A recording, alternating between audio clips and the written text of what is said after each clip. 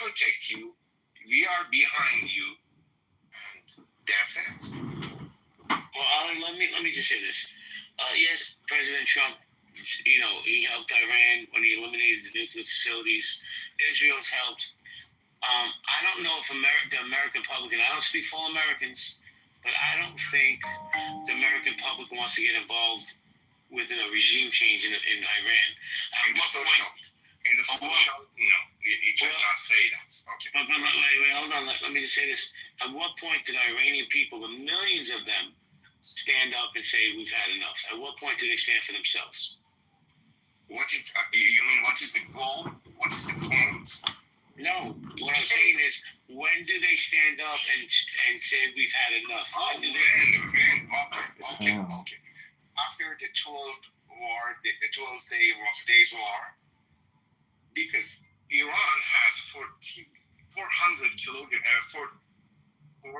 kilograms of uranium. Still, they have 400 kilograms. They hide that. Those 400 kilograms. And the BB don't want. Since the Iran has 400 kilograms, it's a threat for all of the world.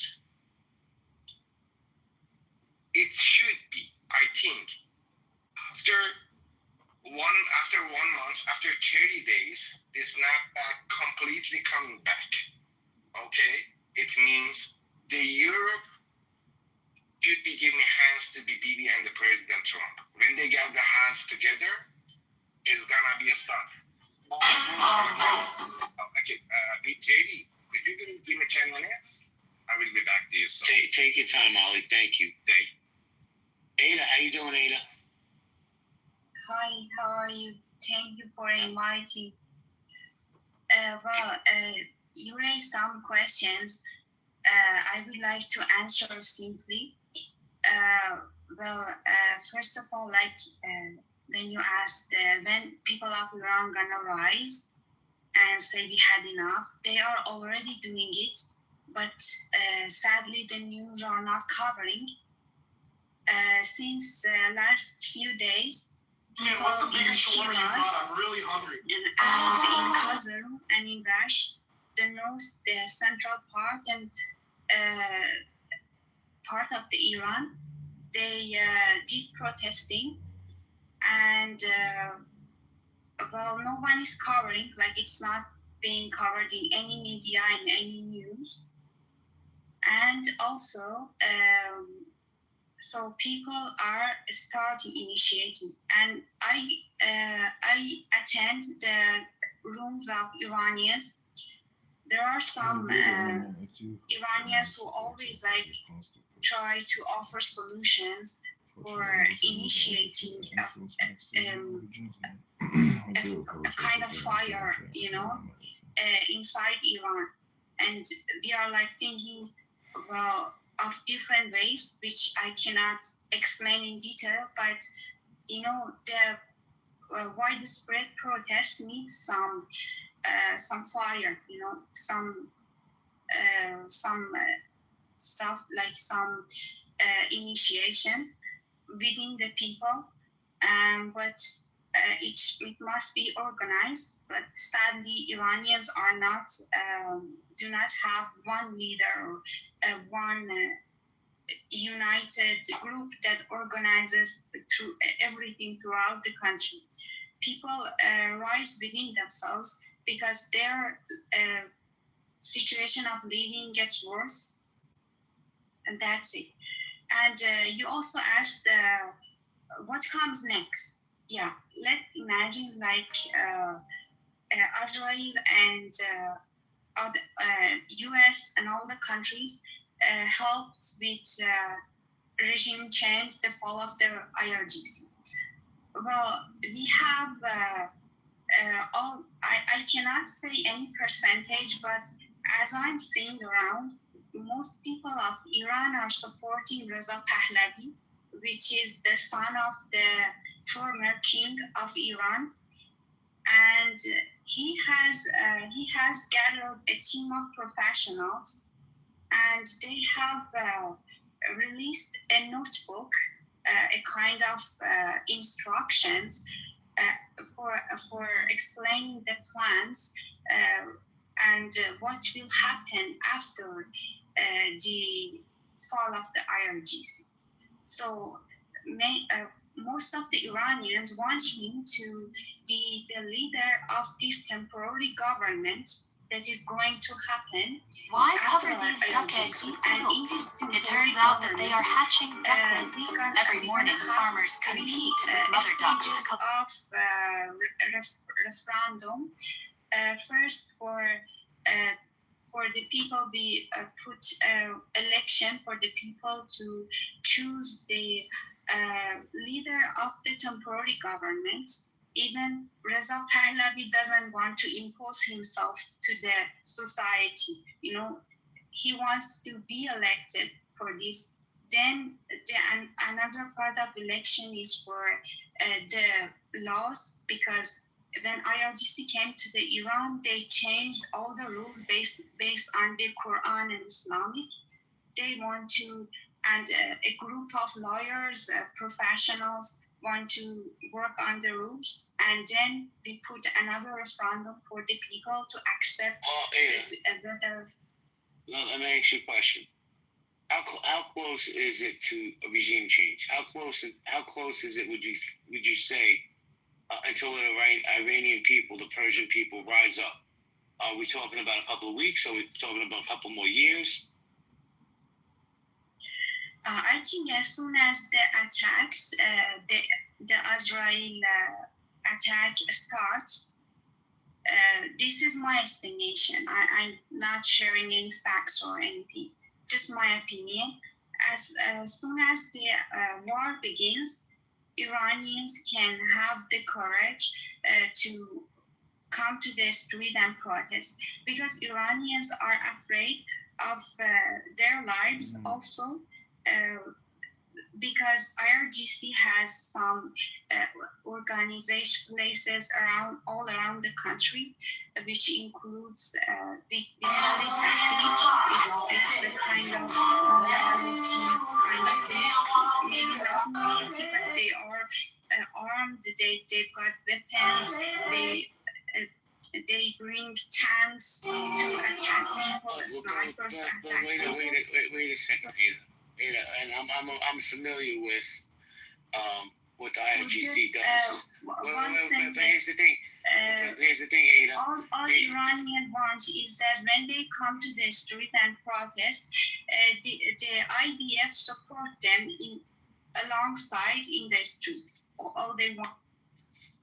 Okay, well, what I was going to say was they already recently were at war for 12 days and nothing happened.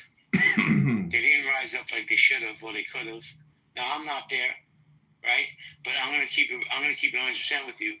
I know Netanyahu would love to see a regime change, but if your people are waiting on another government, you might be waiting a long time, and that's just my opinion. Okay, but my opinion is the attacks of the Israel was focused on the nuclear sites. And also the army, like the jets, they attacked airports, like the equipments, the army equipments, and they just attacked these like spots around the country. The focus was that, but people want the focus be first the IRGC members, like the commanders, the Khamenei, also the morality police. Ada, hold on. And I'm being respectful to you, but you're going on, and I'm going to tell you, I'm going to say it again. If your people are waiting for another government to come save them, they might be waiting a while. Israel has its hands full right now, and I don't know if at the top, and I could be wrong, maybe BB could fact check me, but if they're going to wait for Israel to come save the day, they need to do it themselves. They have millions of people. They outnumber. I understand IRGC has guns and all this other stuff. But I think once that movement starts, once you find a leader, not this guy that's in America, the former king's son, once you find a real leader to get the people to galvanize, then you'll have your revolution. But let me say hello to First Lady Chi. Hello, First Lady of Clubhouse. Hey JP, how are you? She was very upset about I've been on ayahuasca a great gossip, day. but That's she just calmed basically down. twice today. I know, right? It's been great. So what do you think about the conversation Jill's coming to save the day? Just my opinion. I hope I'm wrong. Foreign affairs. I just want America to stay out of it. But again, they're like, well, America can't stay out of it. I would like to see the Iranian people because I've talked to some of them.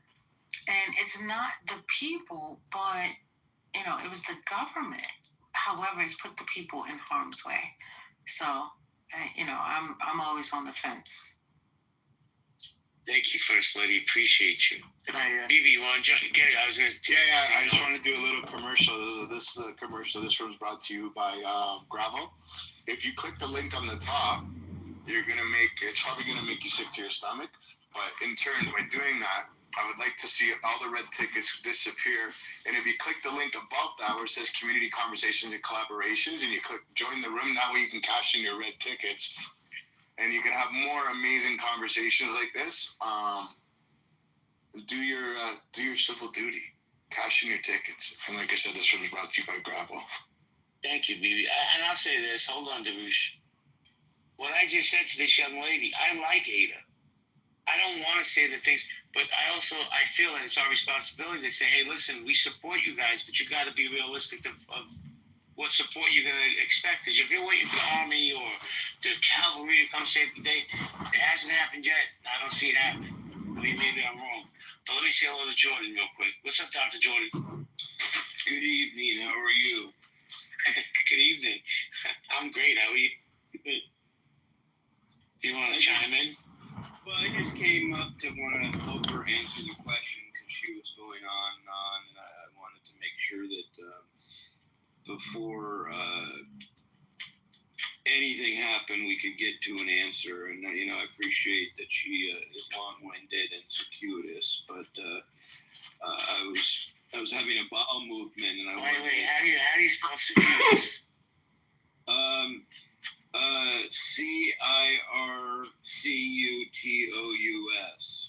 Yo, Jordan, you're one of a kind, kid. Thank you. I can go back down now. I just wanted to move things forward. You don't want to continue after the call. I was gonna say, please make sure you wash your hands, please. I think he must have been under pressure or arrested a little bit because that wasn't quite the right spelling. Well, listen, he got closer than I could have, you. I can tell you that. Buttercup, Buttercup left. Oh, too bad. I know Buttercup brings us the smoke. Yeah, she does. Can you come back up, Buttercup? I want to know what you think about the title of the room and if you watched the video in the Jumbotron there. Oh, she's on stage. How you doing, Shavuot? Shavuot Tov. I already know about this video. It's from October 7. We all have read about it a million times. Well, the video actually got released today for the first time. Oh, but it's been described in the media like 100 times, so I don't really need to see it. Well, don't you think the video would be more important than hearing it described? I'm already shocked and horrified with the description, and I think it's an atrocity. I thought it was an atrocity when it happened, so I don't think... What do you think of the title of the room? Being these kids in a really vulnerable position is like going to change my feelings on it. The title of the room, Can Israel Actually Beat Hamas? That's a very broad question. I think that October 7 was preventable, and like Yoav Gallant, the former defense minister who led the war for the first half, I believe the war should have ended a year ago at a lower cost, and it would have spared the lives of hostages and soldiers and Palestinian civilians. So like Yoav Gallant and virtually every former prime minister and former defense minister, this war should have ended over a year ago, and it would have spared a lot of lives. What would you have done? The most important question. Everybody wants to criticize and say... I would have done what Yoav Gallant laid out. No, but what would you have done? Okay, I would have signed the deal that has been thwarted multiple times by the Israeli Prime Minister. I would have deported the bad guys, the Hamas leaders and people who were released from prison who in exchange for the hostages. And I would, start the reconciliation, rebuilding. And then you keep mentioning Gallant, but he's the one that's advocating for the takeover right now. So do you still feel that way? Gallant is not advocating for the takeover. Yes, he is. Okay, send me a link. Gallant, who says the war should have ended a year ago, is now advocating for takeover. And Hamas never agreed. They change the agreement all the time, but you keep saying that it's Israel that disagrees. But the deal on the table today was proposed by Israel, and Israel agreed to it in the past. And now that Hamas wants it, they're nowhere to be found. There's an article in Haaretz today where, the opposition gets a call from the Qataris that say, the Haaretz is like the KKK newsletter for the Black Americans. If you believe that, we're honestly. Not. If you believe that, then we're not. It's not a credible source. Okay. But then again, what would you have done? I really want to know. I can't talk to someone who's not in the same reality. If you think it's the KKK, then. No, but you also think that Israel's committing a genocide, and you want to, and you also advocate for the dismantling of Israel, and you also said, but it's recorded and documented. Should be dealt with violence. When did I say that? I'm sure last time you told me I said something and you rolled the clip and that's not true. That's not true. That's not true. Norm wrote it down. He's already cornered you about it like 5 times. Norm wrote it down. Okay. But anyways, Norm no, like but the times. Reliable but regardless, did you not say that you believe that Israel? That you want the dismantling of Israel? I did enjoy it. I believe in a new model of Zionism that is more sustainable, that gives everyone, including Palestinians, equal rights under the law. That's what I want. I want a Zionism that is sustainable, a Zionism that can last and fewer people will die. Never mind the word Zionism. Israel itself. Is the country should be dismantled in your words. No. But why should you rebuild?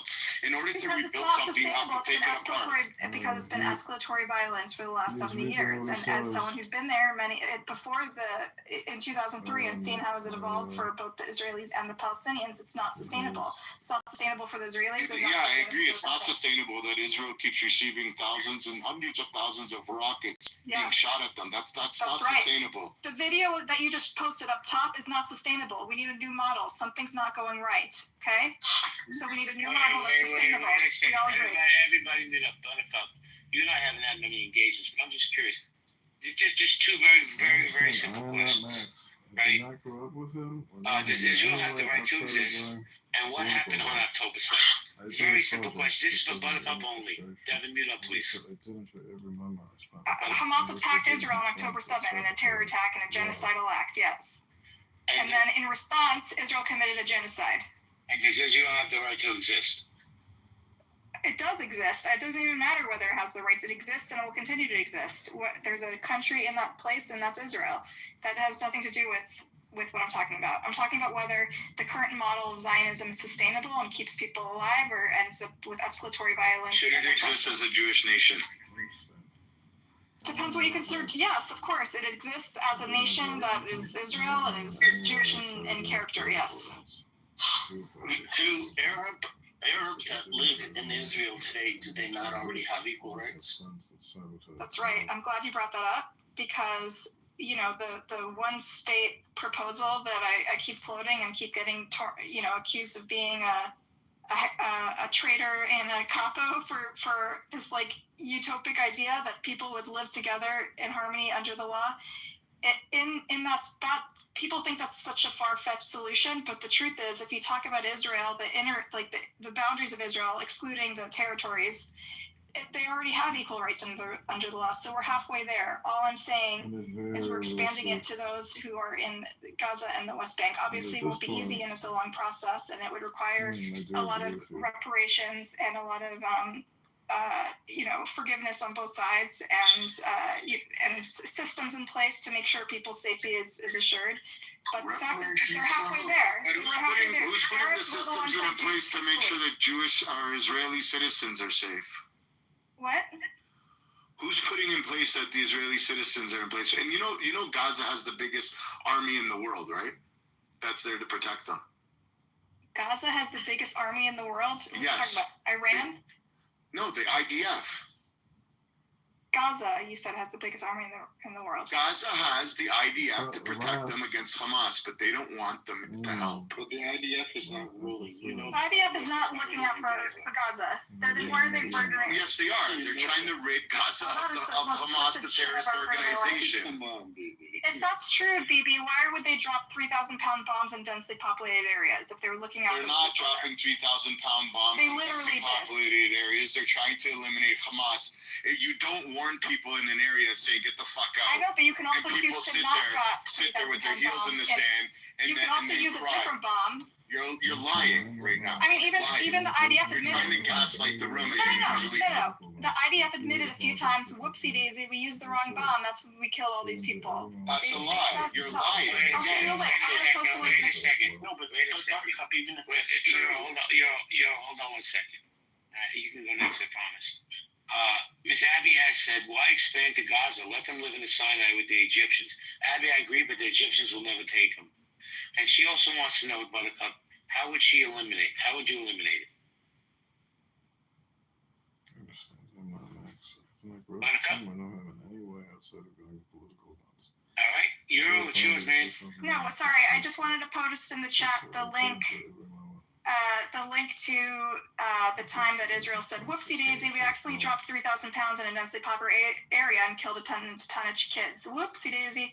Posted the link from Times of Israel, hardly a left-wing rag. You can't call them the KKK of Israel, BB. A mainstream Israeli publication.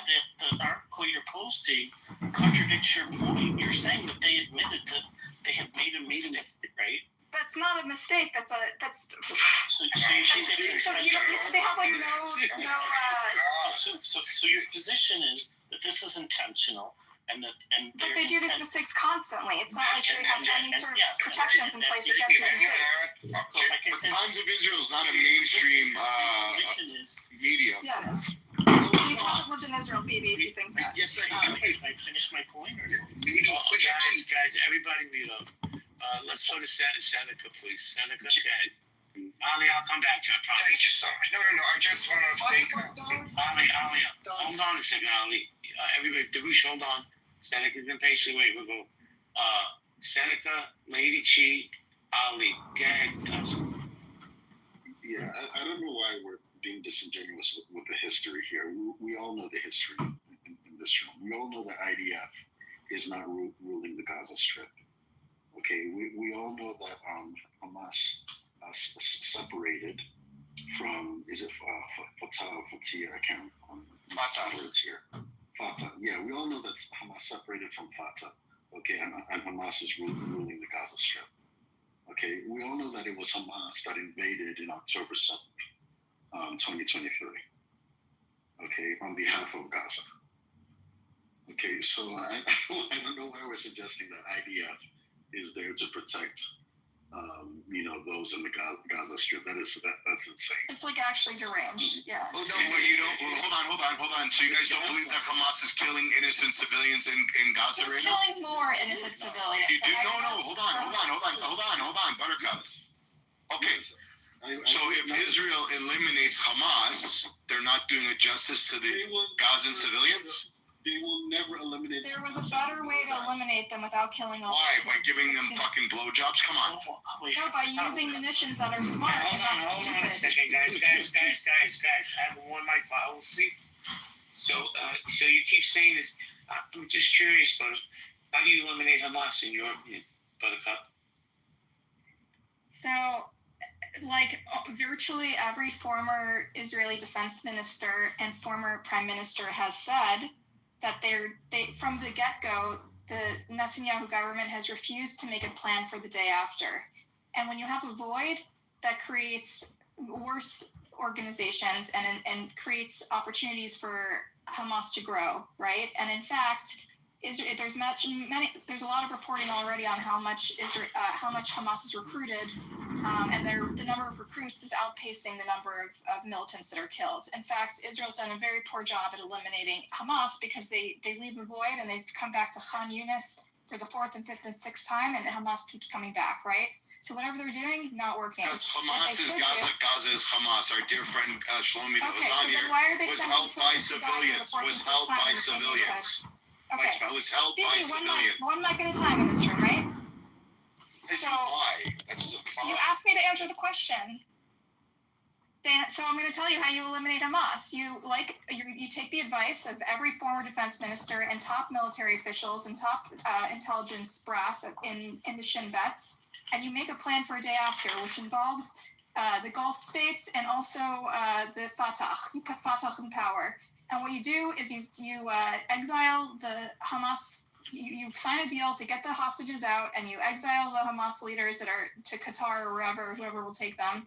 And then you have actually something to build with. But instead, they decided to thwart deal after deal after deal and perpetuate a forever war for one man's political interests, a prime minister who's deeply compromised by his coalition has extremists, fanatic extremists from like communists, like Bibi over here. And so ever once agreed to that, and they never will. You know that. So I don't know why you're trying to gaslight the room. They have agreed. The only thing they have not agreed to is conventional weapons. The only thing they haven't agreed to is disarming, right? So that means they haven't fucking agreed. Except are you every military. Let me answer. The former military leaders, including virtually every former military official, has said that if Hamas doesn't lay down his arms, there's still a method to put something else in its place, right? Israel has the power. Has the power to control a weakened Hamas that already its tunnels are destroyed. It doesn't have the same infrastructure that what once had. It's extremely weakened. And the Israeli government is refusing to take this golden opportunity to go in and capitalize on its wins and put something else in place. And if they had done that, instead they're squandering those wins and allowing their own soldiers to die in battle because of one man who needs to hang on to power, who's desperate, who's in a corner, who's politically compromised. God, you believe this shit that Bibi... That's what 70% of Israelis believe, not me, okay? That's not... You're lying again about statistics. Why are you lying about stats? Sources. I'm going to provide a link to a mainstream Israeli outlet. You're lying right now. This whole same bullshit that Bibi's avoiding prosecution. He's so fucking old. By the time he get found guilty, appeal it, and then have to do time, he'd be 85. He would never go to fucking jail. That's not what this is about. It's about accountability for October 7 and for transferring $1 billion to Hamas through Qatar, and for his for his repeated thwarting of hostage deals for his own political goals. Every single time there's a hostage deal on the table, we've seen it happen. His two extremist ministers threatened to leave the coalition, which would put him in a bad place. And immediately after, you see Bibi Netanyahu move the goalposts and say, suddenly we need the Philadelphia corridor. Thank you, Buttercup.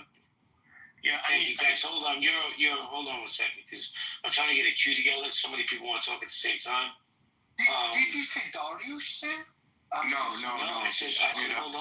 Darius. Hold on. Let's get a queue going. So I'm gonna go. Lady Chi, Ali. I want to say a little Sarah, then Muhammad. Lady Chi, the mic is yours, man. Oh, you remember? No, I was just coming off the mic to mod the space, but you had already did it with the one mic policy. So that's all. That's the only reason I came. I appreciate you. Ali, are you there, Ali? Ali? Yes, buddy. Yes, JB, is it possible to do a favor for me? Invite Aura on the stage. He has a good answer for this lady. Could you please invite her on top? Do I believe in what? And he raised his hand. Aura, could you? How do you spell it? How do you spell it? A-H-O-R-A. Alright, he'll live. Okay. N-H-O. He's gone, guys. I was gonna say, I don't think I said anybody. Okay, lady. You don't have any understanding situation from after 7 October until now. You don't know what is the situation. He doesn't see the attack to the party and they killed Israeli people for nothing. Who's started? Oh my God. Are you lying? When you leave, the Neptune, Plutonium, or Moon? keep saying. Thank you, Ali. No, Ali, it's fine, but we don't have to attack her. She's allowed to believe what she wants, even if we disagree with it.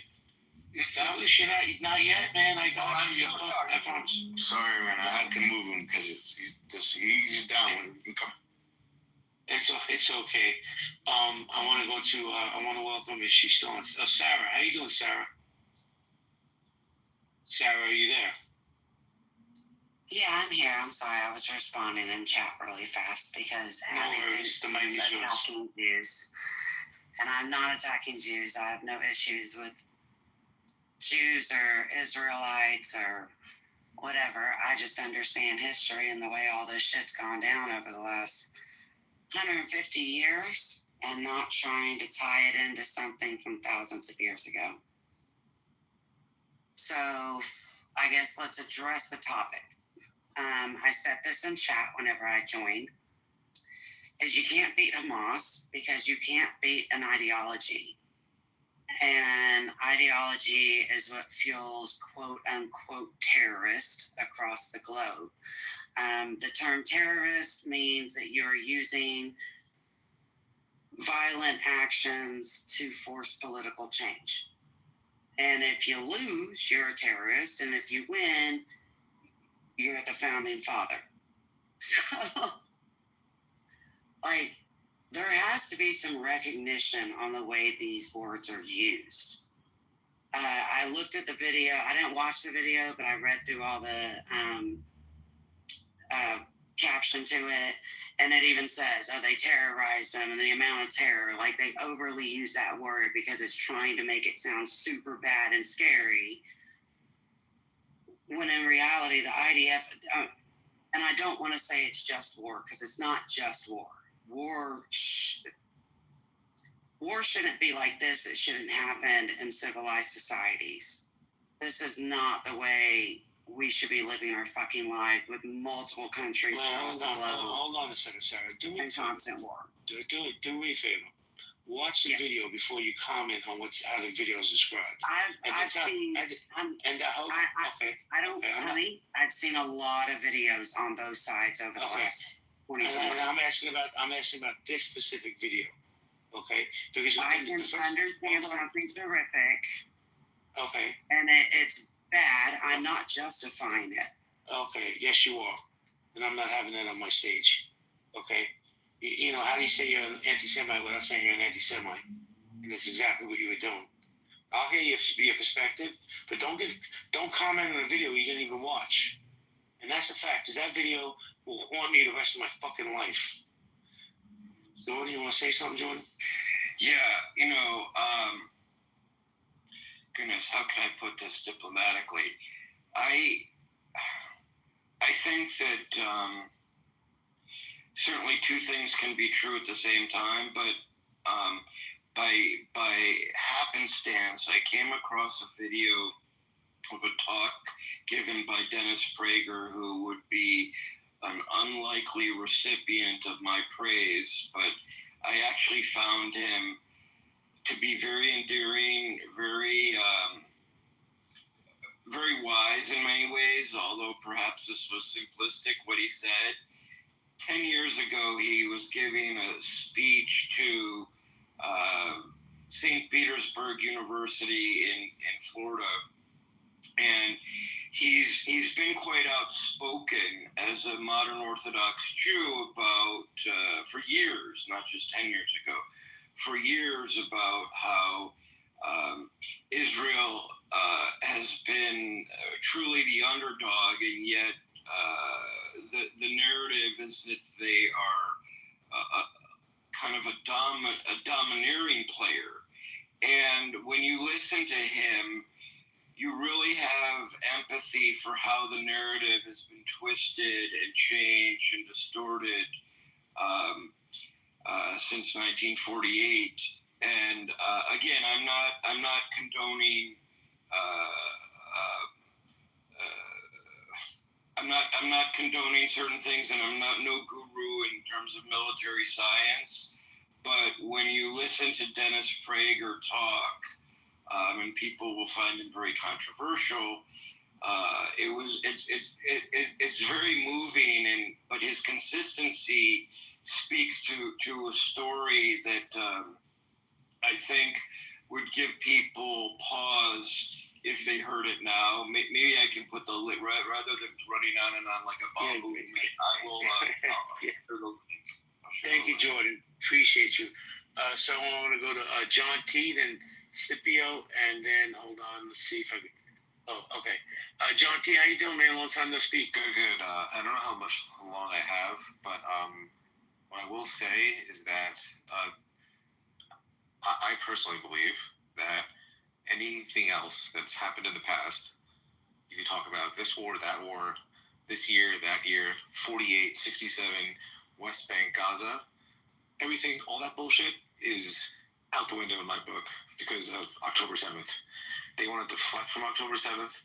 They don't want to talk about that day. They don't want to talk about what happened that day. They want to, when you bring it up, they say, well, what about this time and that time and this time in 48? Fuck that. I don't care at all about anything else besides that day from now on. They want to deflect from that day. The only reason why people are talking about this right now is because of that day. The only reason why people are marching all across the world is because of that day. So every time we bring up the history of our people there, we're going to bring up this day and why and the reason why the whole region has changed because of this day. And this is what we're going to live for the rest of our lives there. So I don't want to hear anything else about, Nakba and the creation of the state and blah, blah, blah. No, doing this, what they did on this day to us, is not justified at all. I don't care what's happened to you. John, I appreciate you, man. I haven't heard from you in a while. Hey, BB, are you there, BB? Yeah. So, did I call it or what? See, how do you say somebody's name at the same time? Oh, you called it right away. Look in the shot, yeah. Silence, hold on, this is fantastic. Silencing someone to avoid reality is weak. I guess that's why you support genocide. Why don't you come up, when you are on stage, why don't you just go right to that point instead of just dancing around calling me honey? No, honey, I don't mean it like, listen, I'm not the smartest guy in the room, but I know when somebody's insulting my intelligence, and I could smell an anti-Semite within the first 3 fucking words. So I would respect you more if you came up on your stage and spewed the hate instead of saying, hey, honey, you don't know what... I didn't watch the video, but I want to critique the video. Shut the fuck up respectfully. You want me to tell him something? No, it's good. I got this. Let me go to Scipio. Scipio, how you doing? Scipio, you there? There you are. Well, hello, everyone. It's Scipio. Thank you. Scipio. So, to answer your question, can Israel, actually beat Hamas? Well, I think the question that we should ask is whether we'll have peace or not. Because I think that, this question would just treat, a symptom that we have now from the whole conflict between, the Palestinians and the Israelis. And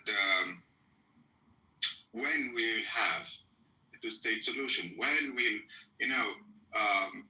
the Israelis basically, accept to sit for table and sign, an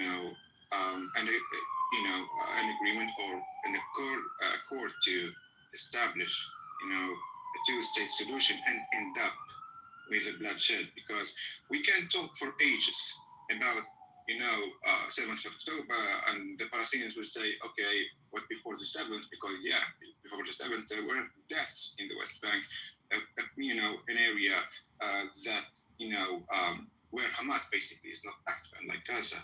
So I think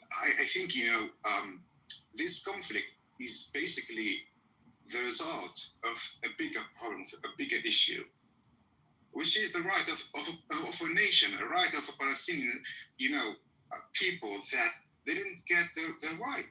They didn't get their right of self-determination, and they are subjected to, continuing and ongoing, basically, how can I say this?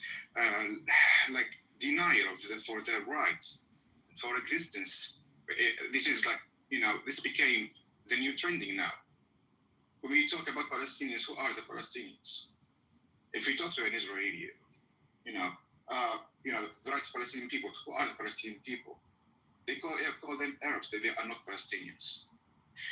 And Hamas will kill the IDF wherever they find them. They will lie in wait. They will strike them. I'm talking. I think the IDF. I think the moderator gave me the floor to talk. You have your time to answer. I moved him. You're good. Go ahead. Yeah, thank you. So for me, that's really the issue. If you're gonna look back to an event and start history from there. Here, I'm referring to the 7th of October. You would be, ignoring the reason, the main cause of this problem, the main cause of this conflict. Why do we have that? You cannot submit some people, in this case, the Palestinian people, and subject them to, neglect, blockade, like checking points, mistreatment, random killing, random sniping, kids aged as young as 3 killed just in 2023, and I can bring you the name now. Do all that stuff, and the crimes committed by settlers and illegal settlement here again, according to international law and UN Security Council. All of that, you keep ignoring that and going on and on and on with everything with all your force, with all your power and money and finances, and then expect that nothing would happen. And then when the catastrophe happened, and here again it's the 7th, you say, oh, how dare they? Well, obviously they would revolt. If you can't learn from history that... Wait a second, bro. Hold on. Okay. Yeah. How many billions? And I'm talking about billions, billions of dollars. Did the Palestinian people get? Did Hamas get before October 7th? So this narrative about money and all this other bullshit, respectfully, is just that bullshit. They hold on, sir. They empowered these terrorists by hiding them in schools, mosques, and let's talk about the school system there. If you have 6 Jews and you kill 4 Jews, how many do you have left, sir? Because that's what they were teaching their kids before October 7th. We have the textbooks from the schools. So this bullshit you're saying because Israel was strong and had money, it's just that, a pile of bullshit. So, listen, if you're not a supporter of Israel, that's fine, but stand on your square and say it. Don't give me all this rhetoric bullshit and be long-winded about it. Okay, GB, or JB, you are older enough than me that I should respect you. This is my culture. We respect older people. So respectfully, let's keep it, gentleman talk. I'm a gentleman. I don't want it to get to this, unnecessary, vocab, unnecessary. But you're not coming out with respect. You're blaming Israel for October 7th. Everybody can see through your bullshit. I'm talking to JP. He can answer me. Okay? So, respectfully. You cannot see the green stuff under the BB icons. No, I showed him the respect. I moved him down because, like I said, listen. The moderator is God off the road. Hey, guys, listen to me. I don't want to be the God. I just want to have a respectful conversation, come with intelligence, and come with honesty. You're going to fucking blame Israel? Shame on you, bro. Watch the video and tell me what you think. So I'd like to comment on this because I've been waiting since Buttercup and this last. Yeah, girl. Okay, thank you.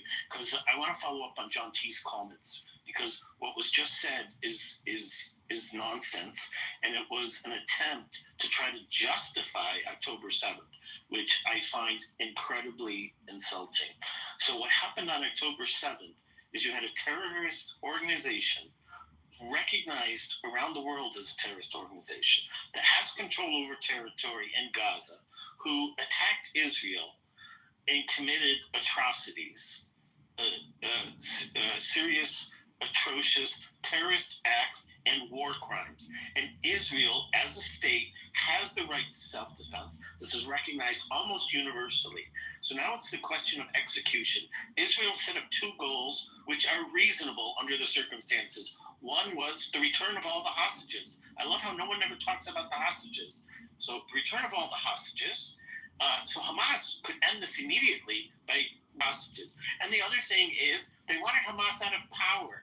Now, all these other issues, whether it should be a two-state solution or what rights have to do, has nothing to do with this particular conflict. The conflict needs to be resolved first. When we had the World Trade Tower attack in the United States, no one was asking the U.S. stuff. Well, first you got to negotiate the issues with the Middle East that were raised by these terrorists. No, the first issue was track the terrorists down and get rid of them. And they pose a threat. And this is that issue is an important issue. It's a separate issue. The first issue is resolving what happened on October 7th. Israel was attacked. They have a right to self-defense, and that self-defense involves getting all the hostages back and removing Hamas from power. Once Hamas is removed from power, then we can have discussions. Should it be a two-state solution, not be a two-state solution, all these other things. Unfortunately, this is part of the propaganda that's being involved. That's why I brought it up. It's convincing a lot of people in the West, and that's why you have people like Britain and France and Canada and Australia talking about, oh, let's go ahead and recognize Palestine right now. Look, if it is the right thing to do, it shouldn't be done now. They should not be rewarded for October 7th. We have to be very careful not to reward people for terrorist acts. First you deal with the terrorist acts, and then you can have any type of discussion about what the future is. Now, the other point that Buttercup raised was, well, they should be doing these objectives and killing fewer civilians. So the ratio of civilians, innocent civilians that are being killed to combatants is already the lowest in history. Israel is taking all kinds of precautions to try to minimize casualty that no one else, no other government has ever done, nor are they asked to do. But whenever it's Israel, Israel is asked to make all these sacrifices and compromise. Why? Because we're listening to propaganda from a terrorist organization. All of these figures and narratives are coming out of Hamas. Hamas-run agencies. It's just outrageous, and it's obviously not true. So the ratios are already low. They have a right to get back all the hostages, and they have the right to remove Hamas from power. So if they want to end this war tomorrow, Hamas could surrender. They could return all the hostages. It's very, very simple. Can't blame Israel. Thank you, Euro. Fatima, who are you calling monkeys, by the way? I'm just curious. These fucking radical pro-Palestine people. Okay, thank you. And by the way, I don't just randomly remove people. If you come up and you're intellectually dishonest, I put you down. If you come up and... Hold on, Ali, give me a second. Let me just finish my little rant here. If you come up and you're intellectually dishonest, I'm just going to remove you because it's a waste of my time. I'm not looking to waste time. That's one thing. Second thing, if you come up and you spew hate, I'm just going to move you down. Everybody's welcome to my stage. Just come with respect. And when I say respect, be intellectually honest. Go ahead, Ali. I want just to say thank you so much for your amazing room with the good title.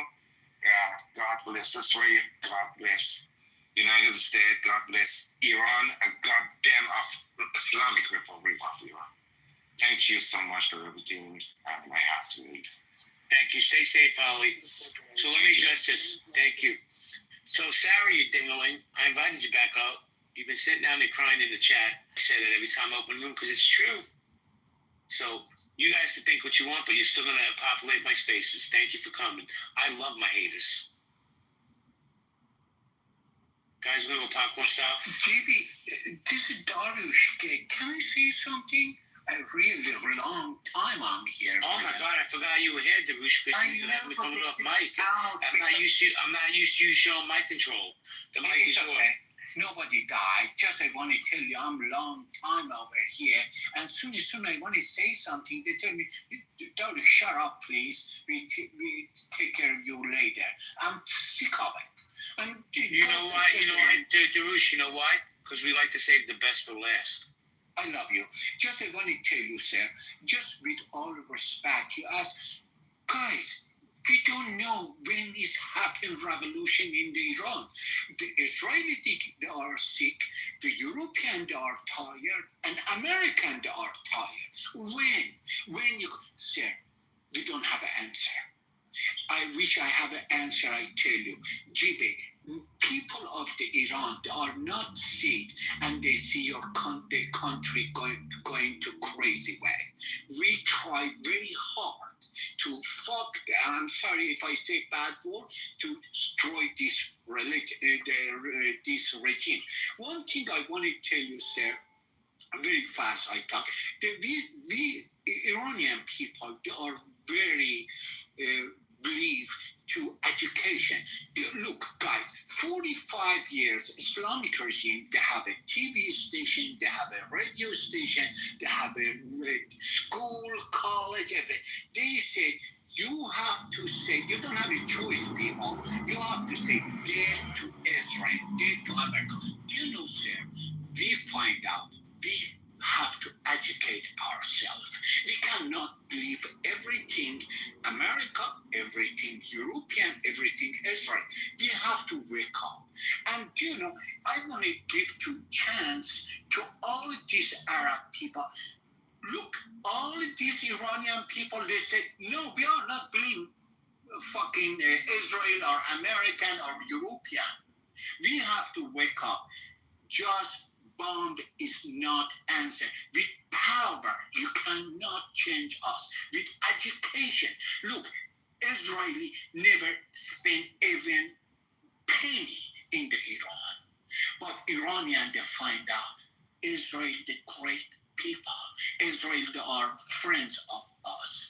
Do you know? With education, we can help ourselves. Without education, with power of the bomb, with power of the we are strong, we can fuck you up. No, sir. Jibe, you can. Yes, Darush. Thank you. I appreciate it. I'm sorry if I talk too much, and thank you. Let me talk. I really, and thank you didn't take me out. Very important. Yeah, because usually you go on too long, but tonight I'm giving you with you. I got an idea for you. I don't know if you're going to like it, but go ahead. Oh, no. I was just going to ask, can Israel actually beat Hamas? But I want to hear your idea. I'm going to propose something that's never been done before, JB. Are you ready? Yes, I am. There's another room going on right now. Amir's room. I propose... 0 chance. Let me finish my proposal, man. Like... Don't, dude, like, taste the cake before you throw it in the trash, okay? You ready? Are you ready, Davey? Yes, go ahead. I'm proposing a clash of the titans. You know what I mean? You ready? Like King Kong versus Godzilla. You ready to be King Kong? Not with that piece of shit, but I respect your offer. Not even for a little bit? A little merger of societies and see what happens.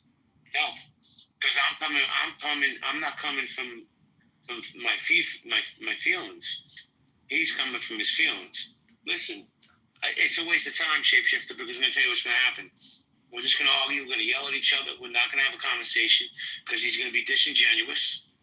Yeah, I don't go into Amir's space for a specific reason. Because he likes to gaslight, and I don't think and listen, he's entitled to his opinion, just like you're entitled to your opinion. Doesn't mean I respect you less, but Amir is more than welcome to come in here, but I will never go into that space. Me neither. I've been warned this would be the response. Did somebody send you to bring that offer? I'm an emissary. I've been trying to do this for a couple months now, see if I can combine rooms. See, it's never been done, JB. It's never been done. Probably for a good reason. I'm going to let it hang in the air. Awkwardly. Go back. No, listen, it's all good. I'm not mad. I told you, I don't have him blocked. He can come into this space. But, I will never go into his space. Ever, ever, ever. Euro, you want to... Yeah, JB, you raised the issue of money because someone else brought up the injustice of money. And as you rightly pointed out, the billions of dollars that were poured into Gaza, that was meant to raise the standard of living for the people in Gaza and for their welfare. And that money was diverted to the personal wealth of 3 individuals who all have net worth now in the billions of dollars. I'm sorry, hold on one second. BB, run it. I got to make a phone call. Thank you. All right, go ahead. So that money was diverted to the personal wealth of 3 individuals that all have now net worth in the billions of dollars, personal net worth. It was diverted to building tunnels, amassing weapons, paying for mercenaries, and all of this, and even to the dismantling of water infrastructure that was needed for the people so it could be diverted to missiles. Now, the amount of money was huge. After World War II, the United States poured billions into Europe under the Marshall Plan because Europe was war-torn, was in rubble. And thanks to the Marshall Plan and these efforts, Europe was rebuilt from its ashes to the powerhouse that it is today. And the money invested in Gaza per capita was more than the U.S. spent on the Marshall Plan. Not a little bit more, not twice as much, not 10 times as much, 25 times as much. So think about that. We spent 25 times more money than was spent to rebuild Europe after World War II, to raise Gazans up. And they have nothing to show for it because the money was all diverted to weapons and the personal wealth of a few individuals. Yeah. So, and nobody talks about what happened after 2005 when Israel pulled all of the Israelis out of Gaza and left them with greenhouses, fresh watering systems, and what did they do? They destroyed every single thing. Why? Yes, they dismantled everything, and that they're as JP pointed out and others have pointed out, their charter called for killing Jews and for dismantling the state of Israel. And unfortunately, these children are taught from a very young age that their goal in life is to kill Jews. And they literally, there's tons of YouTube videos you can watch where they interview young children about what their life aspirations is, and it all revolves around killing Jews, where mothers hear about their children being killed and they rejoice, they celebrate. Oh my God, I'm so happy my son was killed. Think about this type of sick mentality. This is the reality of what we're dealing with. Yeah, but that's the problem. Nobody wants to talk about that. Nobody wants to talk about the money that's been poured in there. Nobody wants to talk about loving your children more than you hate Jews. Nobody wants to talk about buying books for your children and educating them, as opposed to buying weapons and artillery to try and destroy Jews and Israelis. And not only did they kill Jews on October 7th, they killed Muslims, they killed Christians, they killed Druze, they killed Thai workers, they killed Hindus. They killed a lot of faiths that day. And how come everybody's trying to say, well, what happened the day before? No, let's focus on what happened that day. That's where the focus is. What happened the day before was there was a truce, and they had been violating that truce, and secretly they were getting many of their citizens were going into Israel because they were getting work visas and stuff, and they carried on this masquerade that they were interested and willing to negotiate peacefully. Well, in reality, they were preparing for war the entire time. And they even said on October 7th and on October 8th, we will do this over and over and over again. There is no remorse on this side. So this whole idea of Israel should just forgive and forget, they haven't even taken that position. Their position is we're just going to keep doing this. That's their official position. And hold up, and nobody's talking about the ice cream shops that are still open right now in Gaza. Nobody's talking about the restaurants. I know 5. I did it in my room last week. We called every single one. They all picked up the phone. Operating restaurants. Well, not only that. 3 ice cream shops that are thriving. fuck are you asking for money? What are you going to buy with the money? Are you going to eat the money? No, you're going to buy food that Hamas is holding, hijacking it, and extorting the people and charging exorbitant amount of money for the food. I'm not joking. We did an exercise in my room, and we called the 5 restaurants that we found, and they all picked up the phone. Busy restaurants. But the problem was, pre-October 7th, if you asked anybody what's going on in Gaza, they'll say it's rubble.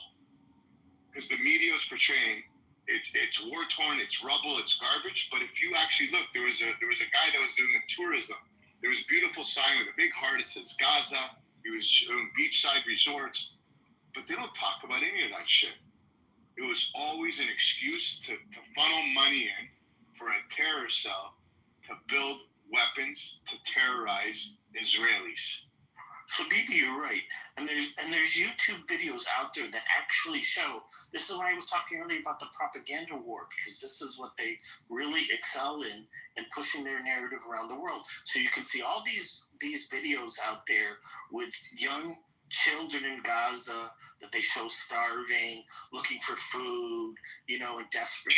But you know what? There are other YouTube videos. Let me just finish this one point, please. There's other YouTube videos that show that they're staged. They literally show the people staging the children, showing them what to do, handing them food packages and all this type of stuff. It's a lie. Well, Yoro, let me ask you this question, and I agree with everything you're saying, but I'm just playing devil's advocate. If it's all a lie, can we put to bed the narrative that Jews own the media? Can we do that? Can people stop saying that Jews own the media? Because we all know it's not true. Stop doing that. We don't own the media. If they do own the media, they're doing a really bad job because the narrative is going the other way. And the thing is, what happened between 1948 and 1967? Okay, Gaza was controlled by Egypt, and the West Bank was controlled by Jordan. Where was all the call for Palestinian autonomy then? Where was the outrage against Jordan and Egypt from depriving Palestinians of their homeland? Guess what? It didn't exist. Hold on, it's guys. only when Israel is involved that suddenly it's Hold on, Royal, you're on stage right now. So, and I know you're trying to gaslight the room, because I see you sitting in Mir's room, loading the chat full of shit. So, do you believe the Jews own the media? Oh, Right. I think, I don't know why this guy is talking about that when he just sent me messages unprovoked, crazy messages. Which guy are you talking about? Which guy? This guy, he's speaking to me right now, this BB. I've never. Prove it. She's a fucking liar. This girl's Okay, trying to I have character a assassinate you. screenshot. No problem. Do it. No Photoshop shit problem. though. Do it, you liar. No, it's not a Photoshop. I've never sent you a message in my fucking life. You're a I liar. have no reason to lie. You're a liar. Show it. Screenshot. Okay. Screenshot a message right if you can right now, please. Yep, I'm bringing it. Just give me like 2 seconds. It's probably manufactured by Prince because they're on their mission. But it's okay. Go ahead. Manufactured by Yeah. Prince. You're his cheerleader. Go ahead. I don't even know. Oh, Prince loves me. She's so full of shit. Her and Prince held the room about me the other Here day. it is. Yeah, here it is. Put it up. Yeah, look at this. PTR. Everybody, feast your eyes on this. So I don't know this guy. He just keeps, coming off the mic at me crazy. He talks crazy. He messages me just randomly, unprovoked. I've never messaged him before. Hold on. So we're gonna do that. Okay, no problem. Hold on. Anyway. August 22nd, that message was sent after she opened a room about me, saying that I fucked the tranny. She's a fucking liar. And you got what you deserve. You're a fucking liar. Yes, you are a loser. There was no lie about that. You're a loser. No. I'll PTR the actual. Well, wait a second. Was the message? That's not my room. Just because I'm on stage in a stage. Royal, right? Royal, are you claiming that message was from today? Or was it Yeah, from she just said that. She just said unprovoked. No, I didn't. Okay, now you're randomly just sending me saying messages anything. Wait, let me ask this. Wait, Royal, Because I never said that. Royal, hold on. First off, let me just say this to you, and I'm not going to argue with you, right? Because I'm familiar with who you are. I'm familiar where you hang out. As a matter of fact, you commented on me in chats and news. You don't even know me. Yeah, she left because I was going to call her on her shit. She was in another room that I won't mention, talking crazy shit about me. Never spoke to this woman in my life. Anyways, everybody can check my PTR. I even put it in there, and it shows the date of it, August 22nd. And I even said, "You're welcome. I'm curious. What's your angle in this whole escapade?" Dissect what she said. She said, "You're sending me." So Yeah. she's using the progressive continuous. So this suggests that it is now or very, very recent, not 9 days ago. So I think she was at best disingenuous. Listen, you've been around this app a minute. I've been around this app way too long. BB, the same thing. We know when people are lying, right? That was all bullshit. And even if you called her a loser, who cares? Who gives a fuck? No, but she was called a loser 9 days ago, and she came in here. She probably is a loser. But the point being is, I get called worse by better people every day on this app. Fuck her. She runs with Prince. Everybody knows Prince, the biggest anti-Semite on this app, who, by the way, sends dick pictures out, and I have fucking receipts on that, right? She runs with another group of people that just love to fucking bash people. We know the trolls. What brings you back, Shapeshifter? What's your counter offer? I'm thinking about it. Just want to catch the vibe in the room and see what we can. Well, if we have honest conversations, Darushka, Yeah, I thank you so much. I have to go. My car is double parked, my man. Thank you so much. It's very hard talk with you guys. It's very hard chair to get it. But, just I want to tell you, sir, I want to back to Persia, back to Iran. I want to tell you, if you want to fight with terror. How you doing, Allie? Hello. Do you want to chime in the conversation? What topic are we on right now? Well, can Israel actually be Hamas? I'm not even gonna give my opinion because I don't know too much about it. But I'm just here to listen. What would you like to talk about then that you came to the stage? I was just being nosy and just jumping into different rooms. That was about it. Well, I mean, I've got a question for Allie. Yeah. We've got another room going right now with folks from the opposite opinion. Do you think the room should be combined? Yeah, of course. It creates more excitement. Think about it, JB. Zero chance. The thought about it, still zero chance. Like I said, Amir and his crew are more than welcome to come in here as long as they're respectful. They'll be treated with respect. But there's no way I would ever step foot in that insidious space. But he can come in here. I guarantee he'll get more respect in here than I'll get in there. What are they talking about in that space? How they hate Jews. No, the object of the room is Israel can't defeat Hamas. Okay.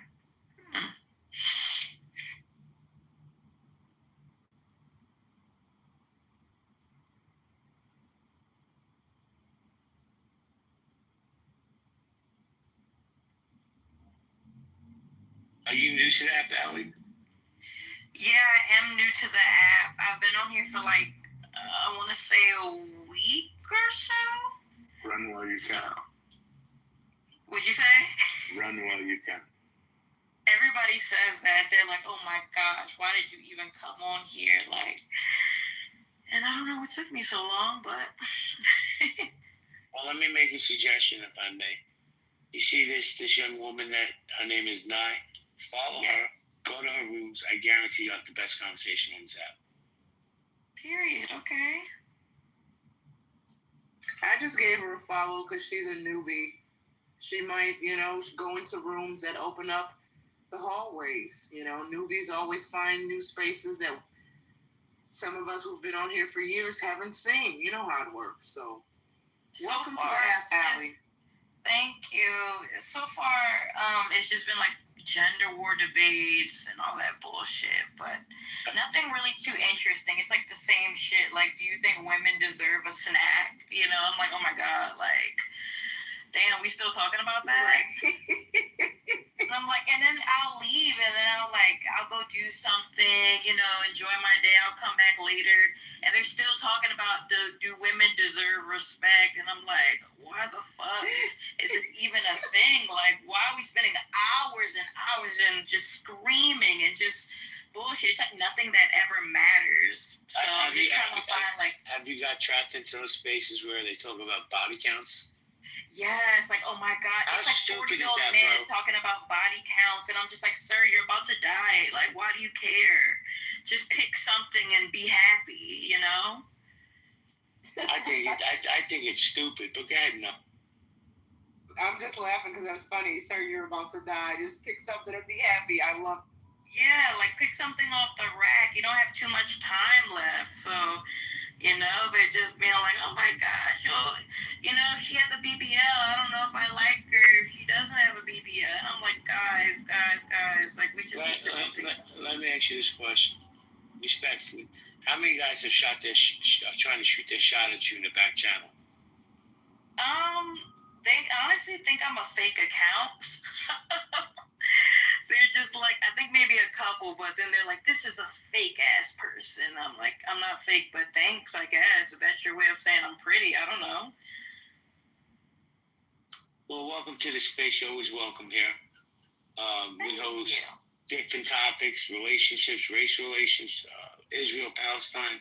All depends on what's going on in the world. So you're welcome here. Thank you. I'll be listening and maybe chime in. Absolutely. So we got Royal back. BB, your friend is here again. I know. Royal, how you doing, Royal? I'm not interested in engaging with BB. Like I said, Okay. when I came on the stage, he just started immediately barking, and then you muted me, so I couldn't speak. And I don't like taking it. I didn't meet you, but you muted the entire stage, GB.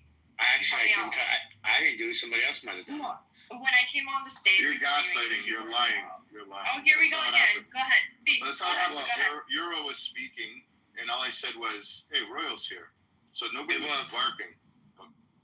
Well, let me ask you a question. How many times have you and I engaged in conversations? Any idea? I'm going to say this is the first time we actually shared a stage together. But I've been in other rooms where you've talked the most vile things about me, but you don't even know me. Oh, no, I've never talked about you, JB. That's a lie. Okay. Everybody's a liar. Everybody's a liar. Everybody's a liar but you. Okay, go ahead. I get it. Go ahead. I get it. Go ahead. No, I'm just trying to get clarity. Everybody's a liar but She's you. the only one that doesn't lie. I know. Yeah, like you just told this room you never sent me a message, and then I posted it, right? No, I didn't say that. I said I never.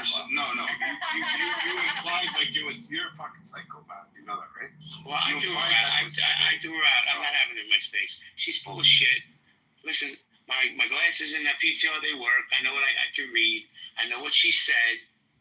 Just own it. Be a big girl. Put your big girl panties on. Come up to the stage. You want to have a dialogue. You want to call me all these crazy things with no basis. And then I call you on your shit and you want to laugh and you want to gaslight. Go hang out with Prince, who likes to send dick pictures out from the shower. Go hang out with these other fucking racists and be my guest. You're not welcome here, and I'll say that. But we got Ali and we got Omar on stage. Ali and Omar, how you doing? Doing well, JB. Quick answer is no. I want to know why you every day you put in your chat death to the IDF.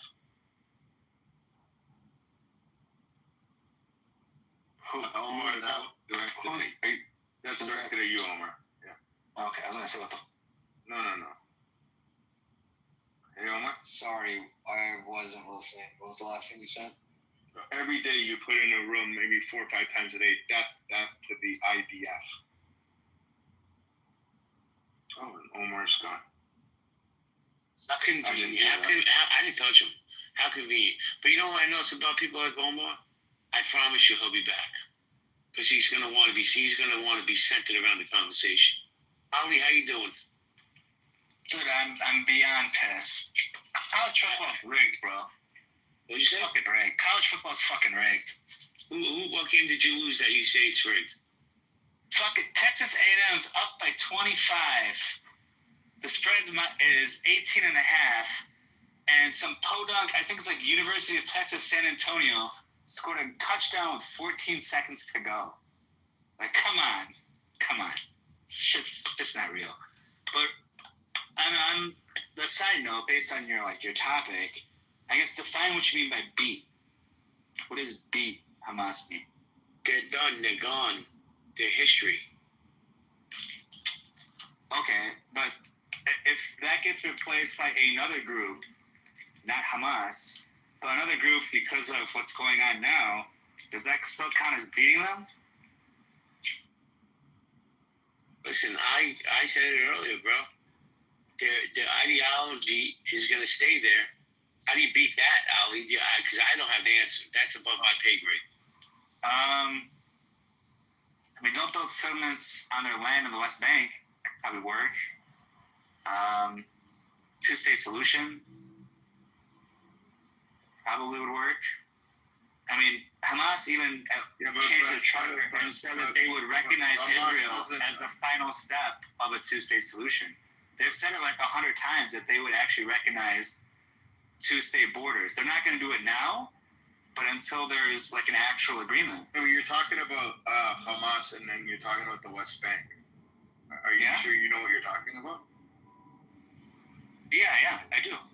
Hamas has reckoned that the encroachments in the West Bank are making it impossible to have a two-state solution. Palestinian or anyone in the world can see what's going on. The new annexation plan is pretty much... What's a Palestinian to you? I'm sorry? I didn't stutter. What's a Palestinian? What is a Palestinian? To me, a Palestinian is someone that has ancestry in that area.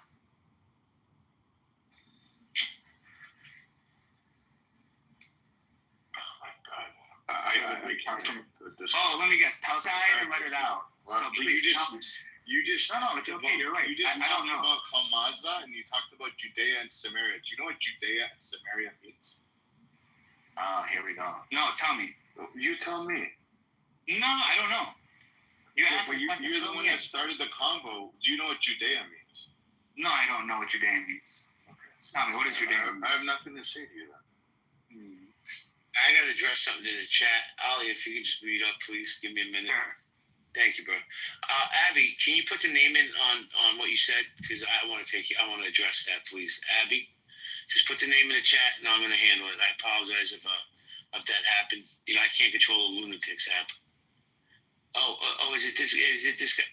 Is it this guy right here with the Palestinian flag, Arab name? Okay. Shady Hagress. What's up, Shady? What's up? Are you making threats in the chat? Yes. Wait, you're making threats in the chat? You're okay with that? You're going to threaten a woman? I don't understand you. And this is the guy I'm supporting. Okay, I do him out. I'm sorry, who am I supporting? Hold on a second, guys.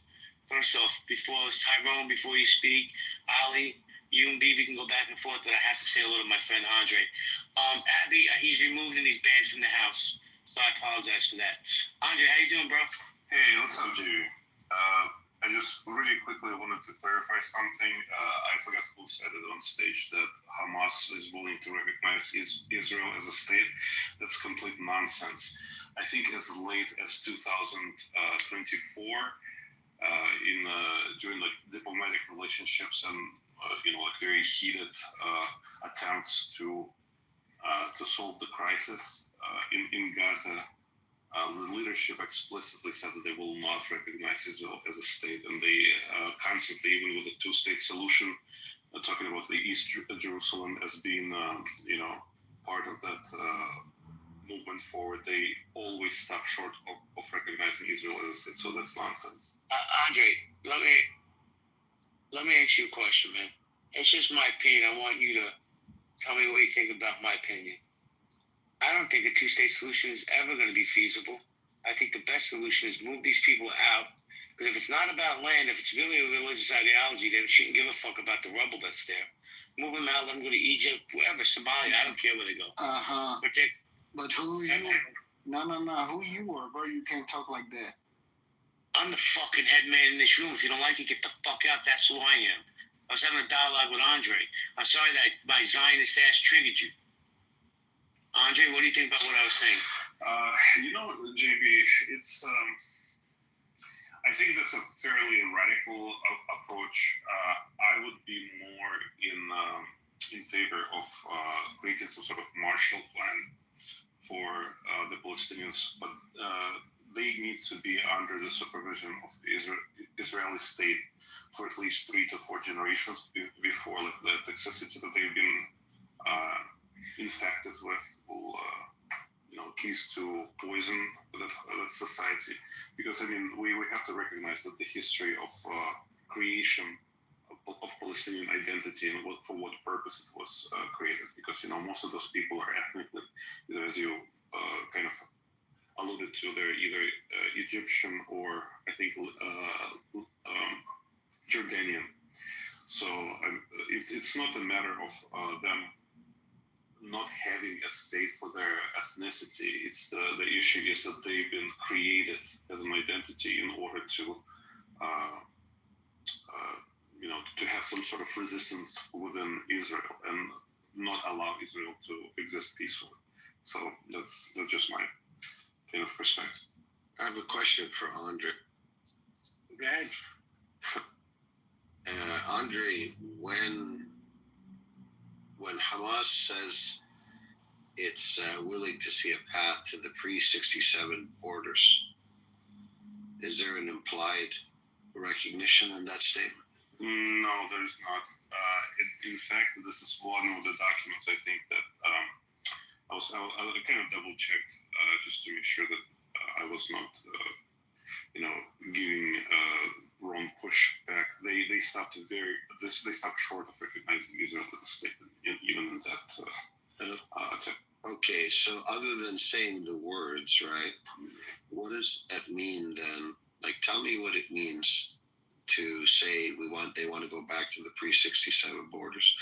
What is the meaning of those borders? That means that that will allow them to regroup and continue their, basically their terrorist activities. And in fact, I think they in the last year, they made their commitment to resistance to Israel. I'm gonna explore this more. So the 67 borders means that on one side there's Israel and on the other side there's Palestine. Agreed?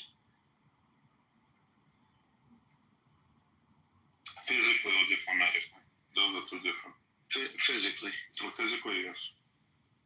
Okay. So that is some sort of a different position than saying Israel should be destroyed. No, that's not. Those two are not mutually exclusive statement that they want to go to borders, back to the 60s borders, and they still want to destroy Israel.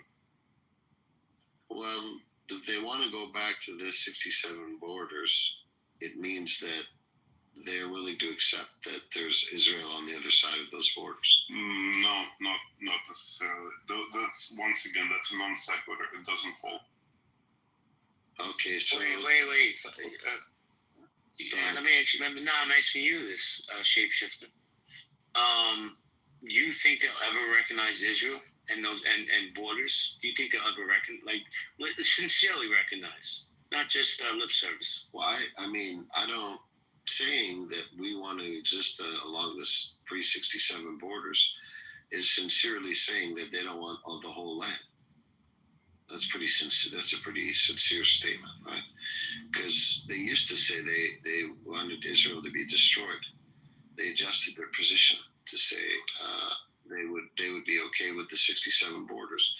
You can't just ignore that and start inserting all this conjecture about what they mean by that. It's a position of face value that has some sort of implied recognition. No, I'm sorry, Shapeshifter. Once again, you're filling it with meaning which neither belongs there nor exists there. You basically trying to create this implication. They explicitly said that they will continue resisting Israel, regardless to what borders they are willing to go back to. And they have never stated that they recognize the state of Israel. So unless you can find, in order for your position to actually make any kind of sense, you need to find a statement by Hamas leadership that says that they are willing to recognize Israel. You will not be able to find. I'll be able to find a statement that says they're willing to go back to the pre-67 borders. That's all I asked you to, right? So now I want to know. Your premise is that they are willing to recognize Israel. In order for you to support that statement, you need to find their leadership saying that. Those exact words, that they're willing to recognize Israel as a state. They said they're not willing to recognize it as a state. But there's no statement that they would. Well, do me a favor, Shapeshifter, and Camp Fam, and everybody else, while you're looking for that information, Shapeshifter, respectfully, cash in your pink ticket. It's free. Thank you. Cash, that's joining the house. Oh, let me do that. Join. Okay. So, what does this mean, do you think, to say we recognize that we would like to have our country along a pre-67 borders, and obviously that means that Israel will have their country? No, that does not. Once again, you are filling it with meaning which is not there. That does not necessarily follow that they're willing to recognize Israel as a state. All they're saying is they're willing to go back to certain demarcation line, and they expressed explicitly their commitment to resisting the existence of Israel as a state. Those two statements are in no way conflicting with each other. Okay, so let's keep going. So if they said that they're going to lay down their arms, if we can go back to the 67 borders, does that mean they're resisting? They didn't say that they will lay down their arms indefinitely. They said that they will stop aggression right now. Once again, when somebody says that they're committed to continuing the resistance, that means that they foresee in the future taking up the arms again. It's just for now, they are willing to stop fighting. Oh, wait. So you're saying if they said they would lay down their arms, that's not stopping fighting Israel? That's not peace. That's arms. You know the difference. Right? Mm-hmm. Who's the one who's meaning, me or you? I'm simply reading what they're saying. Okay. So answer this question. No. Hold on. You're saying that no. You're interrupting. You are. I need a clarification. We have to have one mic. I forget. Andre's a mod, so yeah, I don't care. I need clarification. I'm not interrupting you. I just need a clarification. Shapeshifter. When you say that you are just interpreting what they're saying, are you ignoring the fact that they said that they are committed to continuing the resistance, or do you think that they never said? Are you ignoring the fact that they're laying down their arms as part of their statement? No, I recognize it, and I explained to you that those two are not mutually exclusive, that they can continue resisting and they can lay their weapons for the time being. So are you ignoring the statement that they are committed to resisting Israel? No. So now you're inserting your own meaning while you accused me of doing that earlier. No, I'm stating their explicit statement. They said that they are committed to continue resisting Israel. Can you provide a statement that says? Sure. Can you provide a statement that says, in the context of their statement, where they said they'd like to go back to the pre-67 borders, and under those conditions they'd lay down their arms and they would continue resisting Israel? That's their latest statement as of 2024.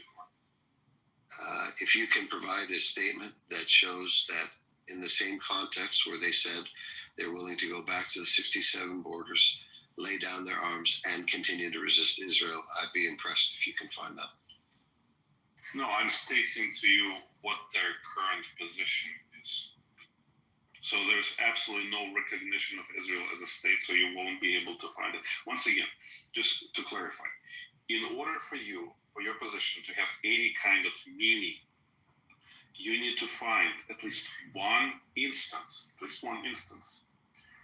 when Hamas leadership said that they will recognize Israel as a state. If you can find it, then, I withdraw. No, that's not true. Hamas leadership in April 2024 said they're willing to go back to the pre-67 borders and lay down their arms. For whatever reason, you've decided to insert all this other conjecture and meaning behind what that means. No. No. Lay down their arms, and then once again, if they anywhere in there is to be the so they say they will recognize even though advised their intent. So you're coming up here accusing me of inserting meaning, and when you're done completing that sentence, you just go about and insert your own meaning. Once again, just so we're clear, when there is a borderline you're basically just lying. That's what you're doing. So when you are saying that Hamas is willing to recognize Israel as a state, right? I would like to see a statement, official statement from Hamas officials that says that. If you cannot provide that, then all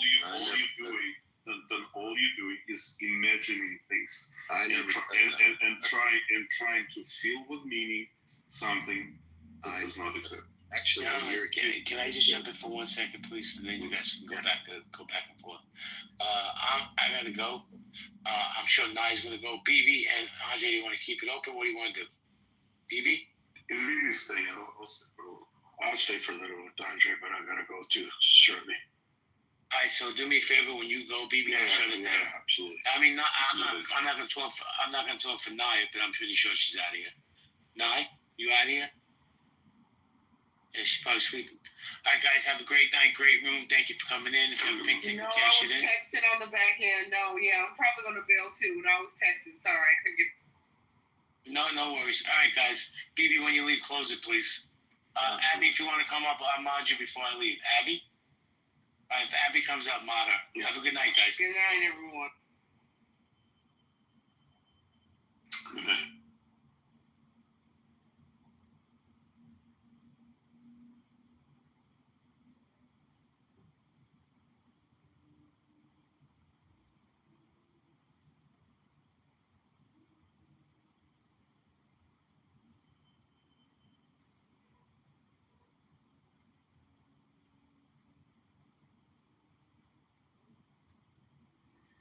Why do you insult him?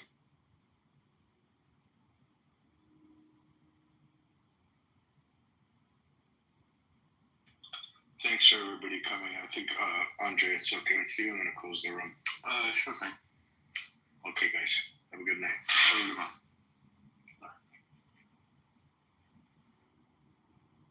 I always say, like, literally, when you trigger me, you know, other guy shift. But at the end of the day, I'm still a guy, sure. It's still my guy. No, man, not be say they don't remove a liar, so you don't act out like a stupid bitch. You still come back. Mike. They will still be doing lobby, Mike. Yeah, every time, Mike, what's up with you and Mike? Like, Marie, are you jealous or something? Whenever it's up with her, Mike is not up with you and her, so that's why. Oh, shit. At least now I know Mike. Exactly. What's up? I shouldn't talk to you like that. Constantly disrespect me, right? Where's my phone at? What'd you say? I shouldn't talk to men that constantly disrespect me, right? Oh, no, absolutely not. And I hope you're not. Okay. Yeah. You finna block me? But Malik, not Mike. Oh. Wait, what? Wait. Can the other Boosie please talk? Pussy, I've never disrespected you before. Never. Okay. Yes, you do. Yes, you do. All the time, Malik. Wait. Boosie. She just called you the other Boosie. She meant the main boosie. Mike, you're so messy, bro. What a messy butt. Man, what the fuck is the other booster? I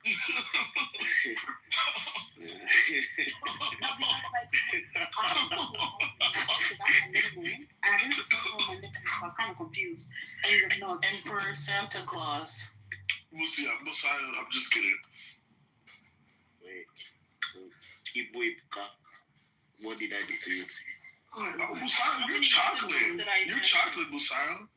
Why do you think she was milk? I mean, I guess. And you left me. I thought she was like light skinned. You know, we don't fuck with those light skins. Yeah, black is beautiful. No, I'm talking about women. We don't fuck with those light skins like tan. Black is beautiful. Are you good, nigga? Yeah, I'm chilling, man. I'm chilling. Are you good? I didn't know how to respond. I'm sorry, you must be colorblind. Kardashian's daughters are going to turn out to be just like her mother. Hi, Tom. How are you? Yo, who you calling colorblind? She's gonna be exactly what God wants her to be. Man, I didn't say no color. I'm not colorblind if I don't speak about no color. I don't think I'm talking to you. I'm talking to Mike. Yo, just like her. I think she's gonna turn out exactly how God wants her to expressing be. herself.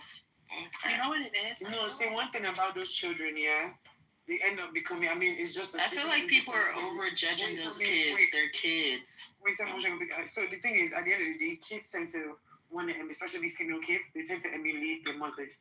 So regardless of whatever we want to say, she's going to have a lot of traits from her mother. I don't even think we should be having this discussion, honestly. Does her mom even raise her though? Don't they have like I just don't fuck with like any kid slander.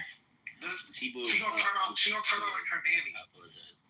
I need to be cute though. I mean, yeah, she's gonna have Any of you guys in Toronto? Yeah. But she's still gonna have traits of her. Oh, you are in Toronto. Yeah. Don't do this a lie thing, I beg. You know everyone that walking around saying a lie? Nah, that's the Brampton. That's the Brampton. That's the Brampton man to be saying a lie. No one walks around, yo, tutus, talk that. You're gonna smoke that youth.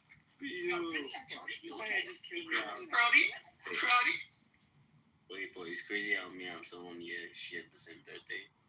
And Akel, she's beautiful. Me and someone here share the same bed. You and who, Malay? Oh my God. This is beautiful. I said she's beautiful. We don't share the same You birthday, guys, Mike. this is beautiful. Look at my PTR, guys. Who said that? Don't forget about these Trump, buddy. Bro, I literally have my I have my passport right here. Take 80 minutes. Your helper calls you and tells you to pick between these two. Would you prefer to have American passport or 80 minutes? What the fuck? What the fuck?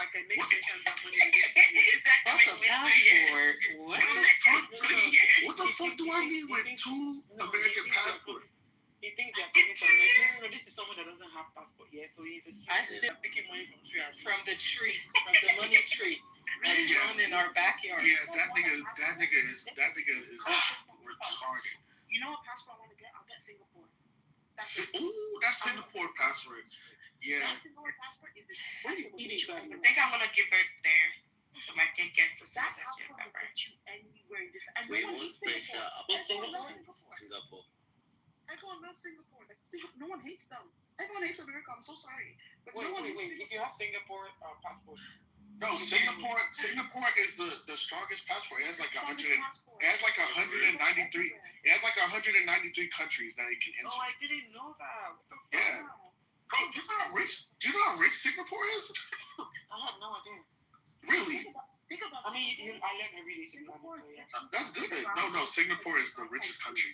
I had no idea. Not the richest country, but like has like something. Singapore. You know how like everyone looks like it is the most powerful passport. No, it is. One of the Singapore queens, man. I think it has like 193 out of 227 countries, bro. That's but crazy. You want to know why they're also looked down on? Because people see Singapore, they're like, oh, Asian country. Bro, why do we not know this as Nigerians? No, have y'all watched that movie Crazy Rich Asians? There's a reason why they're Bro, Singapore has the most elite people. No. Dubai and Singapore are kind of like on the same spectrum though in that aspect. But you know what it is? I always hear, everyone is always talking about like Middle Eastern people, right? No one talks about the Singapore people. But there's a reason why the Singapore elite is actually generational elites. It's not just They are. They're old money. It's generational. No, literally, that movie Crazy Rich Asians. Just go watch it. Like that movie is literally about the. It's not an exaggeration. It's basically not. That's literally how it really is. Like Singapore is actually it's a beautiful country. Crazy. It's expensive. That Crazy Rich Asian was crazy. Yeah, but you know that was Singapore, homie. You know that was Singapore. Honestly, that's what I'm saying. Why I always say that Nigerians don't have this knowledge, because Nigerians should be aiming to go to Singapore instead. It's hard to actually get it. Well, no, but Singapore is like in America too. You can't just move to Singapore. You actually have to have money. Like that's where. No, I'm telling you, that's where all like these rich business corporations. Like they be traveling. You always hear them say, "Oh, I'm going to Singapore on business." Like it's a business city, bro. Like you gotta be the elite of the elite to like actually prosper and have. Like literally, they have like their foot in gas. They have their foot in oil. They have their foot in something that's like. Like they're billionaires. That's like. In their own right, and you know the craziest part is too. You don't really hear about them. There's a reason for that. Yeah, because they're running the country. They're running the world, bro. They know how to spend their money, and they know where to talk, when to talk, who to talk to, bro. Singapore, I'll take Singapore. Give me that red passport, and that red passport is shiny. Give me that. I want that. Is it red? I'm gonna have my kid there. Yeah, That's for the actors, guys. It's not like a wine color. It's not like a UK red. It's like a white ass fucking red. It's red and gold. I'm gonna have my kid there. That's a good plan. What, in Singapore? Yeah. Yeah, it's like a red passport. Oh yeah. It's because I have a kid there. And like the few people that I saw have a Singapore passport, I'm like, whoa. In Singapore. Yeah, Singapore, and it's also beautiful. Really, really beautiful. Yeah, that Crazy Rich Asian movie put me on. I had to go do my research about Singapore. Oh, I knew about it before. No, I want to go. I knew about it before. But then again, I'm really into like Asian culture. Like, would you marry an Asian? My man is a Yoruba, and I love him down. Ooh, I love my man. But I'm honestly looking into sperm banks right now. I'm looking into sperm banks to have my second kid, and I'm looking into like getting an Asian sperm. Really? Yeah, because I want to have a Blasian baby. Mamma mia. Are you for real? Yeah. I'm Blasian. Because I'm getting like, I'm gonna wait. You're for wait what? What are you blessed with? You know what I'm saying? What are you blessed with? Oh. I'm gonna select. Oh, your baby's gonna be the blackest. Black baby too. The thing is, I want to go to the beach and have my kids now. Okay. I witnessed a car accident today. Y'all see my pizza? The Dallas niggas cannot drive, dog. Really? I witnessed this in 5. Ain't that 75? No. I think I passed. You don't know your highways. I-35. You from Mesquite, so that's I-35. No, this is 635 to Irving. Oh no, this is damn, what's that shit? No, fuck, what is it called? I-20. Think about it. The North Tollway. No, that can't be the North Tollway. No, it was Sam Raber. No, not Sam Raber, bro. I can't remember what it's called. Stimmons Freeway. Oh, okay. Oh, that might be I-35. But that is what you call it. It's either I-35 or 635 if it's Stimmons. No, but yeah, it's Stimmons. It is I-35, but I got onto it from 635. That makes sense. Oh, okay. Yeah. That's the life of a 635 is the worst highway on earth. No, I think 75 is the best highway. No, I-30 is the worst. You don't even gotta pay for that bitch. I-30 is the worst highway on earth, bro. I say the worst is the North Tollway just because of how curvy it is. It's so annoying. No, but I-30 is literally ranked as one of the most dangerous highways in America. Really? I used to stay in Arlington. I didn't have a problem with I-30. I-30 has like some of the most deaths in Texas.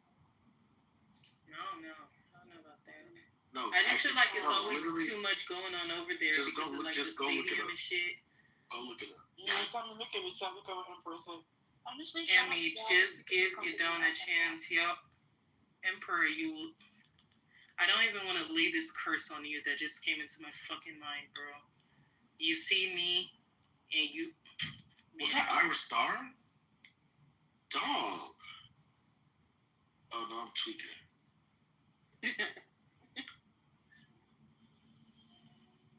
Emperor, I deleted your stupid message and helped your foolishness.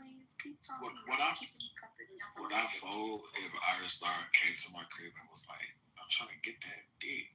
Would I fold? Huh? What year? Y'all think I would fold? I wouldn't fold for no Ira Star, but maybe Thames. That's different. You would definitely fold. Like, I just feel like Ira Star smells so good.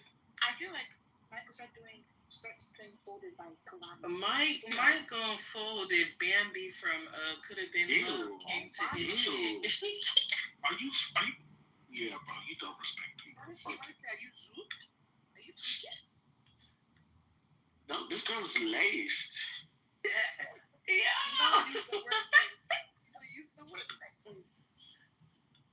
Could Have Been Love. He got you. God forbid. That's your thing. T-Berry, don't worry, I'm married. Did he tell you he's worried? T-Berry, relax. He's tweaking out on me. I can hear him. No. Whose dog is that? Wait, are you calling your dog T-Berry? Sounds like a big dog. My dog Are you crazy? Oh, I was gonna say. Nah, T-Berry, she clearly doesn't respect you. No, stop it. Why would I be calling my dog T-Berry? Because you just be saying some crazy ass shit, Mike. How you know I got a dog? You're gonna be like, woof, woof, T-Berry. Come here. My dog's name is Nkosi. Is it actually? It's because I know things, Mike. I know everything. Don't you? You want to see her? No. You got South African dog? Yeah, my dog's name is Nkosi. Wait, why? Some dog is named King in Zulu. That's crazy. Are you crazy? It's like South African name, Nkosi. Santi, don't ever do that fuck ass shit again in the chat. Like, punch you in your fucking eyeball. Because he's evil. Is it Ngozi or Nkosi? Nkosi. Nkosi is Zulu. I mean, it's Igbo too. With the X or no X? It's with X. Oh, you mean S? Yeah, S with an S. Oh, then it's no. Baby Lou don't want to come up because Freeman's not here. No, it's Nkosi. Damn, why don't I have a picture of my dog? What the fuck? Are you also Where? Igbo? Yeah, I'm Igbo. That's awesome. Oh my goodness gracious. I know my friend that she named my dog Tolu. Tolu and Tino. My girlfriend is My cat's named Bella of Belarus. Pop, are you also in Houston as well? My cat's name is Tammy. My dog's name is Flavia. Because she's pussy. Like Flavio Boris? Yeah. My fucking. You ever see my dog? Like, I'm gonna pizza. I would name one of my animals Mike or Michael, but I don't think they deserve that. Are you crazy? Eagle. Like PTR, you see a dog? Hi, Big Tunes. Look at her smiling. Aww, looks just like you, Mike. She do look like that. Does look like one of the mods. Tommy, how you doing, baby? Which one? Santi. Hi, Big Tunes. How you doing? Is she part? Why is her eyebrows down? Are you a man of peace today? Emperor. Yeah, he is part of my wallet. How'd you know? That's good. Period. I'm not gonna see. She's so cute, right? Only because of her eyebrows. And she look how she's hugging me. Oh, so cute. Somebody's hugging Mike. Aww. Wait, in this picture she's hugging you? Oh, yeah. Oh, she is here. Hold on. Messiah, what's up? How you doing? She literally loves me. Look how she's looking into my eyes. Mike, do you want to see a picture of my cat? No, please. Y'all go look at the picture picture I took of them today. On my Show me that PCR. pussy. Let me see. Mike, please. Oh wow. Tommy, That's a fat pussy. I thought you were God damn. Is your cat Like, I didn't know that you were talking about your cat. I thought you were talking about. No, I would never. Why are you letting your should cats know on the that's bed? just not me. Why would I let my cat on my bed? Just- This is my cat's bed. Are you Just good? bare pussy. Oh, okay, that's their bed. Okay. Oh my god, let me see. Bear puts you on the bed. We shared the bed, okay? I'm sick of this guy. You need to give them. Wait, Tommy, you sleep on the same bed with your cats? You need to give them their own cat. They don't like my cat has abandonment taking over my bed. My cats are clean as well. No, that cat is gay, bro. No, but cats be shitting. No, cats are. I mean, they do be shedding, but cats are really, really clean. No, but that's debatable. You still gotta wash them. No, But they be cats are shedding. really clean. No, they are clean, but you still gotta wash them though. Yeah, but you don't have to wash them that often. Yeah, dogs they stink. Yeah, dogs are disgusting. Oh, I'm sorry. I forgot my mommy. I had a dog. And Kosi be smelling, boy. I be having no put her bad, boy. She be stinky. I be like, damn. Like, what do you do all day that you stink? Like, I just don't get it, bro. Like, Why you got a smelly ass bitch? like she just be, and then she be on her period. I be like, bro, why you on your period, bro? Why haven't you neutered your freaking dog? Like, Then I be putting that diaper on her because what if I want to I've breed? noticed you. What if I want to breed her? Don't do that. Don't breed her. Bro, she got that pussy out. Timmy got that pussy out. Can you please stop saying that? Because that really, really bothers me when you say shit like that. Like, I don't like games like that. It's not funny. They're gonna be here and put that pussy. Rocco, you can't play with her like that. You gotta stop. I don't like explicit vulgar play like that. See how the guys are sexualizing. You said Rocco? I'm talking about her dog. Is you cool? She don't got no dog. Sexualizing. Are we not talking about your dog? Oh no, yeah, we're talking about my dog. Imagine you guys. So what the fuck y'all talking about? Yeah, I don't know what they're Y'all talking know what the fuck y'all talking about. Sexualizing. I'm talking about the dog. I'm talking about the dog. Rocco's talking about my dog. What are y'all talking about? I mean, you see why She's so I call these laced. guys out? You're so Look how far. it's doing. She's so laced. Smoking on that deep fried donkey dick. What? And then this is coming from the same girl who don't like to hear the word pussy. Can you imagine? Shut up, Mike. Tell me, that dog on Mike? It looks just like Mike. No, it looks just like that dog I use every time, you know. I don't get it. Me either. Oh god. You know, Tommy goes.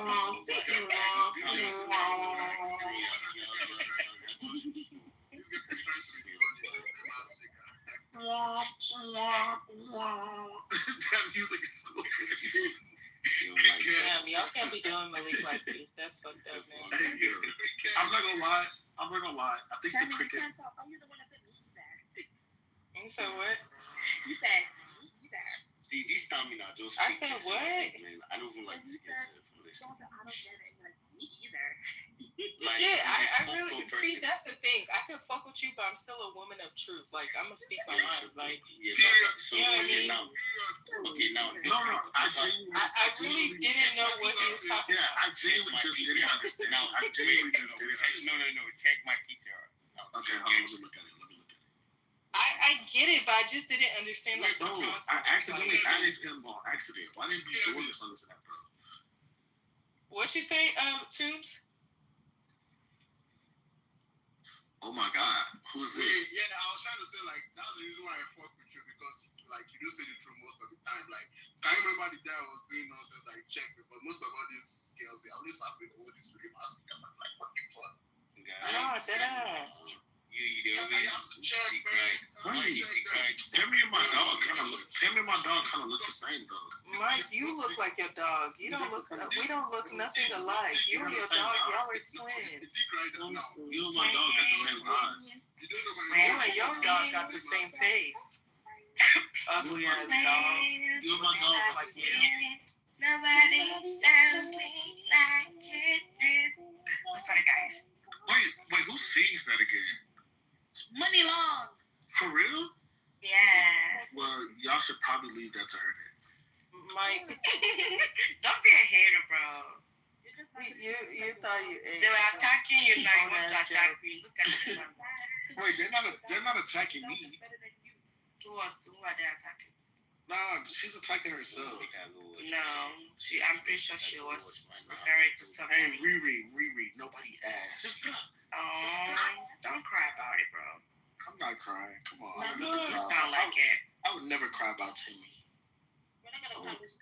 You are so obsessed with my name, Mike. Stop. Mike. You're giving me a vibe of a man that will go buy milk after your child was born. So you're saying because you just asked? Wait. Time out. You just said I give you the vibe of a deadbeat father. Is that what you just said? Sorry. Oh my God! It went that far? Damn, that's crazy. I just said buy milk and not come back. I don't drink milk. So what am I? Are you sure? Are you sure you don't drink milk? But are you offering milk? Breast milk? Yeah, are you offering? Nah, I'm not offering. Unless you want to buy, I do have a grocery store. I could mail some to you if you do want to buy. But what grocery store is open at this time in Toronto, please? Fuck your store. My family is in Calgary. Just tell my little brother, go right now if he wants to buy. Fuck your grocery store, nigga. I hope it burned down.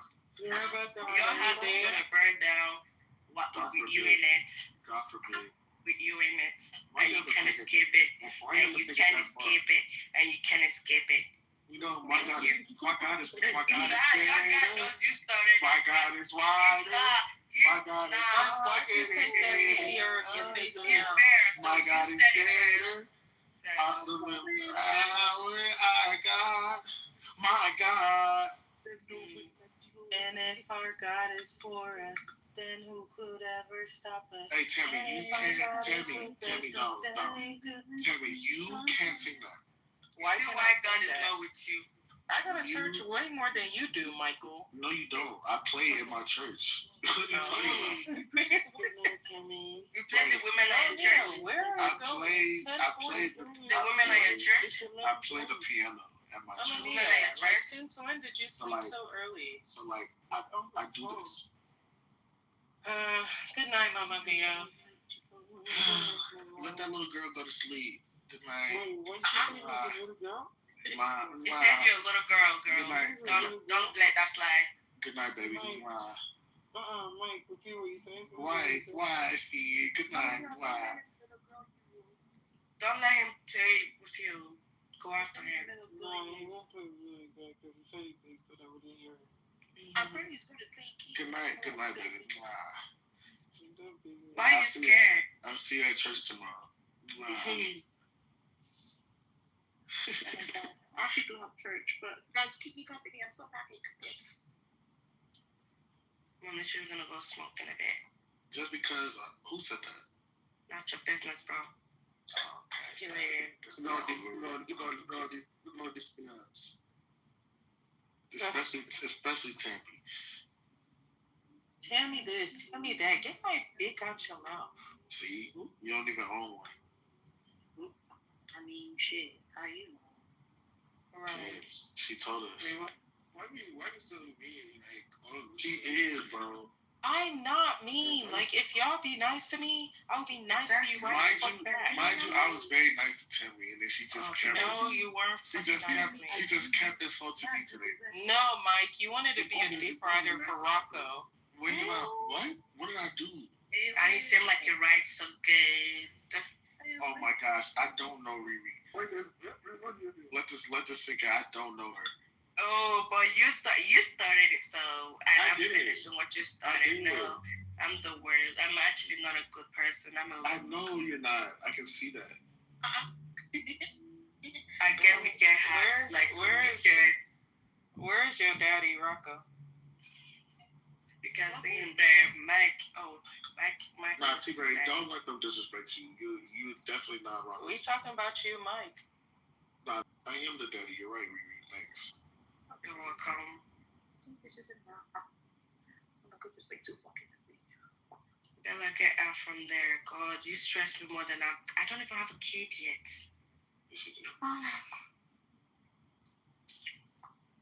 How you know that, Mike? You gave her a kid?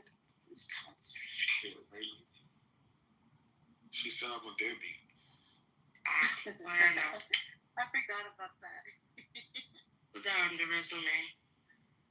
It is BBF.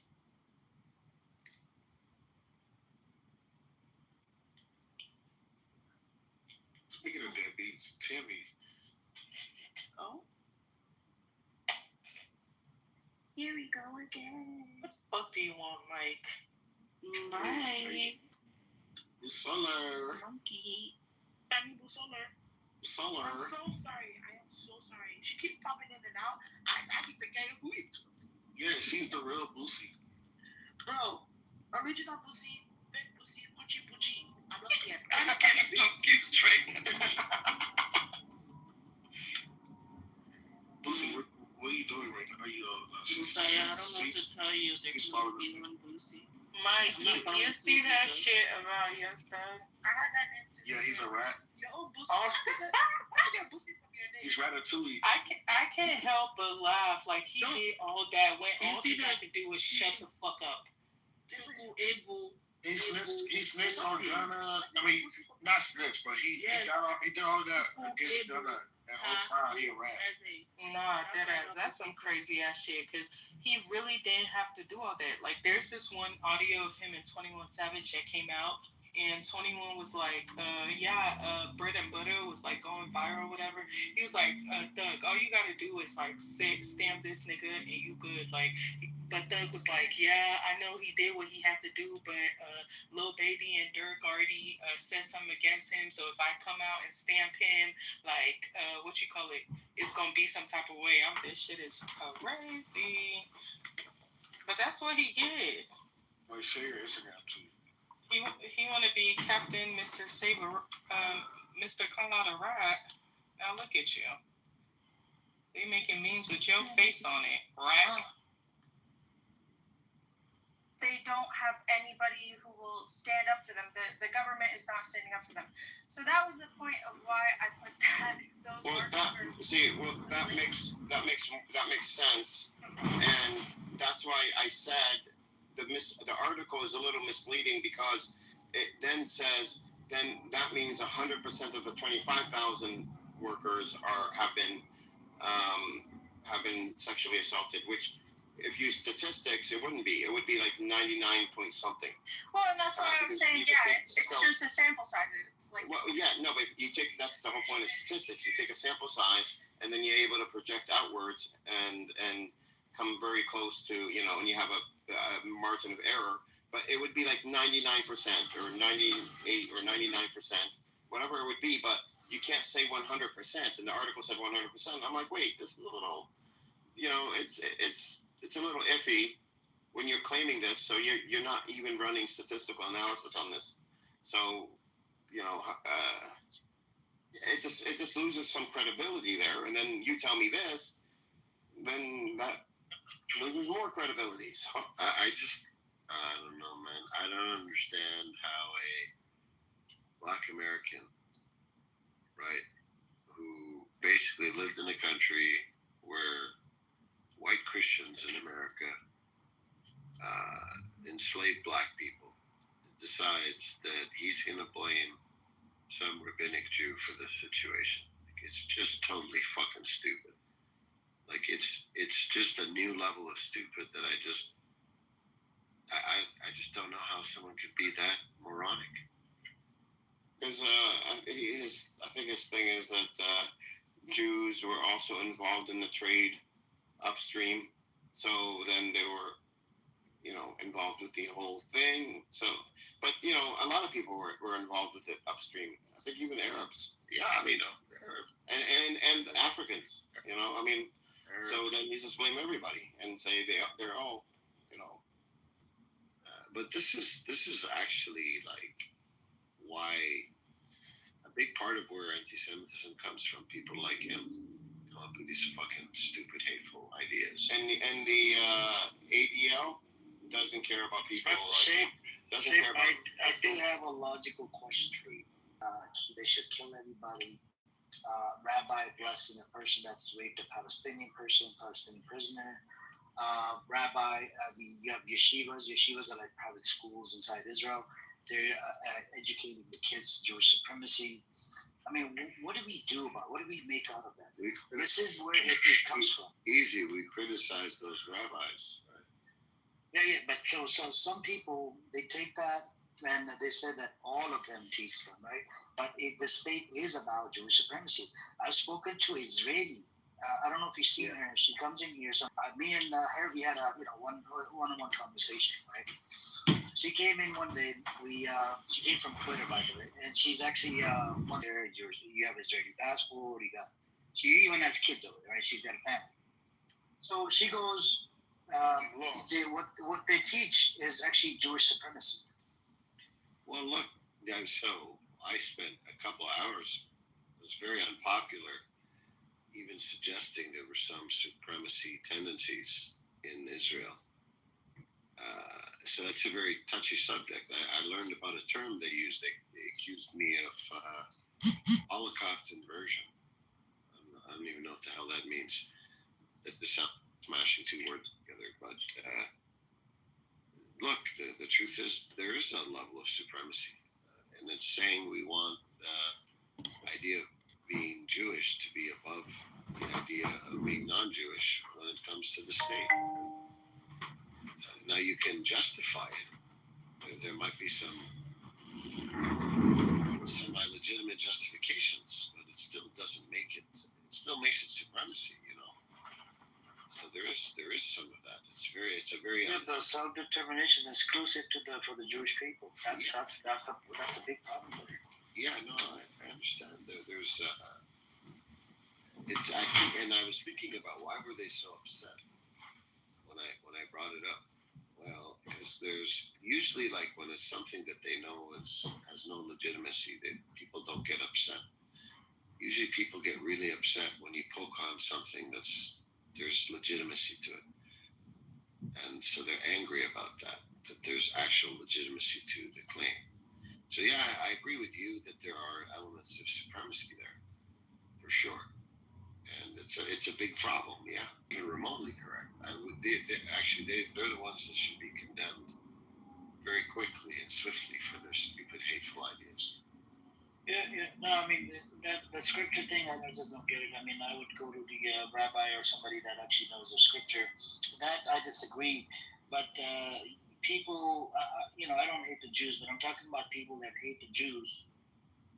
That's where it comes from, right? When they try to look into Israel, how it was created, the Jewish supremacy, the self-determination, the amount of, and do you know if you go on Twitter Space Shape, do you know they don't use the word Zionist, they use the word Jew. Did you know this? Yeah. And I was like, okay, it's no. They left the Zionist word back. They don't even use that word anymore, right? If I was on Twitter Space, we had people coming in saying Jew, and that's what they do. Now, and these people host big spaces, 500,000 people, 2,000 people, 5,000 people. Now, there are some good spaces where they talk about Zionism, and they only address Zionists, right? But there's a lot of spaces that are pro-Pali. They say the term Jew. So now, when you look at how they have segregated the roads, right, in the West Bank, how they're occupying different sets of laws for the Gazans, people in the West Bank, versus the Israeli, this whole system. Right, and then some of them are justifying it. Ben Gavir, Smotrich, these are government officials. Daniela Weiss, she's connected directly with Netanyahu. She said it on the Settlers documentary that he actually agrees on the settlers. Smotrich approving the 3,000 settlement, dividing the West Bank into two pieces. So they're never going to have a Palestinian state. But when you look at all of these things coming from their own government officials, that they are above all of us. What do you make out of that? They're the one that promoting Jew hatred. You see what I'm saying? It's not the pro-Pali. It's pro-Palis, you know? Yeah. You see what I'm saying? Yeah. Look, I think that you have to put people in different buckets. So, first of all, the comment that you're making, which is we're all responsible for, to some degree, how we're perceived. That's true. It may not be fair, but it's true. Okay, so the society in Israel elected Netanyahu. So they can't, on one hand, say the Palestinians are responsible for Hamas and they're not responsible for Netanyahu. You can't have that argument. You have to either accept Netanyahu and hold the society responsible, or reject him and not hold the Palestinians responsible for Hamas. So it seems we're in a society where we want to hold people responsible for their leaders. Fine, okay. So when they have their leaders, Ben Gavir, Smotrich, Netanyahu, crazy rabbis say crazy hateful things, there's going to be a consequence to this, of course. Doesn't make it fair, but there's 100% a consequence. When you're starving 2 million Gazans and you refuse to call it a starvation, all of this is going to create hate and animosity directed against Israel and to some degree against Jewish people. It's going to happen. It doesn't make it mean it's right or it's fair, but it's going to happen. So if that's what you're saying, fine. But what I don't understand is how a black American comes in here and decides he's going to blame a rabbinic Jew when it's clear that it's really the Christians, the white Christians, that really kind of made slavery what it is today. Enslaving black people all around the world and exploiting Africa. This is not a creation of the Jewish people. When are we going to call out the Africans that sold their brothers and sisters? Okay, of course this happened too. I mean, slavery is something that happened throughout human nature. But I don't see why we're going to pick 15 million out of a couple billion people and just blame them. It's just moronic and stupid. I mean, at least the white people are admitting, yeah, we did bad shit, man. We shouldn't have done that. Like, come on.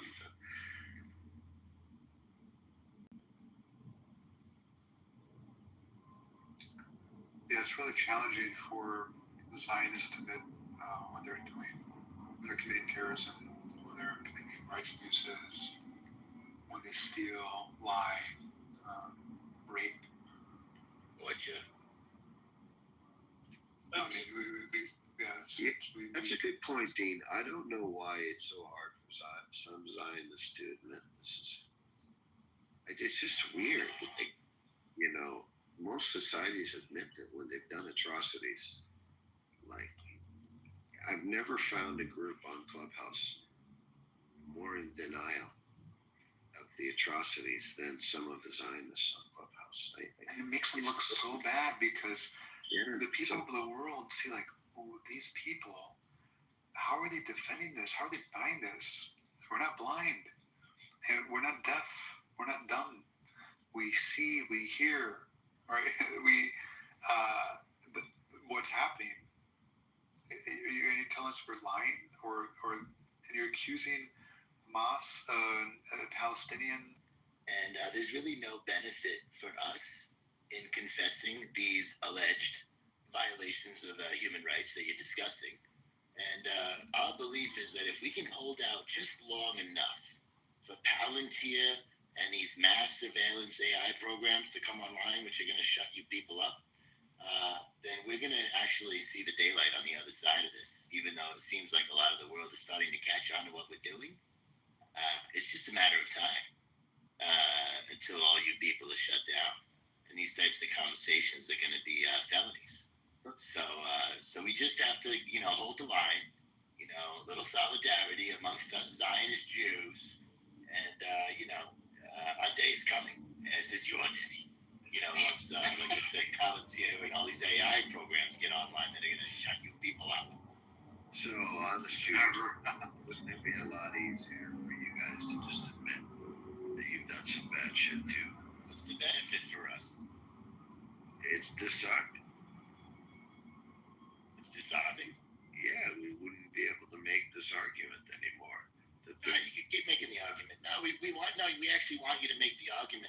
Remember one day Black Rabbi came in here and he said he records all the rooms in his files of he's making a case for anti-Semitism and why the Jews need to stick together and be militant and be all these things. So now you guys keep talking. You're giving us a library justifying what we're about to do to you people when we put you under total surveillance. Oh, I see. Yes. You guys are really not. If Black Rabbi did say this, he records my room, records everybody's rooms. Yeah, Amir knows that this is about a month and a half. And he gave me death threat. He wants to kill me and do a bunch. Just like a normal wants to send FBI to my address. And he was asking for a time and date. When is the right time? Normal, it's okay. You could be in the audience with an anonymous account. I know you miss my rooms. And this is why I joined the tribe, is because I realized that us Zionist Jews, we're 5-10 years ahead of the rest of you people, and we think on a different type of level of consciousness, right? You guys are always applying morality and ethics that we teach you, that we teach. But why would they kick you? Why would they kick you? Like you're one of your own, like JB. Why would he kick you out of the room? He thinks I'm a troll. He doesn't think. Honest Jew, question. So 10 years from today, we're down the line saying Israel bad will earn me a felony charge in the U.S. Oh yeah. I was about to answer your question because I don't know what so-called Palestine is supposed to look like in 10 years. So I thought you were gonna make a fantasy of you being there in 10 years and what that would look like. But when you said in America, yes, then I kind of realized you're actually starting to think like a Jew. So 10, 15 years from today, if I am walking down the street and I say, "Hey, Israel bad," right, a free so-called Palestine. Free Palestine, that will earn you like a few years in jail. Oh yeah, hopefully, if everything goes according to plan. Okay, good to know.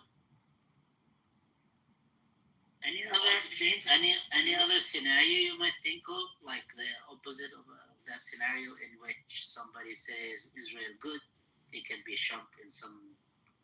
Sure. If our plans don't materialize, if Palantir and the AI surveillance system either doesn't work the way we hope it works, if it turns out to be a dud, or if it double crosses us and turns against us because it thinks that we're the problem, there are definitely multiple. The future is flexible, okay, but we're trying to send the future in a certain direction that's good for Jews.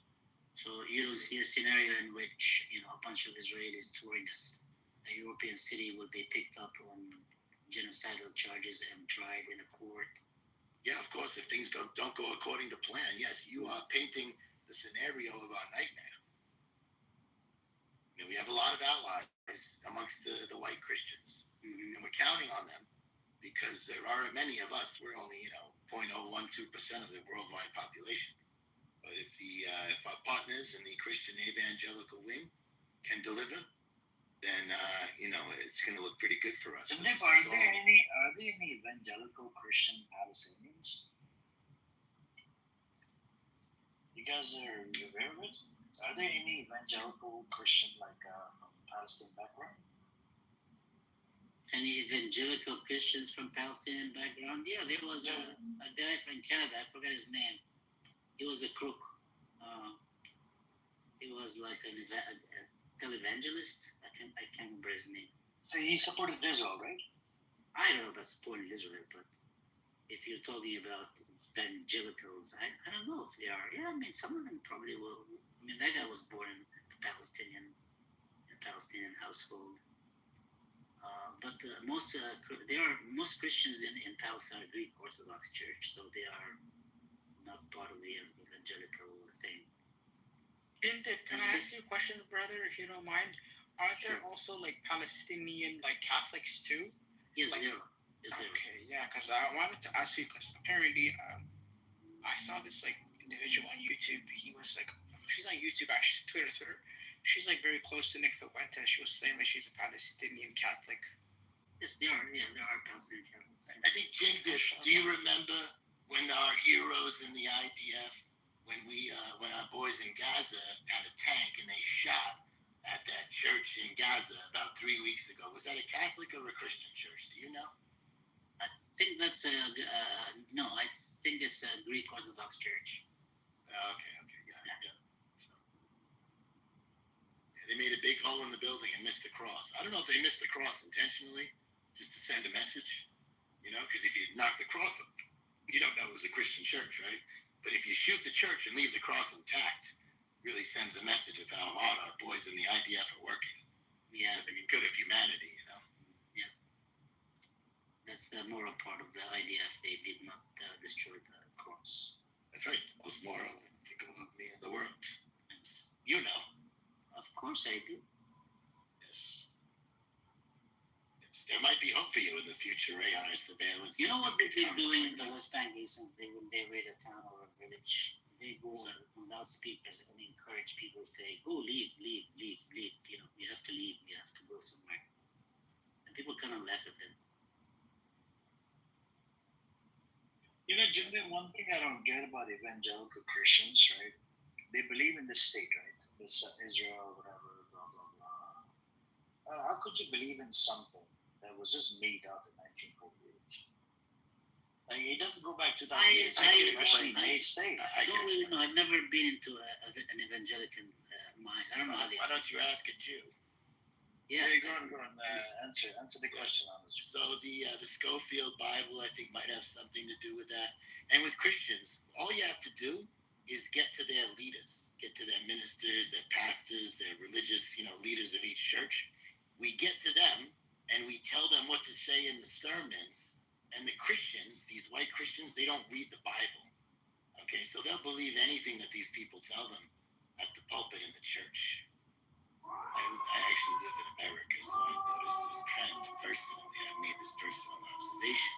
And when you show Christians, I show them verses. I know we have them, so it doesn't scare me to show them Thessalonians 1 chapter 2, Revelations 2:9, and Revelations 3:9.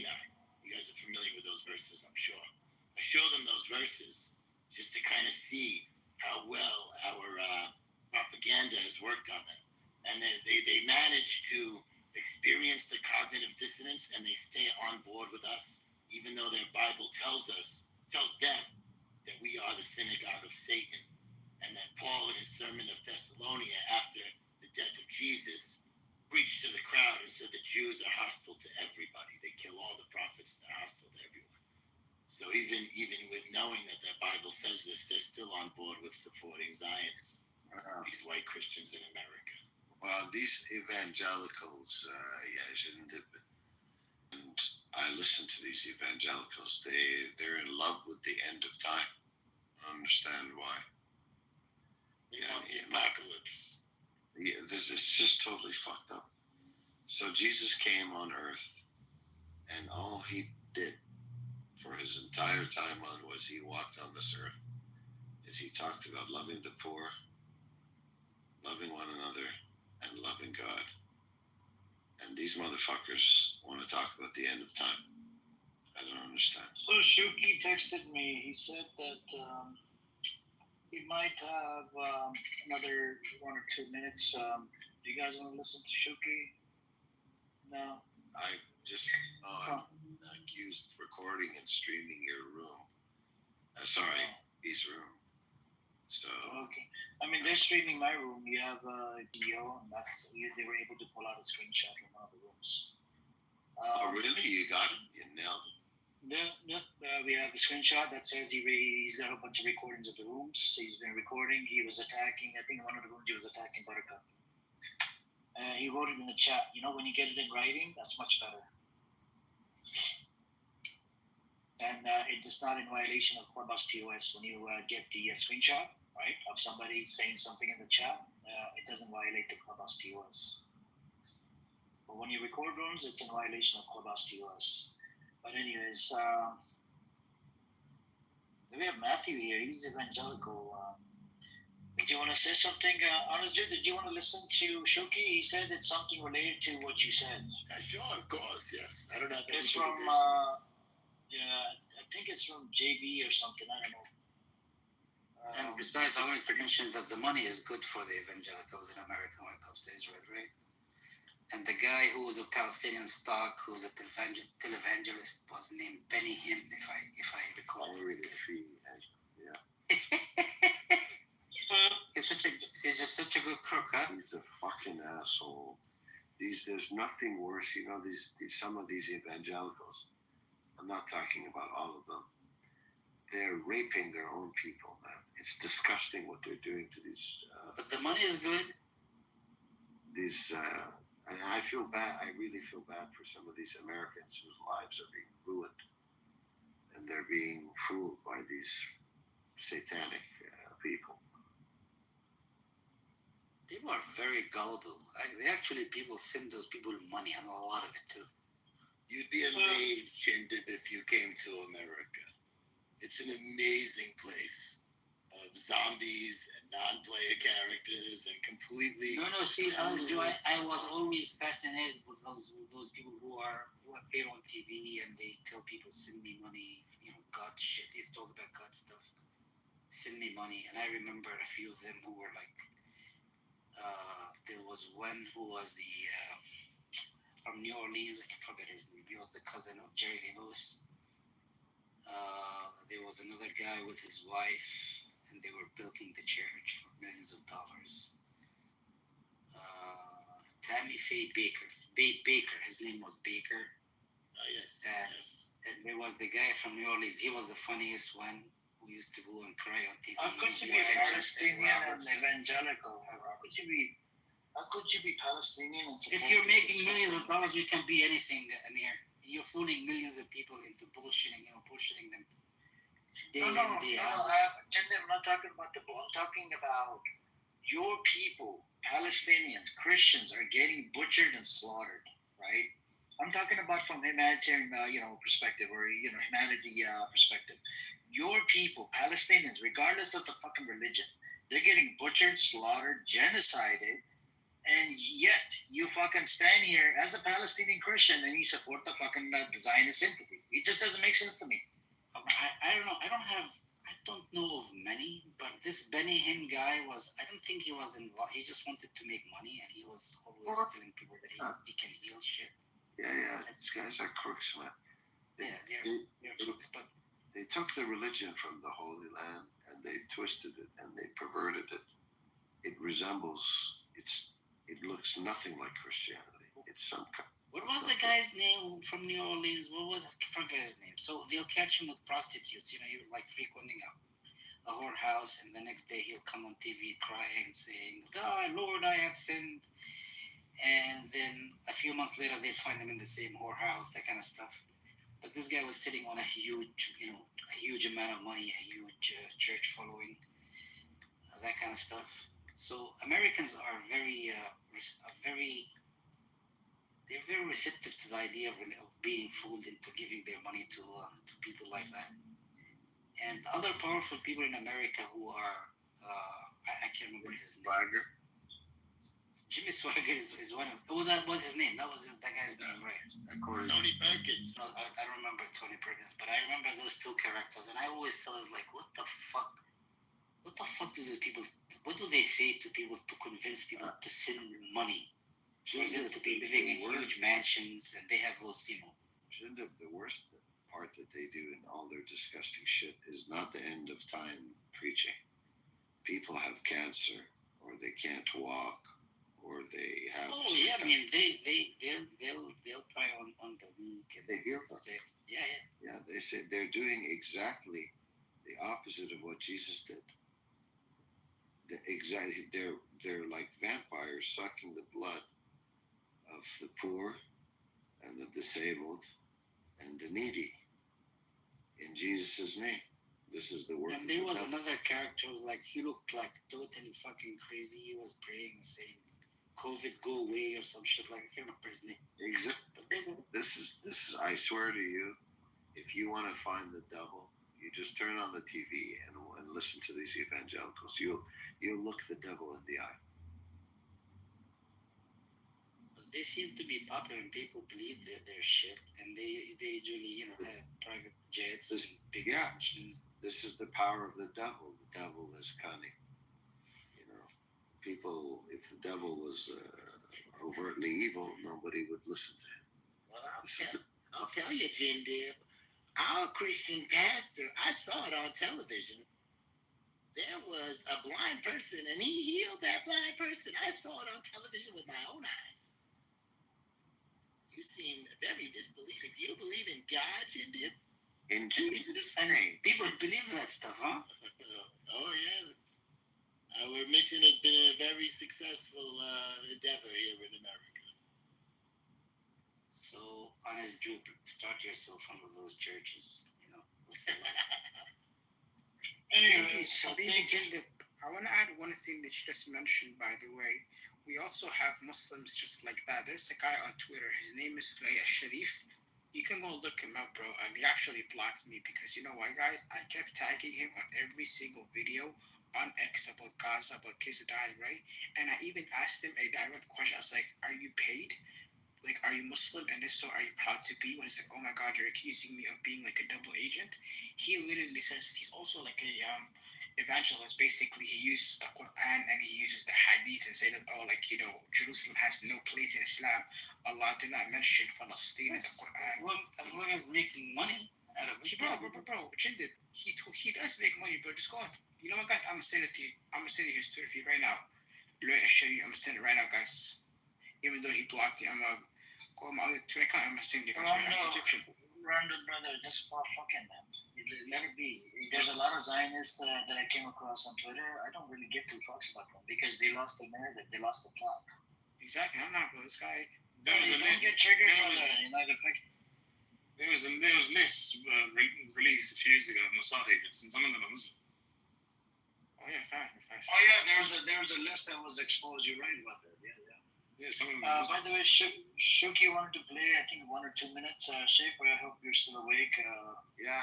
Go on, Schaefer. Go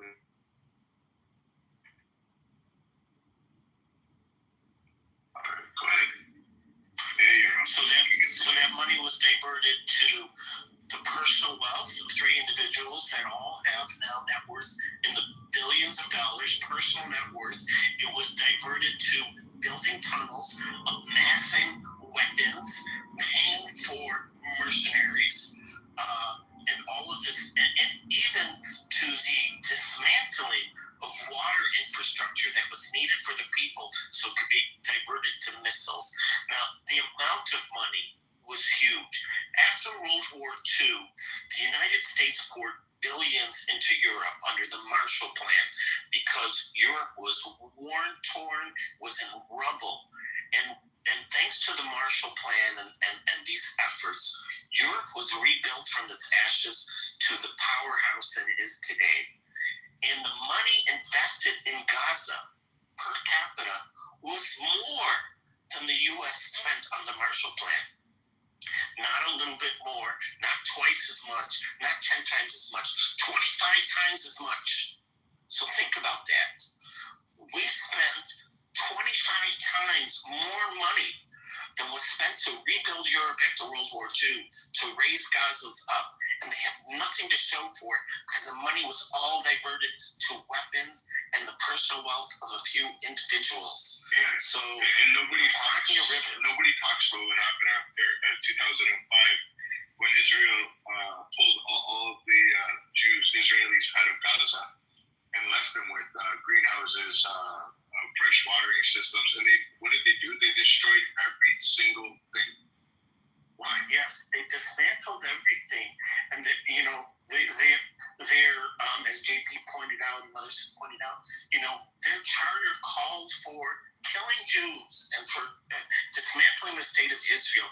And unfortunately, these children are taught from a very young age that their goal in life is to kill Jews. And they literally, there's tons of YouTube videos you can watch where they interview young children about what their life aspirations is, and it all revolves around killing Jews, where mothers hear about their children being killed and they rejoice I'm so happy my son was killed. Think about this type of sick mentality. This is the reality of what we're dealing with. Yeah, but that's the problem. Nobody wants to talk. I was there. So Thank you, Shiki. Appreciate it. I was there. Listen, I was there. I was in the room and you're saying. So, what I was saying was I was helping honest Jew because they want to kill the Jews. Is that the narrative, honest Jew? Yes, So, they want to. You know how you say they want to kill the Jews, and I'm like, okay. Yes. He said he's got something like that, to kill the Jews. Like, this is your other Jewish brothers are saying this as well. What is this?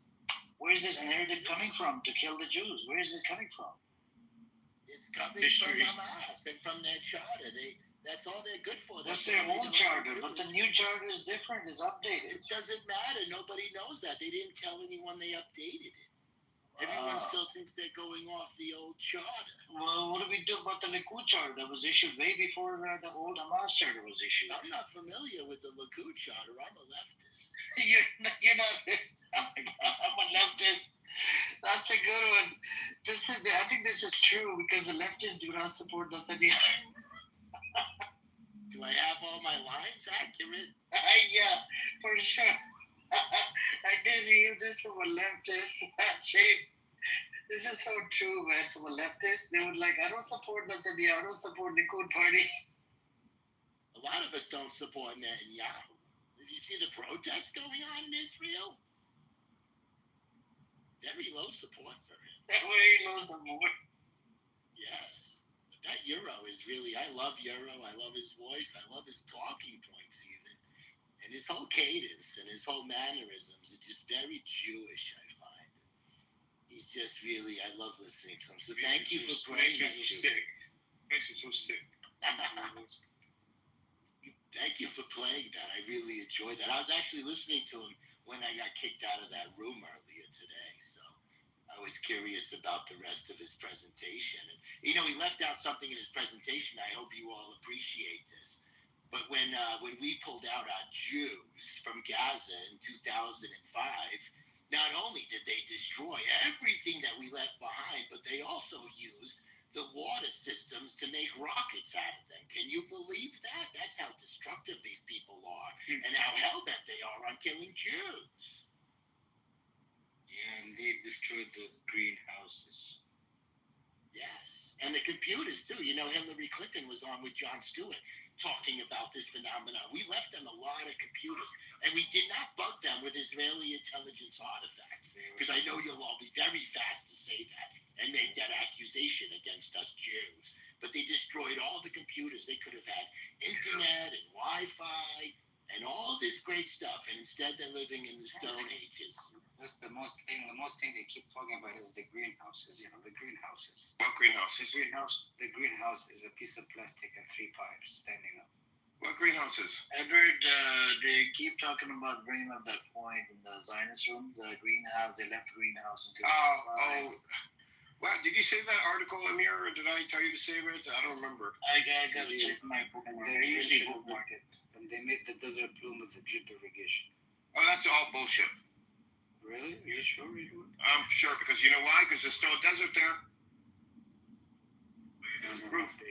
They invented drip irrigation and they made the desert bloom, and they came to a land with no people and it was all desolate. Excuse me. There were at least, there were at least 3 people there. I'm a Jew. It was the people for land. What the fuck was it? You can't even say it. You're such a bad Jew. For a people, for a land for a people, for people without a land. Yes, thank you. We had to get that on the record. We're being recorded here. We need to get these things correct. With drip irrigation, and they left the greenhouses in Gaza. No, I will give them credit. They have done a lot with water conservation. Shut the fuck up. What they have? They have water conservation. What did they do? Do you mean they in Israel? They have water conservation technology. They sucked the life out of the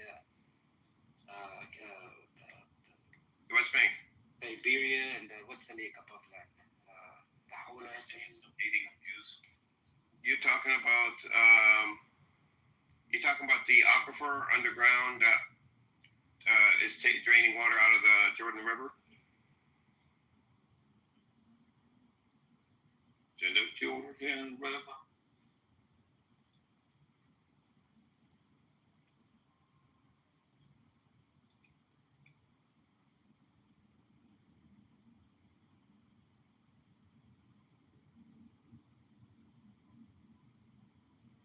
That water was promised to us 3,000 years ago. What happened to Jindib? Took a phone call. Oh, he did? Israel intelligence is calling him. I need salad. No.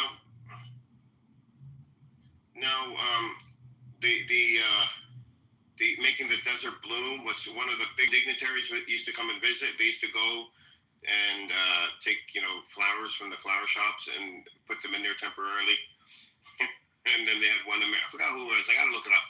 An American congressman or somebody, and he came back and he was like, I can't believe it. They're miracle workers. They made the desert bloom, and what they were doing is they hired children to put all these flower beds in the desert, and in the desert, and then once he left, they took all the flower beds, the flowers, and put them back in the flower shops to be sold. So it was the settlers that destroyed that water. I mean, the greenhouse. Yes, on the way out. If they destroyed it, and I mean, what the hell are they crying about? Left the greenhouse? What the fuck are they talking about? Such idiots. They're liars. And the thing is, Israel, the government, took advantage of this guy. Where do you? Somebody said where he's from, but somewhere in Europe.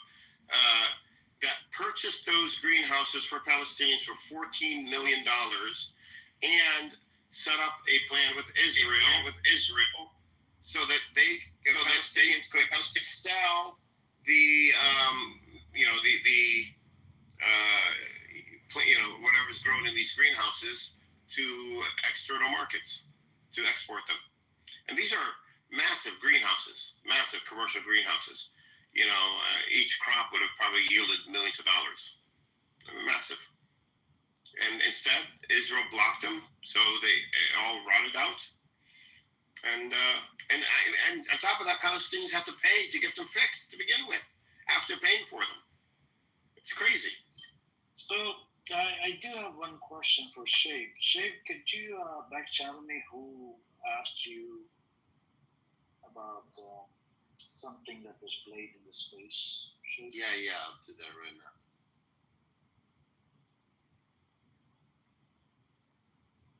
Anyways, we got Matthew here. Matthew he's a proper evangelical, right, Matthew? Yeah, that's correct. Do you support Israel? Yeah, I have for most of my life. Recently, I don't know enough about really what's going on over there. But it's the first time in my life where I've even considered that. I mean, there's a genocide that's going on. There's a genocide that's going on in Gaza. Yeah, it would seem that way, but I mean, everybody come out that says the genocide, including the Israeli organizations came out and said genocide. I know, because of your religious belief system, we support Israel, but at the same time, we got to call it out, call it spade a spade. I don't see how this ends peacefully. But if you keep supporting it, it ain't gonna go anywhere.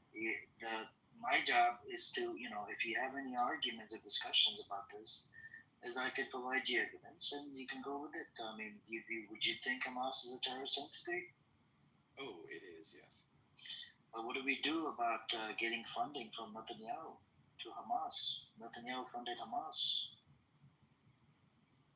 So I don't understand enough about Judaism because I've tried to make sense of this. Is there like a sect or a version of Judaism? They have different sects, but I'm not talking about Judaism. I'm talking about Israel. Okay, yes, the political state of Israel. I was talking about Hamas. I wasn't talking about anything else. You said Hamas is a terrorist entity. I provided you a Times of Israel article. Now Netanyahu is giving weapons to ISIS members. And Netanyahu, more than twice, he said there's no Palestinian statehood. Even prior to 7th October, in front of the U.S. Security Council, no Palestinian statehood. So Israel never wanted the two-state solution from the jump. I mean, if I'm in America, I'm sure you're in America or Canada, right, Matthew? Canada. If you fund a terrorist entity, it basically makes you a terrorist. So where do we go from here? I mean, he funded Hamas, in spite of what Shin Bet, which is intelligence officials inside Israel, told him not to fund Hamas because that's you're giving when you fund Hamas, you're giving them money to build tunnels and military equipment or whatever, like guns and weaponry, whatever. So where do we go from here? Didn't know, like 30 Arab states recently all vote unanimously that Hamas should lay down their arms and stop fighting. No, I'm asking you about Hamas, but you keep on deflecting and derailing the topic. Can we stick to one topic?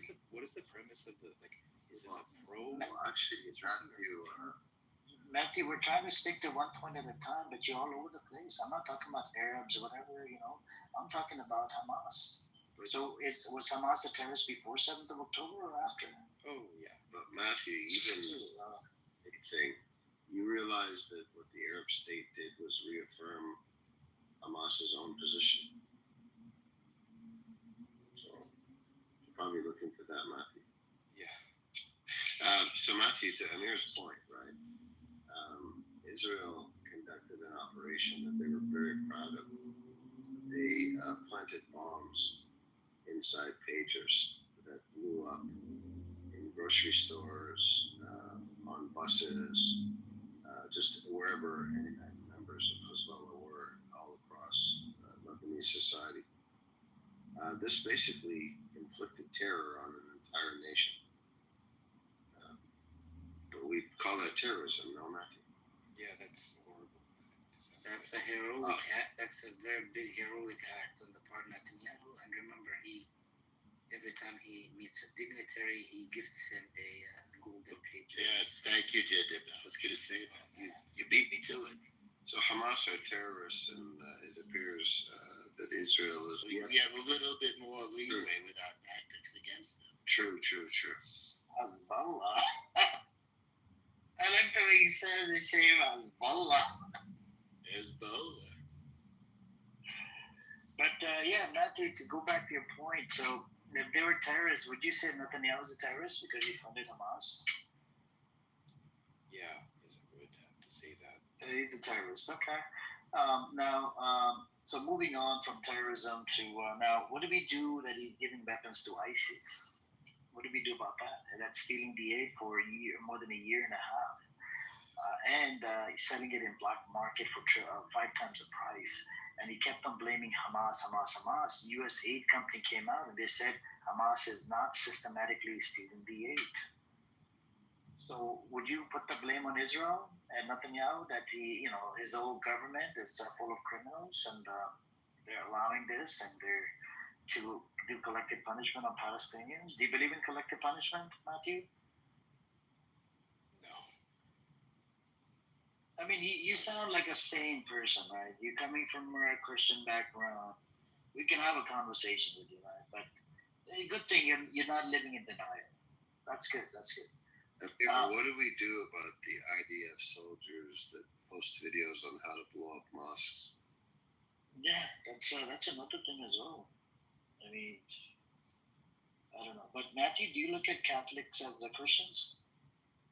Yeah, I do, yes. So what do we do about the church, the last church that was attacked inside Gaza? They killed the old lady. She was praying, and she killed a few more people in there. And what was so special about that church was there's a guy in there that actually used to talk to late Pope every night while Pope was at the hospital. I know you don't believe in Pope, right? I know you don't believe in Pope, right? No, I have a complex background. Most of my family used to be Catholic, my parents' generation. So. Okay. So you would say that you have some sort of respect for the Pope, right? I mean, because you come from Catholic background. Yes, until the second last pope. Anyways, but yeah, typically. Yeah, I mean, so is it okay for them to attack churches and mosques, the holy places in Gaza, flatten them? They did that in Lebanon as well. Yeah, it's never acceptable. Hospitals too. Hospitals, schools. Hospitals. How did I not know any of this? Like You gotta keep coming to the space, man. You learn how we stay up to date on a lot of things. We have times. I can tell you, we work very hard with Israeli intelligence and American news to suppress the information that's coming out of this room. That's why we have agents in the audience recording, so that we can see what these types of people are doing. So Matthew, don't despair. You sound like you want to be a good American, and please don't let the people in this room influence you. Good Americans support Israel. This is a Zionist narrative, by the way. Yeah, this is. So we allow everybody on the stage. We got Honest G. He's actually a Zionist, so he comes off the mic every now and then. He speaks from his own narrative. So that way we get to go back and forth with it. So Matthew, the Zionist narrative is that we're not committing genocide. We're not killing people. We're not. Literally, even Biden said that they're doing indiscriminate bombing. So if the end, the report recently came out. It's only 8,900 Hamas soldiers. The rest of them are civilians. 83 to 1 suspected Hamas. There's a religious element that I don't understand because it doesn't rationally make sense. Netanyahu's actions would lead to some kind of outcome that basically, if you know you're in trouble, let's say a bear is chasing you. Anyway, not gonna make any sense, but yeah, I don't understand his reasoning. Like, what's his end game? There must be a religious component. Yeah, there is a religious, but the thing is, that's only 1/3 of the population are religious, but all the other ones, they're like either secular, atheists, homosexuals. There's a lot of this crazy shit that's going on inside Israel, and some of them are not really even practicing Jews. So it's not about the religious. What it is if he stops all of this, right? If he brings peace to it, then what it will do is it will get them to two-state, and it might turn into self-destruct. So there's people that I've heard on Twitter Space and on here. Even I actually came to this conclusion. Let's say he stops stealing land from people, right? Because in the West Bank and Gaza, they're stealing land. And Syria, Lebanon, Yemen, they're trying to do everything they can, for the Greater Israel Project, whatever the bullshit they have. Now, let's say if they stop all of these wars and they stop stealing land from people, what it will do is and there'll be no more threats coming from outside of from Iran or from Gaza, from the West Bank, from any of these places. They will start fighting each other. And I'll give you one example. So there's from the Shah Party. There's a Shah Party inside Israel. He literally came out on TV. He said, "I'm gonna blow up the coalition if you don't accept my my people from my Haredi community." And then he came back the next day. He had to walk back on a statement because that's basically threatening a fucking government inside Israel. So this is the type of mentality. So a lot of the crazy psychopaths that are in government, they're running with it. Ben-Gvir literally wants to annihilate every single soul, right? Smotrich said, "We don't give two fucks about the hostages. We're going to carry on." And it was never about the hostages. Yes, 2 days ago, security officials came out from Israel.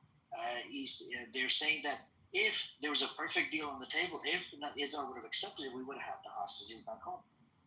But it's Netanyahu. And the other issue is if Netanyahu stops the war, he'll get locked up in jail because he has committed so many crimes.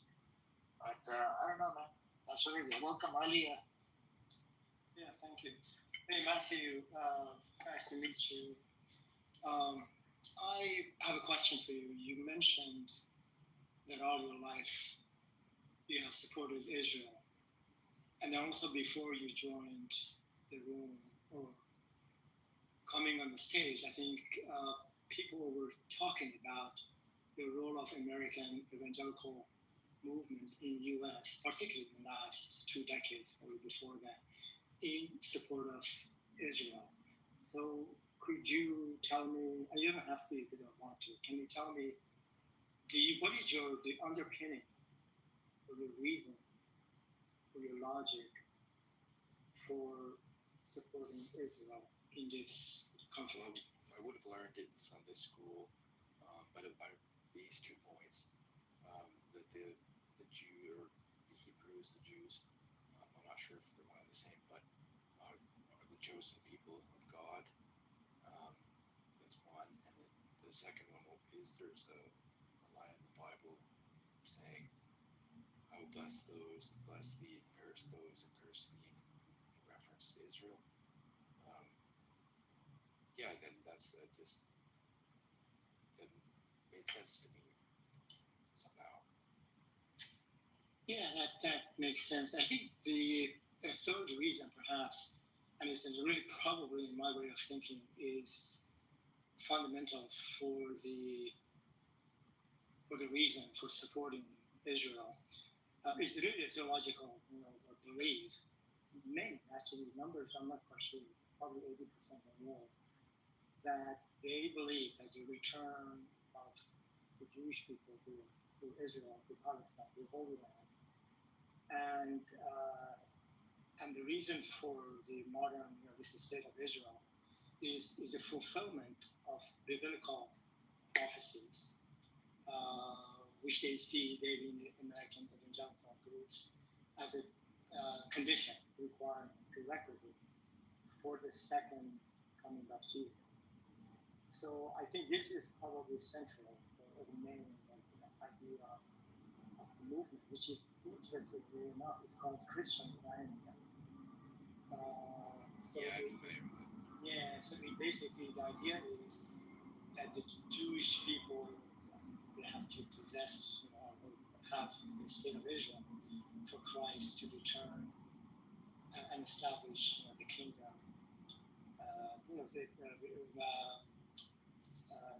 The return of the Messiah coming back, of establishing his kingdom on the earth. That's what they say. So that's kind of interesting. I thought you may want to think about this concept as well too, because this is the fundamental concept, the way I hear it, and there are other reasons, the other 2 reasons that you mentioned. So it's an interesting kind of ideology. Anyway, thank you, Matthew. Appreciate it. Thank you. So, Matthew, now the way we look at it with the genocide and whatnot, I mean, there's a lot of scholars, organizations that come out and they said it's a genocide. There's a case that's going on in ICJ, International Court of Justice, saying that it's a genocide. ICC, International Criminal Court, has arrest warrant out for Netanyahu and Yoav Gallant and some Hamas leaders. But the Hamas leaders, they were assassinated. There's no more Hamas there. You see what I'm saying? But ICC and a lot of these soldiers, what they've been doing is they've been not only killing people, what they'll do is they'll go into a building, right? They would first go in there, steal their money, steal their food, steal diapers and everything. And the guys, they would actually go into the closet, put on like his underwear, bra, record themselves, put it up on TikTok or on the Israeli dating website. And the community inside Israel, like the women or whatever, they get impressed, and then they get to go out on a date. And you did this to the enemy, And we have a whole bunch of reports that are where the Jewish supremacy has been taught. That's another problem as well. It's just like you said, God chosen people, right? But how could you support a state that was freshly created in 1948? This state was not created divinely.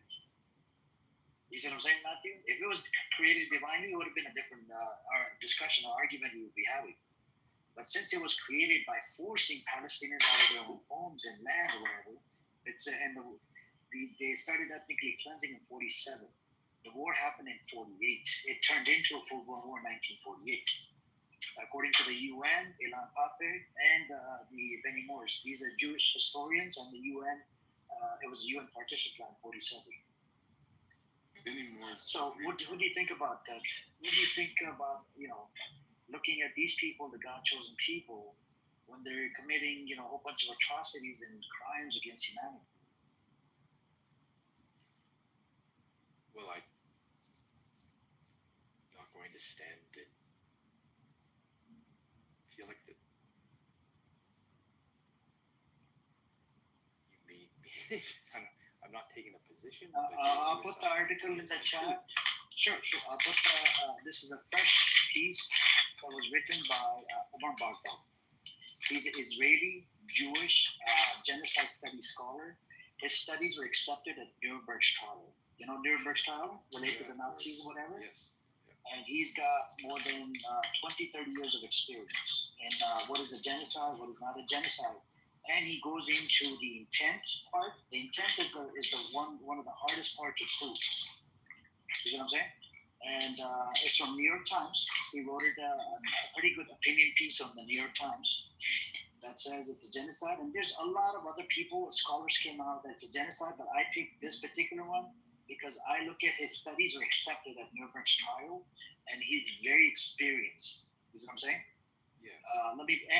And he's Israeli Jewish, which means that there won't be any biases, right? He supports State of Israel, and he's not basing it off being biased.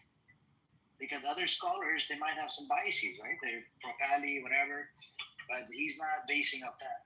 So let me put the link in the chat. So I'm going to open up a paywall on that article, and I'd like you to read it and follow the house and keep coming into the room.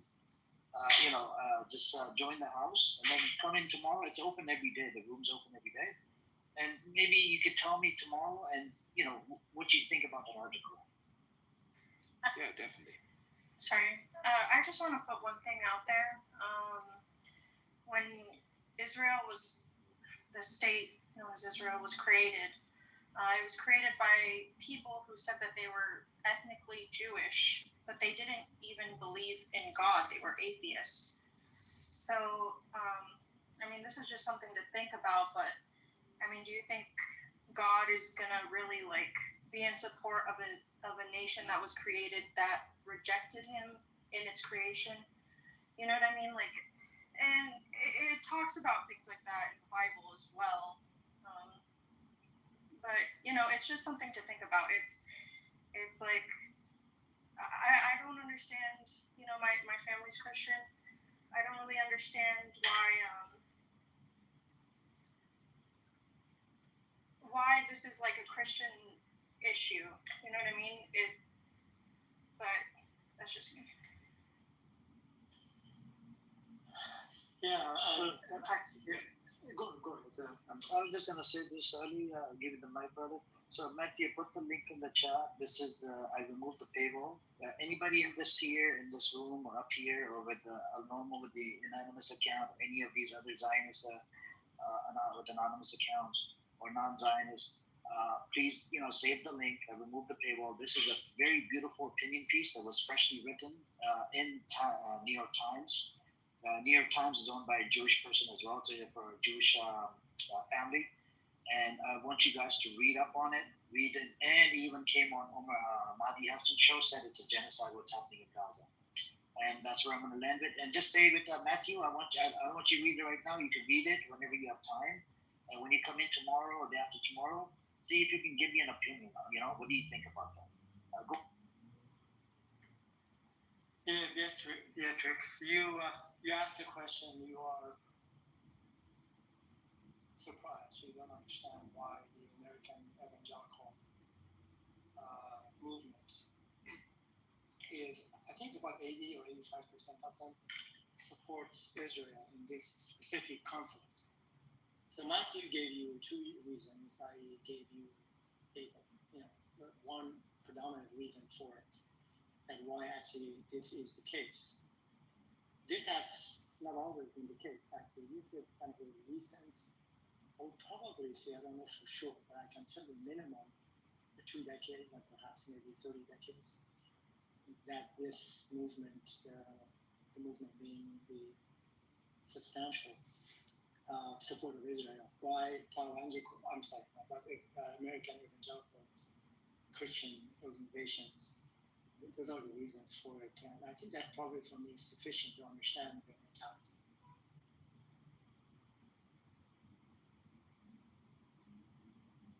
Amir, did you put the link in the chat or did you delete it? No, it's in the chat. It's in the chat. I don't never delete it. Maybe G, you're not able to see it. You might have to leave and come back. Sometimes it has a glitch. Leave the room, and then come right back, and then you'll be able to see the link. It's in the chat. This whole link with archive.ph and New York Times, just copy and paste. I removed the paywall. You're right. Thank you.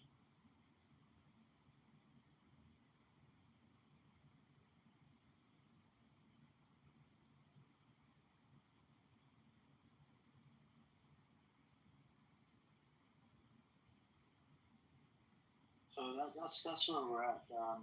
I just can't believe, Matthew, you didn't read up on it or anything. So you've been off this app for 3 years? Yeah, but I really haven't used it for years, and I just. Oh, okay. Yeah. So you were on here after I guess during COVID or something, right? Yeah, around that. That sounds about right. And then you're like, I don't need to use it anymore. I'm gonna be busy with work, and that's it, right? Oh, I got busy with life, and I didn't really get super into it. One of my best friends who lives in the States now, he met his wife on this app actually. Oh, nice. So they're still married? Yeah. Oh, nice. Oh, that's good, man. Assalamualaikum. Hey guys, hala hali. I'm not in it. Hang on. So you said your friend got married to this app, whatever. That's interesting. So you left this app and you weren't really invested into it, right? No, not at the time. Okay. Are you gonna come back? Yeah, this is an interesting group. I'd like to learn more. Sure. So keep coming back, and maybe I can educate you more, or you can educate me on different topics, whatever, and I'll provide you data and sources, and there's even Zionist spaces. If you want to go look at their position, you're welcome to do so, but if you don't agree with them, they'll treat you like shit. Good to know. Because it has happened to Shape. We have Shape here. He's a shapeshifter, so now they're targeting him. They targeted him a bunch of times. He was on the Israeli side, and then pro-Valley, and back and forth, and then now I think he became pro-Valley.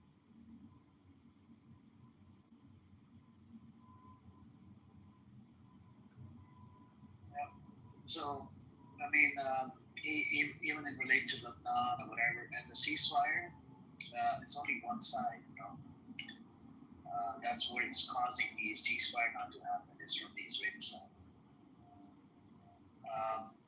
And even during the ceasefire, like Hamas had ceasefire, this happened about, 3-4 months ago, that the ceasefire, and in spite of having the ceasefire, they actually killed, first day they killed a 15-year-old boy, and for some reason, Israel is famous, for killing, saying a whole bunch of genocidal shit, and actually believing in it and doing it to the people of Palestine. They even killed a Palestinian American in the West Bank recently. They beat up. So the settlers are so violent in the West Bank. They beat up a Palestinian American. He was chilling on his property. They came onto his property, and they started chopping some of his trees or whatever. They set up a tent, and he kind of resisted, and they beat him to death. The medics couldn't even get there on time, even and actually he was gone. And in the West Bank, the West Bank is a proper example of apartheid. They have two sets of laws for two groups of people: the Israeli settlers versus the Palestinians. And literally a whole bunch of organizations have come out and they said it's freaking apartheid. So if a settler attacks a Palestinian in the West Bank, they can't call their Palestinian authority, right? Because they would not want to deal with the settler. And then when you call the IDF would come in and arrest a Palestinian and protect the Israeli settler that's committing crime against you. This is the disgusting thing that goes on in the in the West Bank. Beat the shit out of them, then arrest them. I think is the way it generally goes. Yeah, that's and it's been going on for over 50 years because it's under occupation, apartheid system, and this is the big problem with this, and they have to keep on constantly fighting. As soon as they stop fighting, if there's some sort of peace, it means that they're gonna start fighting each other inside Israel. So they need a third person to attack, which is Palestinians, Lebanon, Iran, Syria, a whole bunch of places, and they've been stealing the land. That's another. But they stole $1 million shekels the other day from Ramallah. Oh yeah, Area A, by the way, where Norm says it's under the control of the PA. The IDF went into those I don't know what you call them, check for money exchange, check cashing places, and they took the money out of the safe and just robbed the place and left. I don't know if Matthew has seen this either. Them spitting at Christians. I can't even imagine it. Whenever I go to the store and I see a nun, I say, "Hi, sister. How are you doing?" I can't imagine. And again, I'm not Catholic. I'm not Christian. But you can't even have like a basic respect for these people.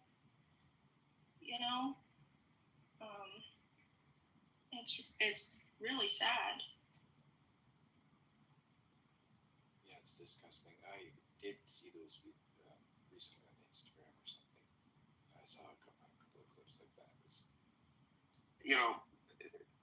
Bethlehem is very important to Christians, and why aren't Christians helping to take care of Bethlehem, to make sure it's it is the holy sites are preserved and the town itself is protected, because right now it's it's got walls around it.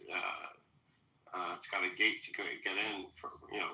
The Israelis put up a gate to segregate it and harass people all the time, and have even shot and damaged the Church of the Nativity about 20 years ago, 24 years ago. So I just feel like if we Palestinians are defending, Christians' holiest sites, most of us are not. Most of us are not Christian. Most of us are Muslim. I think it's just not fair for Christians to sit back and not just not participate, not speak out, but also speak against those that are protecting your holy sites. Does that make sense? Yeah, that makes complete sense. And for the record, I just think most Americans are probably ignorant of what's going on, because how they form their opinions is based on, at least for the boomers, mainstream media. Because the good, moral people, like any country, people just want to get on with their lives. And I think if they saw what was going on, they'd be firmly against the actions that were being. They might dig a little bit deeper, who knows? But at least they would not be tacitly supporting it through their government funding. That makes sense. It's a good answer. Thank you.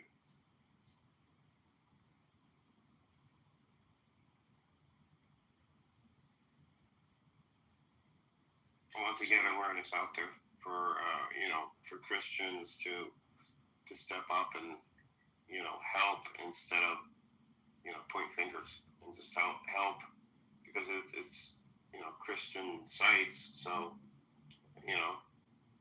they have skin in the game too.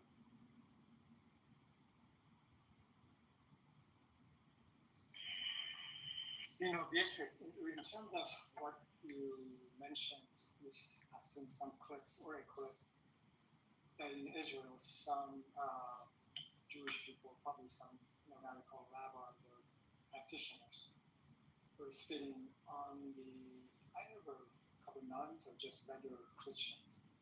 The thing that I saw, and again, this is just briefly one, perhaps I can't speak any level of authority to this. And I think I remember that the Christians were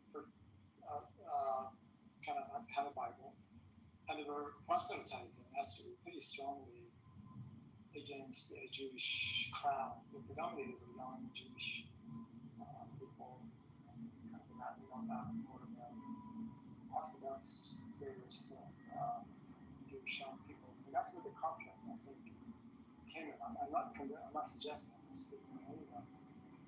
It's expressing their opinion about any kind of ideology. That's not a good thing.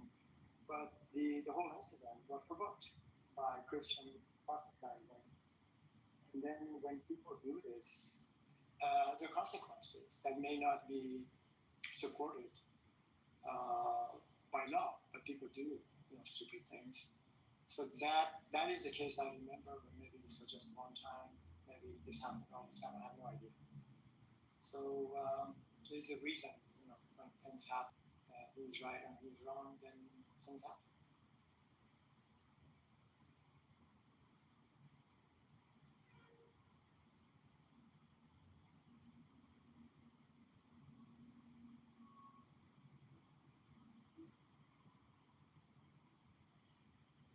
I think. So, I'm sorry, I could not hear you, but I heard my... No, I said Canada is probably majority pro-Pali. You guys think? They're pro-Pali, meaning that they're pro-Palestinians. Oh, I'm sorry, I got you. I thought you were saying Pope. Pro, okay. No, pro. Yeah, well, is Israel Canada's greatest ally? Let's start there.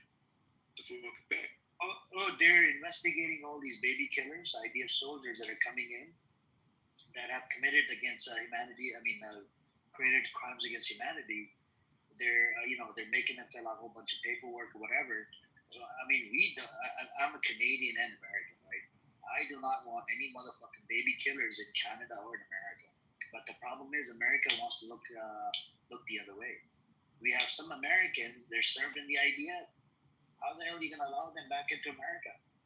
They probably killed babies and whatnot over there. So please go if somebody wants to say something. Go ahead. Okay. So let me ask you this question. I don't have a definitive answer to this, but I am thinking this way. You've got an IDF soldier who is commanded to join the military, mandatory. You have to join. You have to follow orders. Even though really you're not supposed to be questioning the authority. And I'm not suggesting this is good or bad. I'm just trying to present a predicament of a soldier which is required to be and to follow the orders of the superior or the commander, and in turn the commander follows the political direction of the politician to carry on the war. Now, a soldier like this, when the war ends and goes faces family to go to Europe or Canada to visit another country, then he's going to be arrested and questioned because the baby killing or what have you. If everybody would apply this kind of way of thinking, then the American soldiers served in Vietnam, in Iraq, in recent wars, and they could be questioned, arrested, put in jail for questioning their intention in killing people and babies. So I'm not quite sure if this is the right direction to take, to hold the individual soldiers accountable for the action that they plan, unless a soldier is known to be a psychopath, a sociopath, and done tremendous horrific activities of killings, and cruel acts against really even what the army requires them to do, like this throughout the globe, and all of the soldiers that have participated in various wars, then you've got a big problem. Comments are welcome. No, I hear you, but Ali, right now we have access to everything on social media. Before we didn't have. I'm not saying you should, they should go after getting prosecuted by the International Criminal Court. You see what I'm saying? So all I'm saying is these people that have committed crimes, anybody, whether it's American, Canadian, Israeli, whatever, they should be brought to justice. But we have so much data that literally we're seeing live genocide happening, and then we don't have anybody doing anything. We have government officials complicit. We have a whole bunch of pedos in the Congress that are involved, right? And people are just doing lip service all over the world, including Western countries, including Middle Eastern countries, GCC countries, and we need some sort of and that Hinge Foundation, they're doing a pretty good job. That little girl, when they shot about 355 bullets into her body, into the car that she was sitting in, and they killed her. They killed the medics as well, and then they denied. And they opened up a Hinge Foundation. I think it's out of Belgium or something, and they've been collecting a whole bunch of documents and stuff and relate to all of these soldiers that have committed crime. And I think they should be brought to justice. Everybody should do it. Anybody that was involved in whatever war, they should collect data, send it out to the ICC, and let the ICC deal with this case. America is going to be next to relate to the countries that have been involved in genocides for years and years. And which is a good thing. I think we're moving in the right direction where we're going to clean up all of these people in the government. And in America, I just don't get it. I want one person, one vote. I don't know, why do we have to go with the electoral college vote or bullshit, corruption.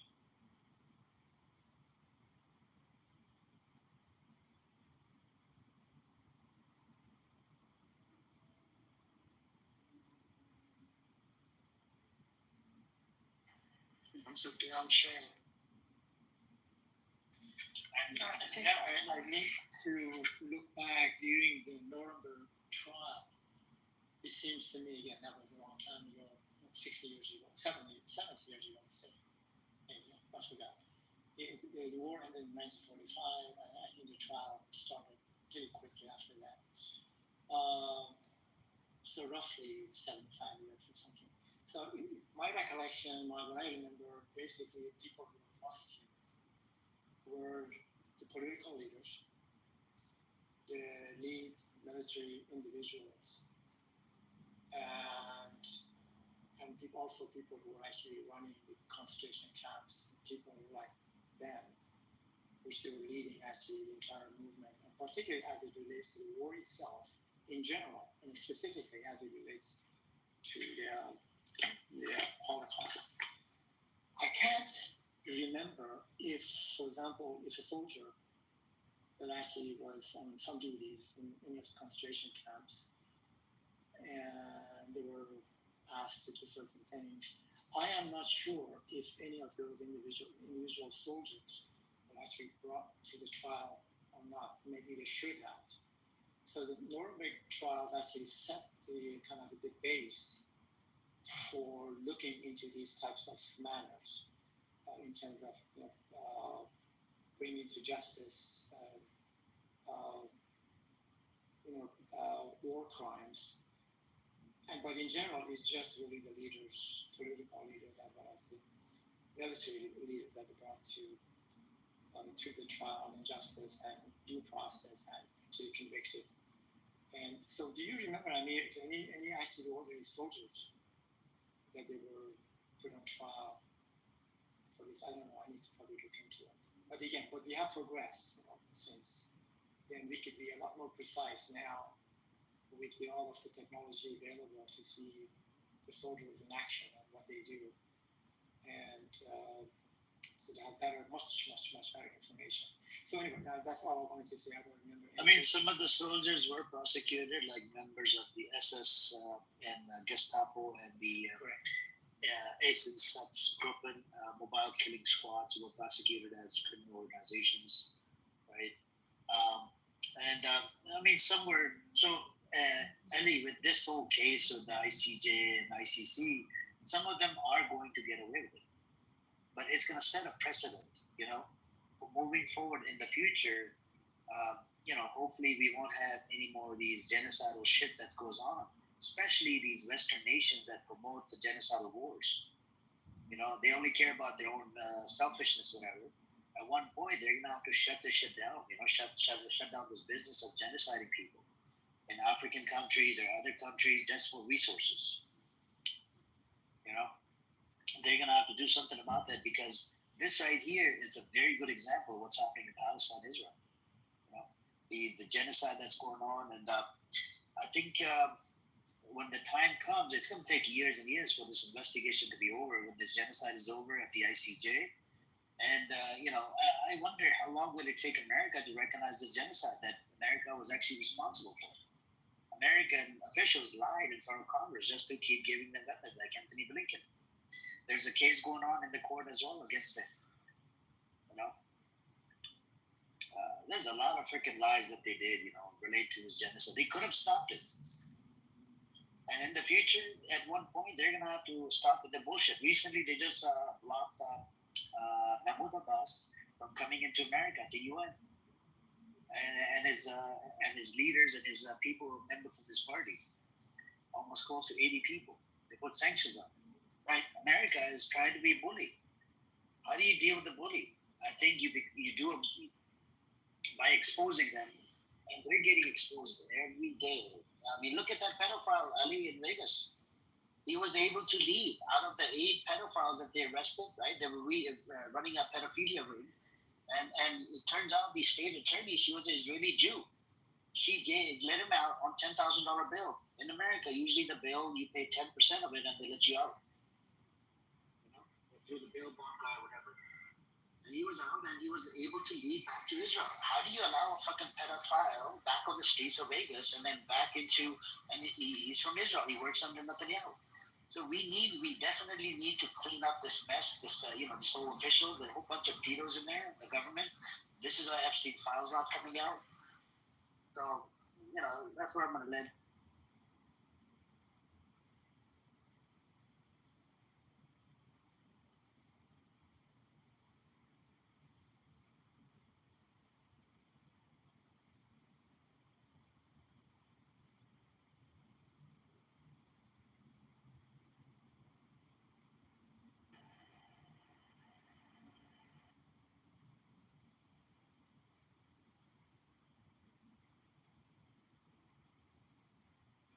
Anyways, anybody else want to speak?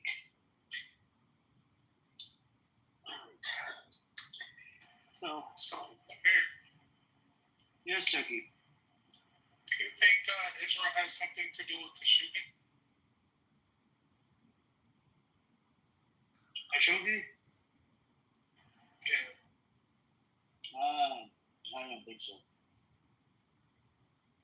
Well, actually, not directly, but indirectly. I'll give you a small example. I actually watched a documentary of this, right? So Jeff Bezos was going to open up, he was going to build a $1 billion, it was a $1 or $2 billion contract. He was going to build a gated community in Saudi Arabia. Thanks to what happened to Khashoggi, how they chopped him into tiny pieces, and Saudi Arabia kept on denying, we didn't kill him, apparently his fiancée was waiting out of Saudi embassy in Turkey, and she waited for him 6 hours and he didn't come out. And the reports are saying that he was strapped to the chair and they chopped him into tiny pieces while King Salman was watching it on TV inside the embassy. And prior to what they did, Turkish actually, they planted a whole bunch of microphones or whatever inside their vent system. They wanted to know what the hell they're doing, And everything was recorded. CIA came out that it was actually MBS that did it. So what the MBS did, Jeff Bezos came out after the, after they found out that Saudi Arabia did chop him into tiny pieces. He was only there to renew his passport. So Jeff Bezos canceled the contract with the Saudi Arabia. He said, I'm not going to invest $1 billion, $2 billion. So what they did, they used Israeli technology called Pegasus to hack into Jeff Bezos' phone, got hold of a whole bunch of nude photos, and they released it out to the media. That was like a revenge. That's what MBS did from Saudi Arabia. And so Israel was actually directly involved with this. So I have a software that can come back against Pegasus. It's called Pegasus. Yeah, I have a software that can come back Pegasus. The software that can what? Depeg? I said that can take out Pegasus. It can take it out. Yeah. What? Turning off your phone? You want to test the theory? No.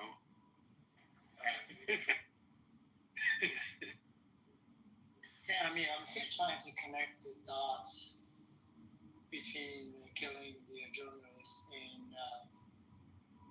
the embassy. This must have been 15 years ago, maybe more. Yeah. Everything that you said is pretty much correct. And the part that Israeli and Jeff Bezos, he wanted to invest $1 billion, $2 billion. So he said, I'm not going to do it. And then the Israelis, they blackmailed him. Actually, the pictures came out first. No, I think they blackmailed him. Yeah, so what they did, I think they sent out a message or something on WhatsApp, and I guess he opened it, and everything was leaked out to MBS. I think. I don't know. Right. Okay. So I still have a hard time seeing the connection. Maybe it could have been completely two mutually exclusive things. The killing of the journalists and the involvement of Saudis in it, and the situation with Jeff Bezos and the potential investment in Saudi Arabia. I don't see the connection, but maybe there is one. So Saudi Arabia invested money under the table. There's actually a pipeline, Ali. Let me see if I can find the report. There's a pipeline that goes from Saudi Arabia and a whole bunch of other countries.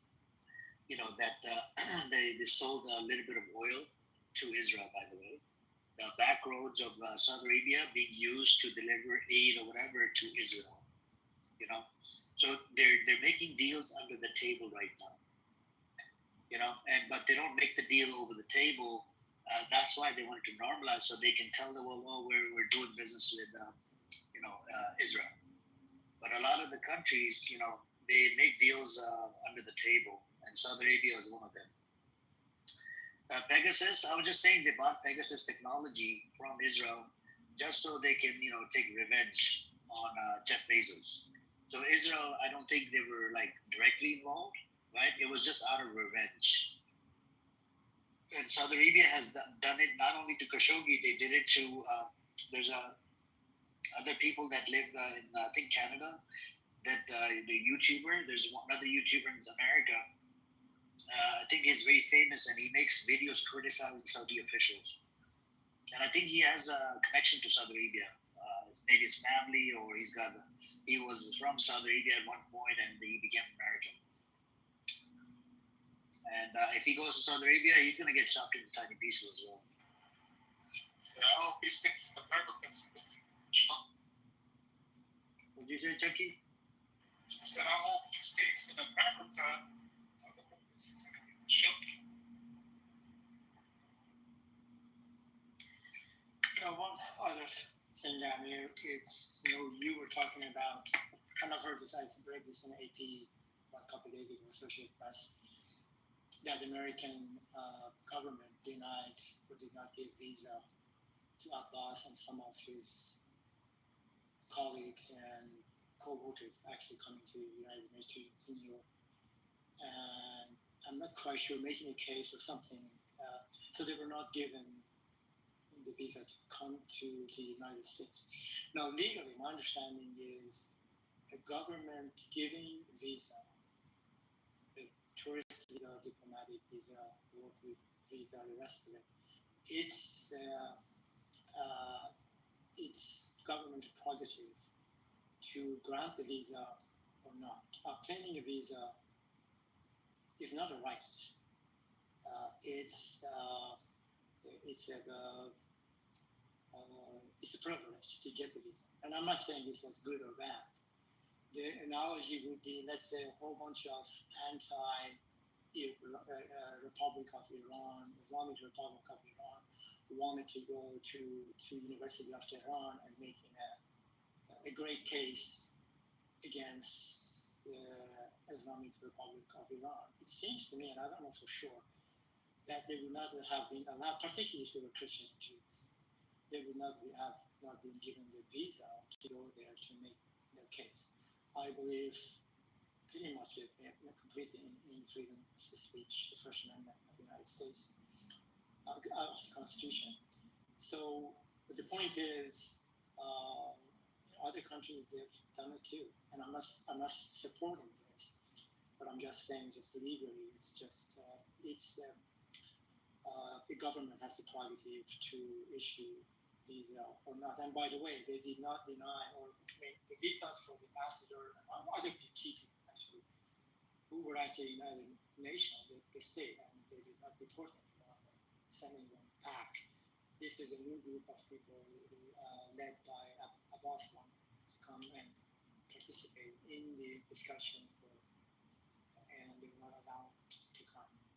So it seems to me somehow we set the expectation for the American government. I put this current presidency aside, just as I almost consider this, unfortunately, an aberration in the U.S. politics to a great extent.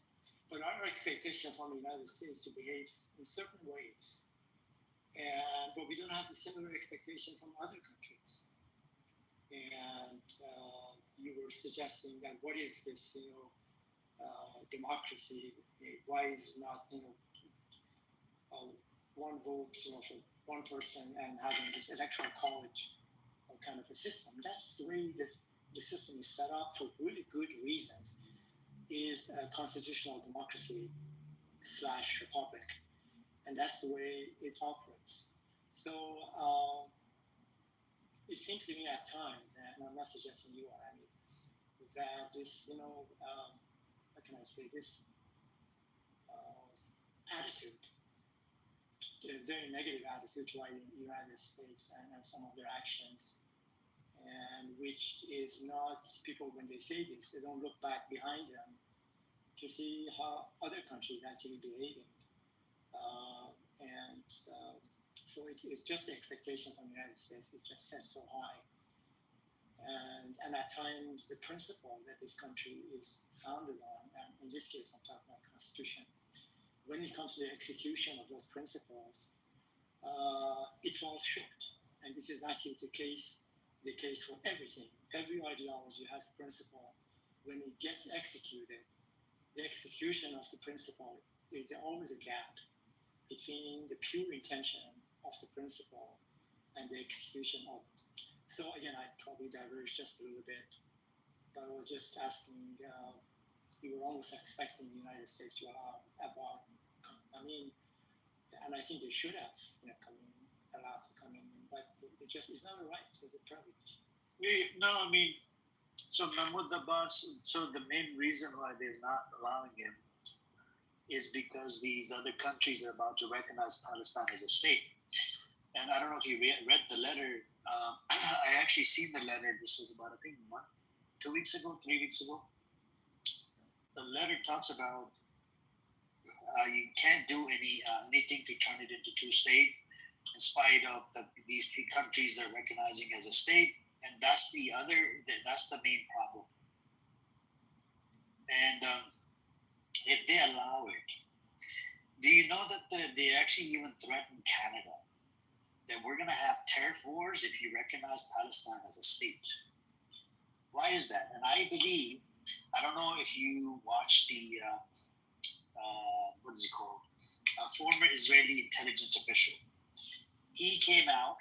He said during the 12-day war with Iran, they actually, he said, Netanyahu, Israel sent out a card, a birthday card or something, that was sort of like a threat to Donald Trump that do this, otherwise we'll expose you. And that's why he came out and he did the fake attack. I mean, according to intelligence report, there wasn't much damage that was done to Iran, Iranian places, and so in relate to Canada and other countries as well, like France, literally Netanyahu came out. He said, if you recognize Palestine as a state, you're awarding them, for what they did on 7th of October. So America and Israel, Israel literally has Trump by the balls, and this is the main reason why they're not going to allow Mahmoud Abbas. And this is the main reason why they kept funding Hamas, to keep the divide, so they keep on fighting each other. I don't know if you read the Times of Israel article. I did post it in the chat when I was talking to Matthew. I'll repost it. How Hamas blew up in their face, how they were funding Hamas. So, and Mahmoud Abbas actually works with Israel. They're in bed with Israel. They get their funding. The money gets on hold, and Israel tells Mahmoud Abbas to move right, he moves right. If they tell him to move left, he moves left. And this is the main reason why a lot of Palestinians in the West Bank, they hate Mahmoud Abbas. So, that's where I'm going to land with. So, this is where I'm coming from. And what I heard from Edward, he was in here, he said, since the UN is like an international body, all the countries agreed that you cannot ban members of the UN to attend the UN meeting. And America is pissed off because they're going to recognize Palestine as a state, which means Trump, they might release some files on Trump, and Trump is scared. And I'll put the testimony from a former Israeli intelligence official in the chat, and I like you guys to watch it. It's about 30 minutes, and he says everything about what's going on. And he's based out of Quebec, Canada. And Mossad even bombed this former Israeli intelligence official's house back in 2012 because he works with other spying agencies. Yeah, just a couple of comments. This may be true, maybe not, but correlation does not imply causation. The reason I'm saying a lot of stuff from Trump, and maybe there were something they told him, if you don't do certain things, particularly the last 12-day war with Iran, we're going to release this or that. Maybe, but the point is that if you look at the American politics in the last 50 years or maybe more, American politician, American politics is unanimously has supported Israel. So it's not a new thing that Israelis have something on Trump, and now he's participated with Israel in the war against Iran. That was a huge step actually for the United States to take, to actually directly by air attacking Iran. That was big. But this is not narrow. I mean, in terms of the support of Americans towards Israel, almost in every action. Take a look at the United Nations. What is it called? The declarations or certain things. The United States either has voted against whatever was going to be against Israel or abstained from voting. So there's nothing new in here. I mean, now there might be something, but then again, Russian claim the rumors are out that Russia had something about Trump being in Russia and participating in some kind of sexual activity, some very descriptive sexual things. And people thought that Trump would be afraid or is afraid and is working with Putin. But if you look at Trump's action nowadays, it's not necessary. It doesn't appear to be. It's supposed to be actually trying to force Putin to end the war with Ukraine. So there may be a truth into what you're saying, but again, I land here categorically kind of saying that America attacked Iran, air attack, is because Trump was afraid of Israeli may release some not so favorable kind of pictures or stories about Trump that may be partially true, but it is, I don't think it was no justification. It was not the reason that Trump made the decision, at least not totally.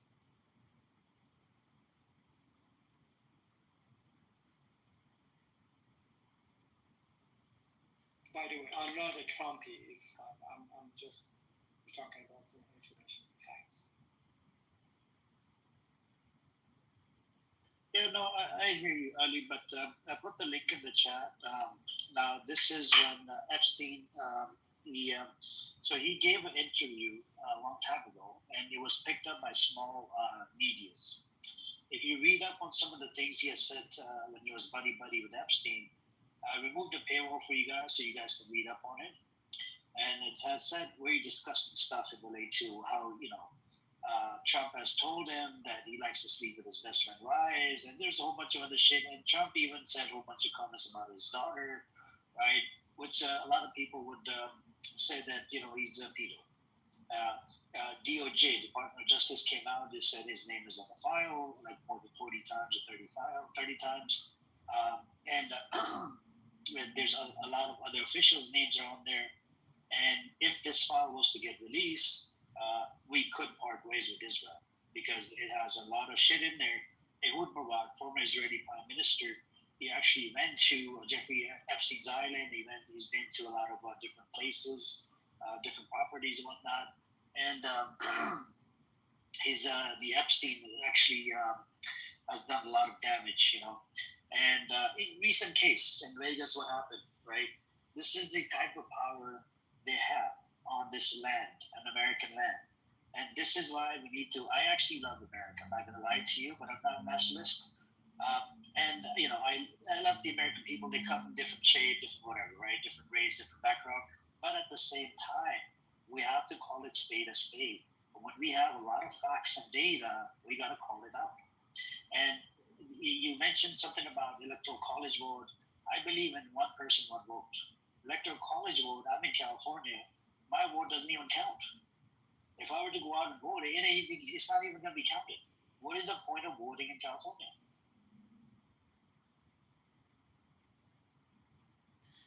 Yeah, I hear you. But I was trying to tell you that's the way the Constitution is written. And one has to go back and think about the political situation at the time, why actually this was the system.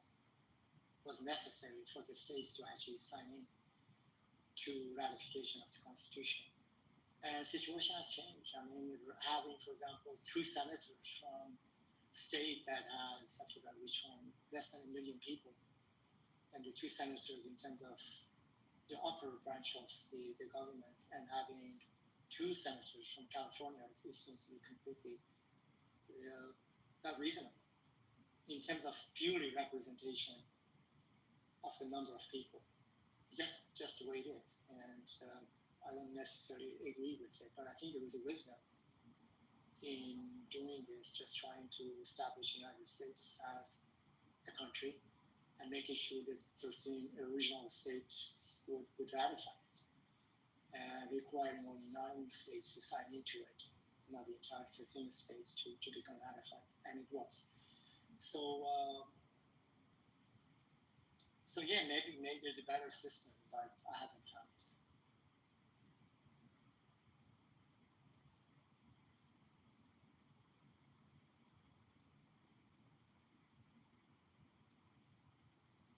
Yeah, that's what it is. But we can always agree to disagree on certain things. I mean, everyone has a difference of opinion,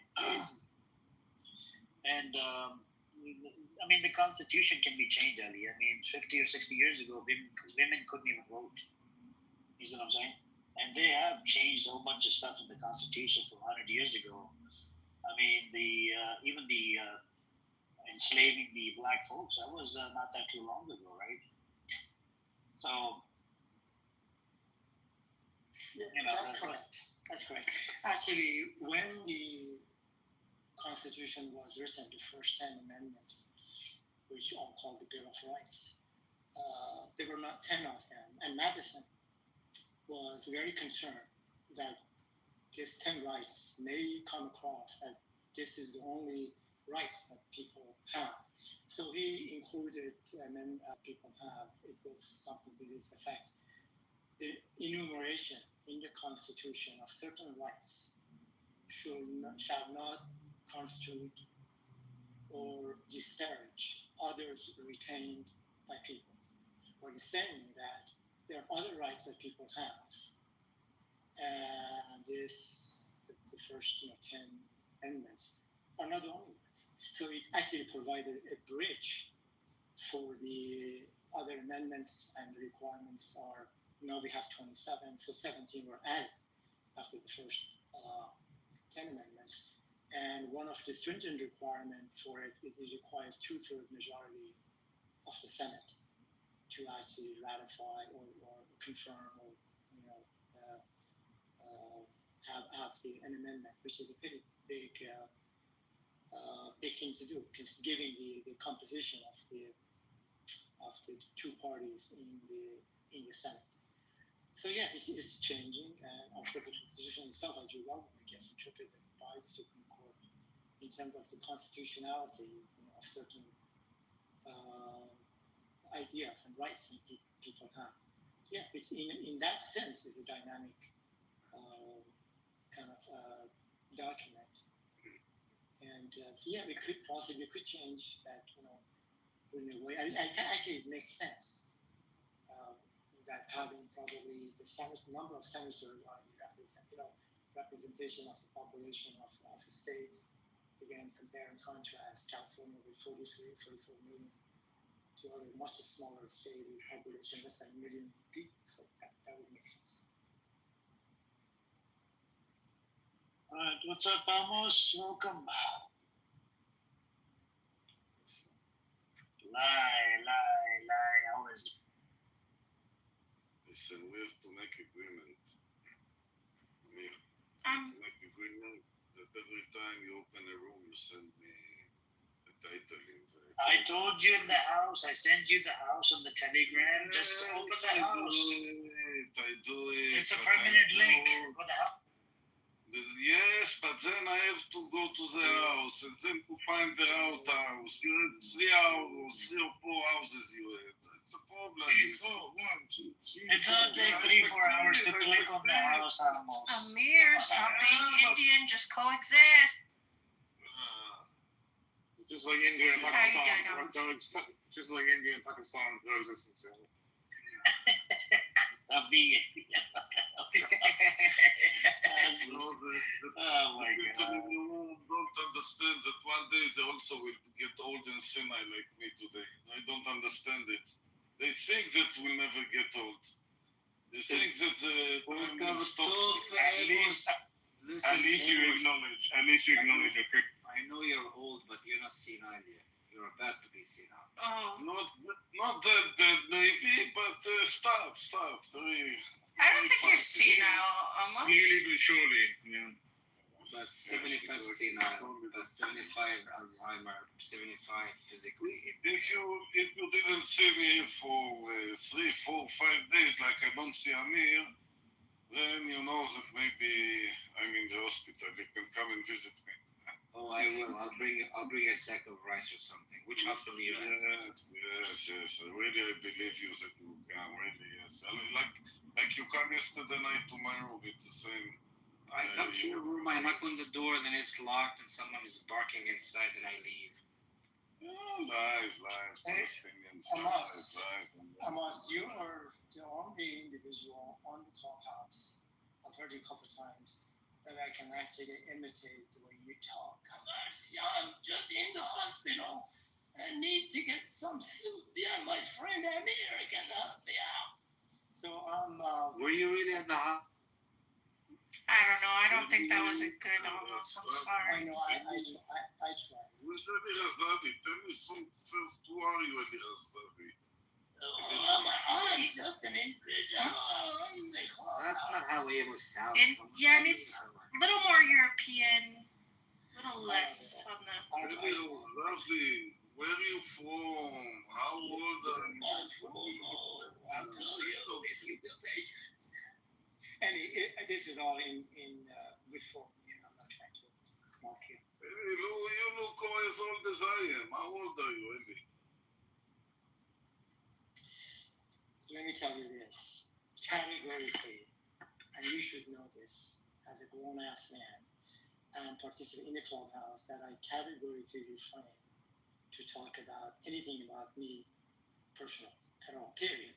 I'm interested in ideas and discussions. As you know, some of my ideas are fairly strong, particularly about Islamic ideology and other ideology.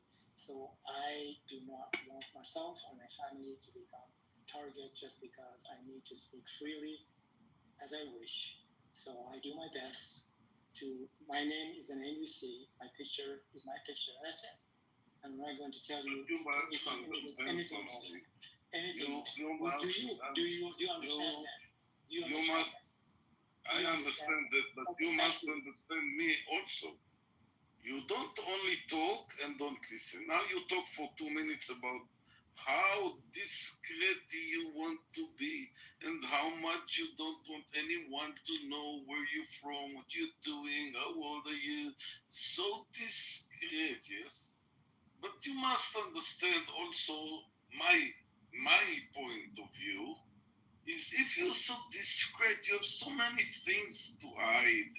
Like, you know, maybe you are it different if you're born in Israel or you're born in Egypt. Yes, I look at you in a different point of view.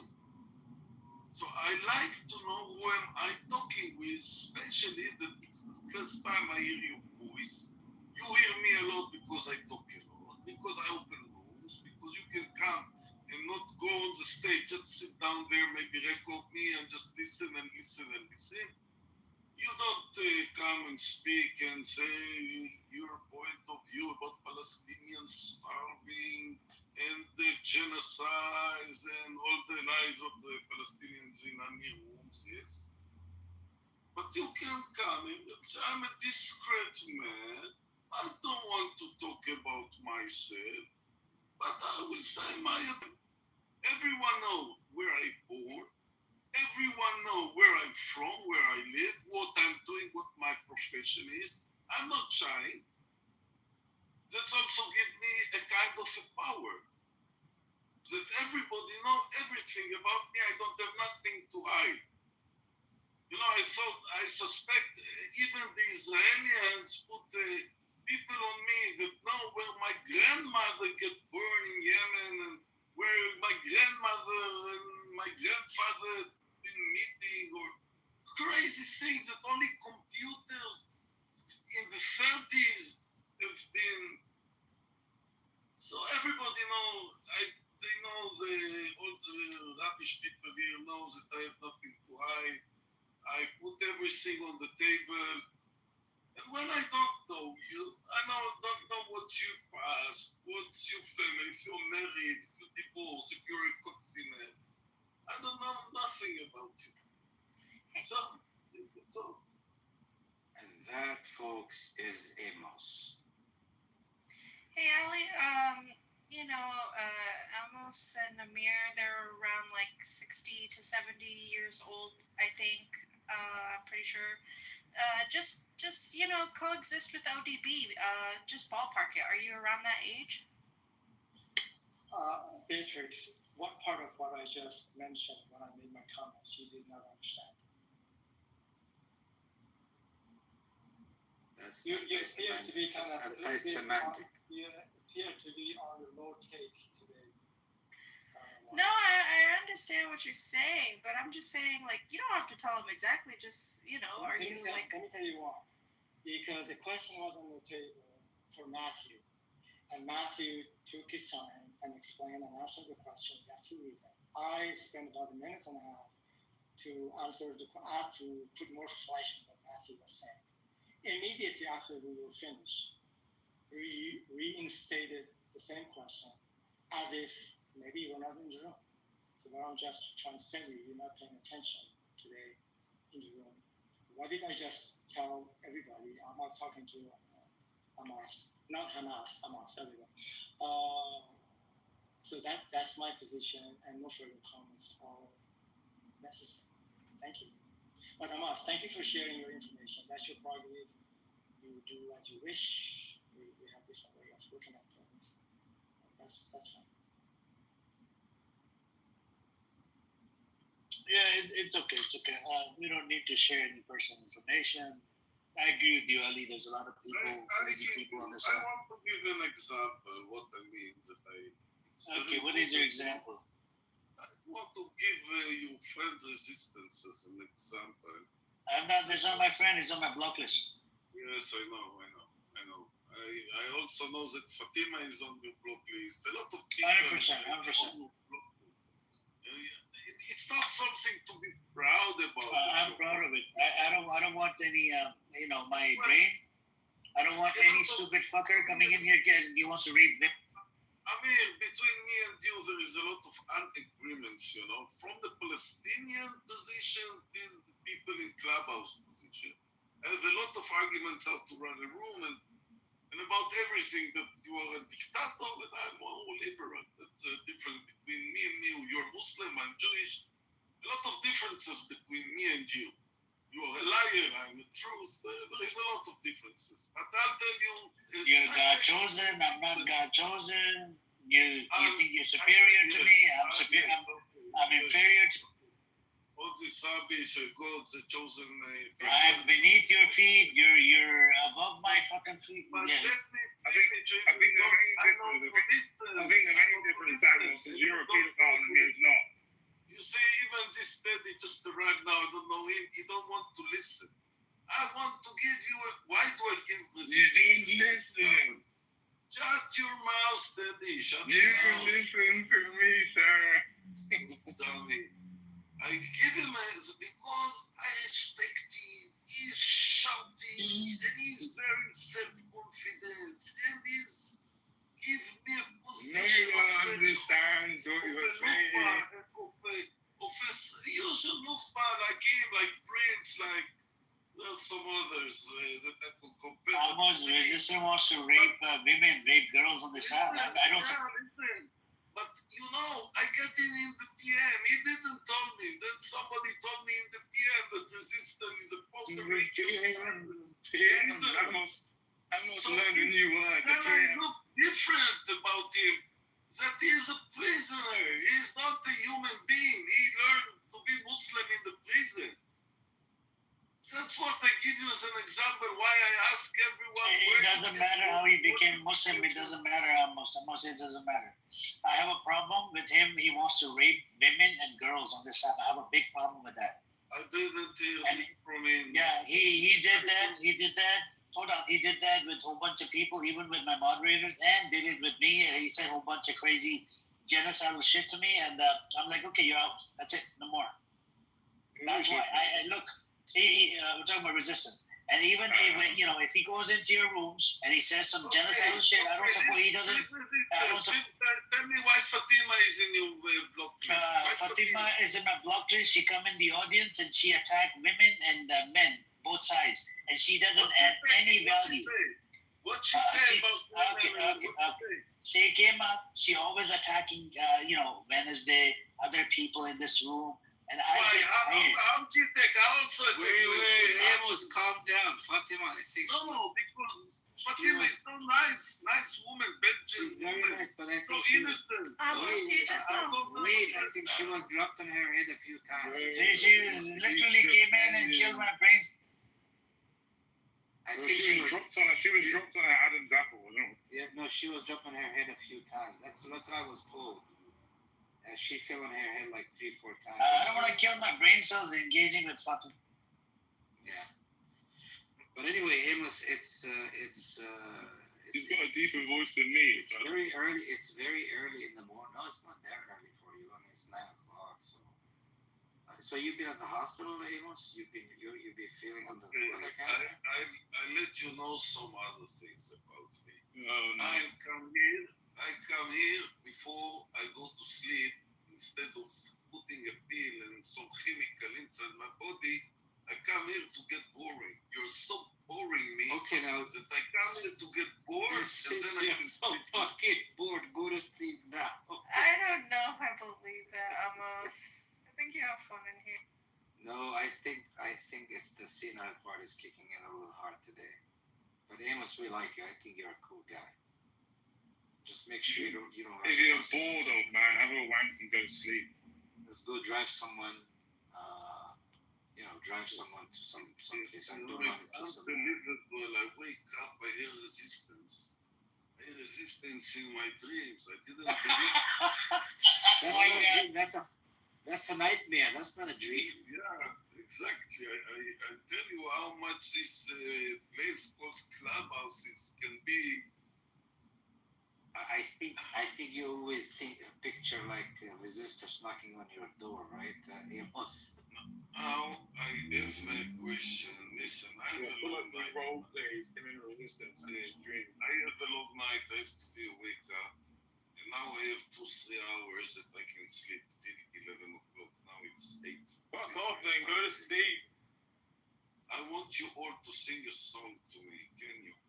Go after yourself. Can you sing me a good song?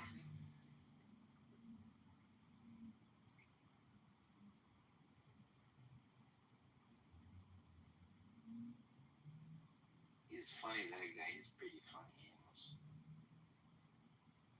Special. Very special. He's not in the right with it. He's gotta go drive the bus to the hospital, he's... He said on his outcast, he's like, my greatest sexual fantasy would be having everyone in one room. I just thought, what, you're the fuck? You're going to be sat there wanking because everyone's having a conversation with you. He's a wanker. He's such a wanker. Tosser. Tosser is okay. Hey, guys. Amos just wants to coexist. We should all coexist in the room. He does not want to coexist. He wants to exist.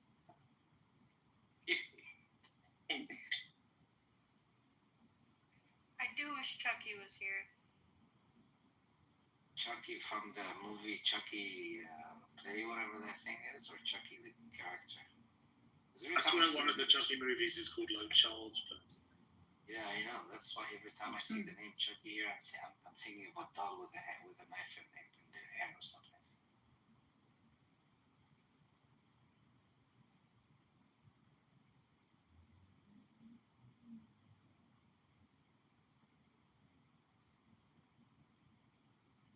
Many dummy people in one room. Amazing. There's only one here, my friend, and that is you. Why do you think you're smarter than the average bear, Amos? Why do you think you're much smarter than everybody else? No, put it as more real. I don't think. I know. You know that you're smarter than the average bear? Yeah, that's the Jewish in him, the supremacist. Why, Amos? Why? You think you're smarter than me? I'm sure. I don't think. Why? You are more educated than me. You know more than I do.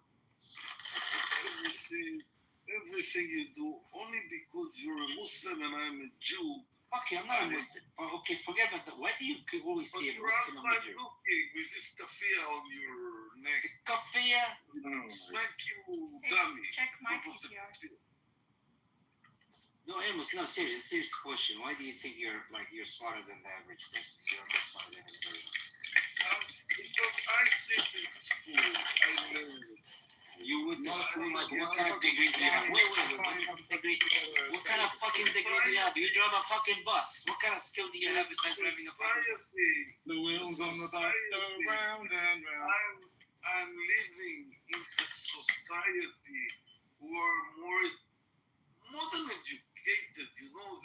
If you are not a yeah, you fucking drive a school bus. You drive a school bus, and the children are more educated. In your life, you make a crime, yeah, and you put in prison, and you go out, and nobody knows you sit in the prison. You're so now I know. Everybody know each other. I know. Now I know you're 2/3. Now I know you're 2/3 retard. You know, I'm shy to say what I'm doing now. It's it's a shame. I don't think he understands the two-thirds part. For me, it's a shame to be here. You understand the difference? Shut up, Amos. Shut up. No, I'm very curious why he thinks he's smarter than everybody else. Why? Is he Jewish? They think they're better. Kosher chosen people. Huh. From every perspective you want to look at me. I just feel like Nargis would be like the best person to look at you. More like I don't know. I don't want to use some bad. I don't want to be profane with you because I have. You're more intelligent than that, Jindid. You say honestly, Jindid, if we are four, only me and you, 4 eyes, yes, in a closed room, nobody listen, yeah. And I ask you seriously, what's the difference between an Israeli and kibbutznik or a Palestinian in the West Bank? What do you prefer, honestly, inside your heart, honestly? I'd rather stick fucking needles in my eye than be in a kibbutz with you, Amos. You're fucking crazy. Did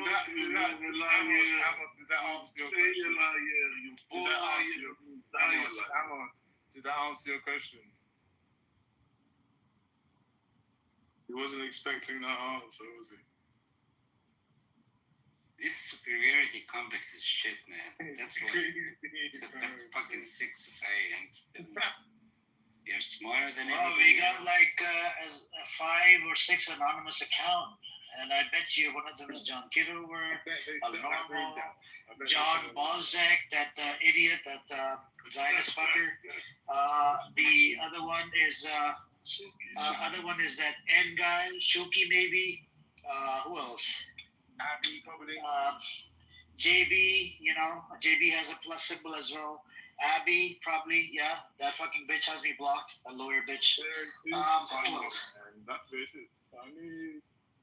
Yeah, she always talks about anti-Semitic. You know, in the sermon you say, if you see me in my room, the first anonymous I said, this is a bill. Anti-Semitic. Fuck your anti-Semitism. I don't care. Anti-Semitic. She brings up the stats every time she comes in.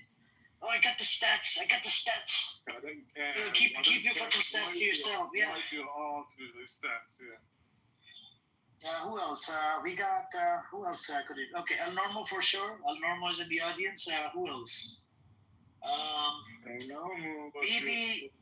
BB, I don't think he has the plus account. He's from Canada. He's probably sleeping right now. I think he has other accounts as well. Yeah, he's got another account that's probably plus, right? He's probably here. Who else? A whole bunch of Zionists have like freaking plus accounts. Anyways. It's crazy. They must be trying to gather. Matrix, please don't promote this disgusting picture. Okay, please. It's like me co-modding with the Amos. I don't feel comfortable. You did it co-modding with the terrorists. You did it once, right? I didn't do it. I was busy. It wasn't my room. It was Scotty's room.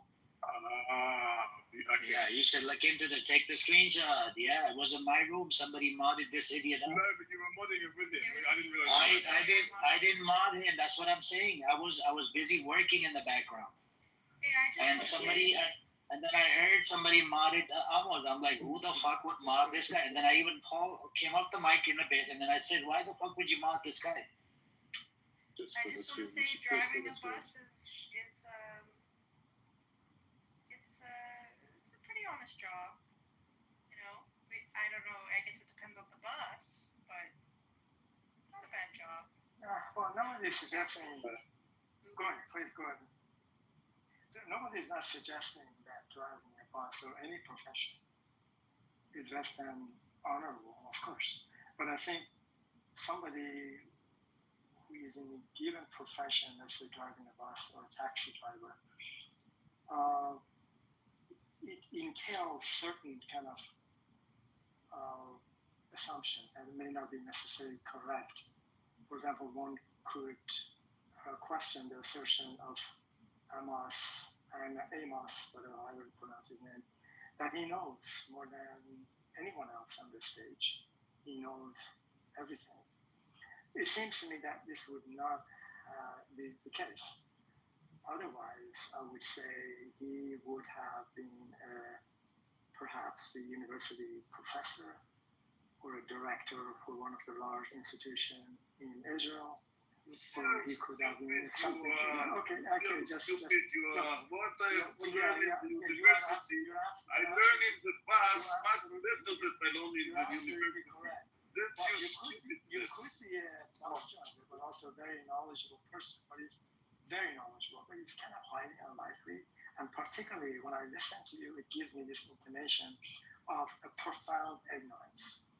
And so that's where I leave it, Beatrice. So I just land in the area, busing, driving a bus is absolutely great, or anything people do, welding or electrician or whatever that might be. We call them in the UK. We call them bus wankers. He fits that category. Yeah, I think it's poor man. He's just bored. They're driving a whole bunch of kids around, so he just has to come show up. In a bus, you pass 50 people passing, going out and going in, going out and going in. From each one you can learn.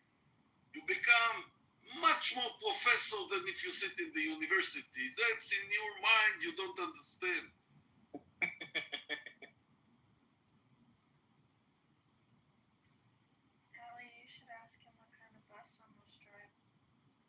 I feel like it's a prison bar. This is Amos, the bus you drive has four wheels or more. Amos, can you sing us the song? Can you sing us the famous song? You don't sing a song, so I don't sleep. And No, it's the bus song. You must know the bus song.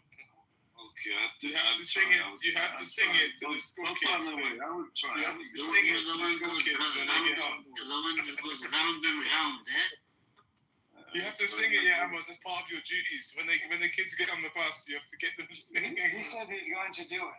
Listen, he's going to do it. The thing you guys don't know about Amos, he doesn't drive. He doesn't drive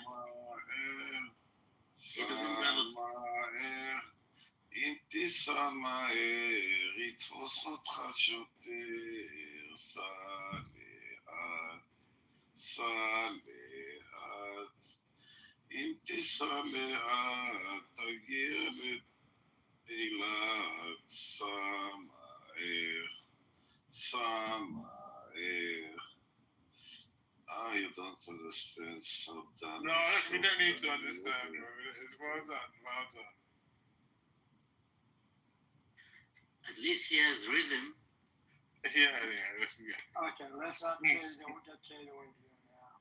But thank you for sending. Every Thursday night I come here, I sing, I dance, I try to convince people that there are other lives instead of clubhouse. Go and dance, go and sing, go and swim in the sea, do something with your life. Amos, I thought you come here on Thursdays to invite everyone to your room on Friday. I think you tried to convince yourself, Amos, not others. You do it on Shabbat days, you should be practicing Shabbat. What are you doing coming on the Sabbath? After 12 o'clock, you need to go practice Shabbat. Go practice Shabbat. Come to your room on Friday, though.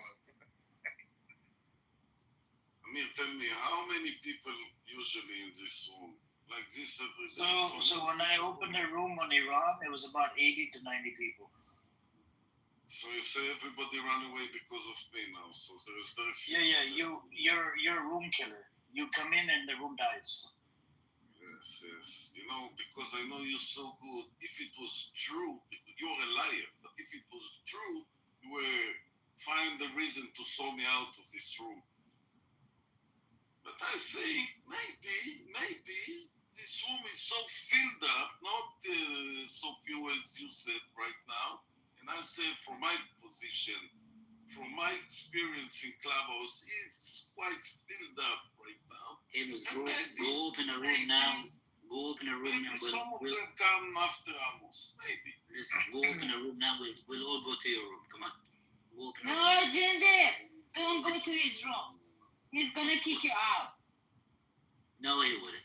He's my friend. Yeah, he did. No. He did. No, he's a friend of mine. I know Amos. Amos, Do you remember? I came to your room, but the Zionist bitch insulted me. Do you remember? No, I don't remember. I don't I remember know, what they because did you're. today night. So how can I remember? I don't remember what they sing right now. How can I remember? But this Jake in my list. What kind of list is this? Amos? A list of women or something? What's going? Teddy also in my list. So Oh no, he's bisexual. Fuck's sake. But if I say you're in my list, I'm also in your list, Teddy. So what that means that I like your ass? That what you're a coxina? I mean, you're Israeli. You're Israeli, so it wouldn't surprise me. Why I'm in your list? Let's see. I'm in your list. Yes, that very is. Yes, we remove friendship like this. Yes, back. So that means that you add me and I add you. You see, it's this you take from the Zionists to say only women. It's true that I want Galileo and Yaakov and the pretty women to come to my room, so each one of them can bring the stupid Palestinians like you who don't come to the room, who are going after women. Amos, we don't. My thing to make a big room that all the Palestinians will come after Galileo. Just a crowd chaser. You're just a crowd chaser, Amos. Those pretty women who put the face on and they're speaking and the independent woman. Amos, why don't you put your Amos? Why don't you change your picture to the girl picture, right? Use ChatGPT or something and change your voice to a girl voice, you know. And you could promote it. Amos, for what it's worth, get a fucking life. You want me to do all those things that you think in my 66 mind I can do it. 100%.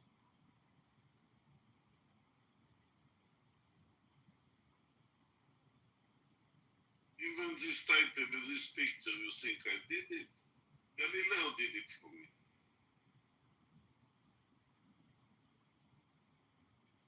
Okay, Amos. Yeah, but Amos, your room dies afterwards, you know.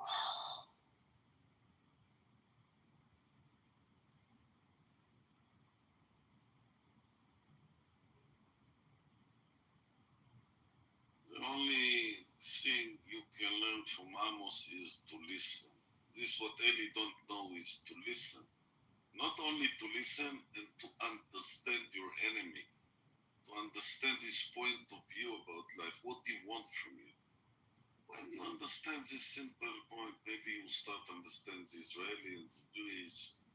Stop saying genocide all the time. See all your lies. Genocide. Lies and lies. Genocide is an anti-Semitic shit. Come on. B'Tselem is lying, Amos. B'Tselem is lying. B'Tselem says a genocide. Is B'Tselem a liar? Listen, me personally, I support. No, I'm asking you, is B'Tselem a liar? Is B'Tselem a liar? Listen what Amos said. I'm asking about B'Tselem. I'm not asking about anything else. B'Tselem. I don't think they lie. I don't. Oh, okay. They say it's a genocide. B'Tselem said it's a genocide. B'Tselem even say it's a genocide. Do you want the report? Do you want the report from B'Tselem? I don't want it. I don't need any report. Then stop lying. Then why the fuck are you lying? B'Tselem said it's a genocide. You send me enough pictures. I'm gonna send you. Hold on. I'm gonna send you fucking B'Tselem report right now. Listen to You're just an idiot, man. B'Tselem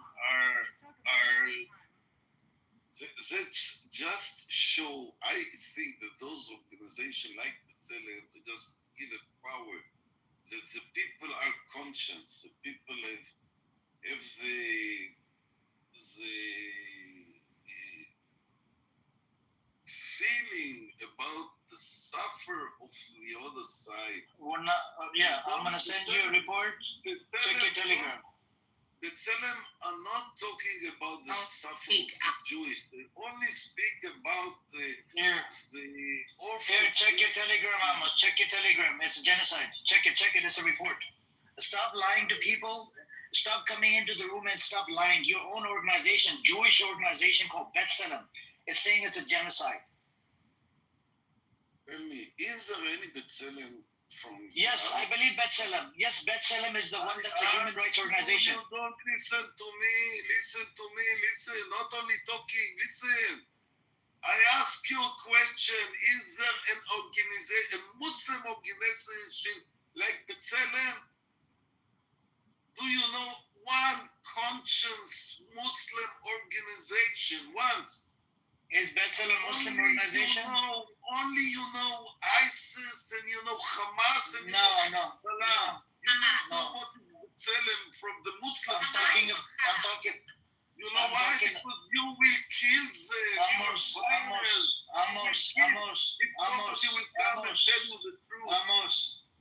Amos, I'm asking you, is B'Tselem a Jewish organization or a Muslim organization? B'Tselem is an organization that just talk about the suffer of the other side. They don't look about the suffer of the strong side, those people who pick you, who kill you today. It's not about killing and murdering and blowing yourself up and like kill one of your all leaders, this hate. the one of the Hamasnik, the Hamasnik who was... Calm down, baby. That's not about Islam. Amos,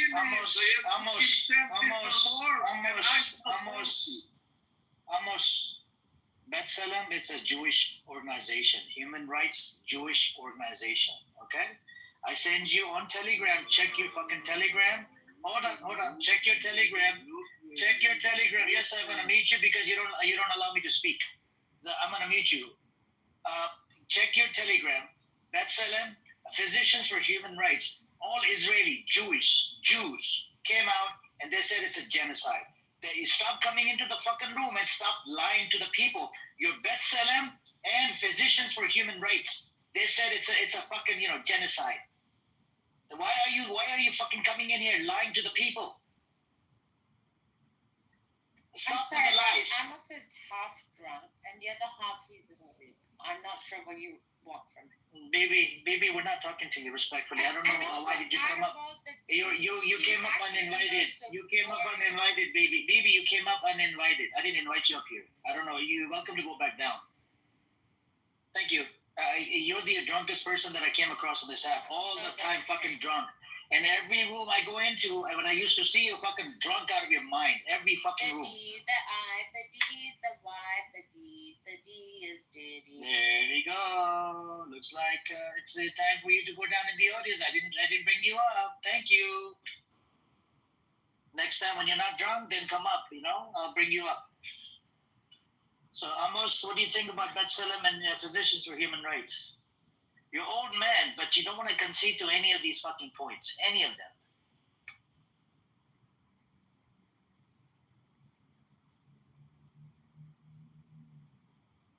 I think Amos just slipped and broke his head. He's probably asleep. I was reading a couple of comments in the chat. I think one or two that were saying, why is it that we're not talking about the title after all, which is Israel can't defeat Hamas? Yeah, it was just a title reaction to what JB opened the room earlier. So it wasn't. Of course.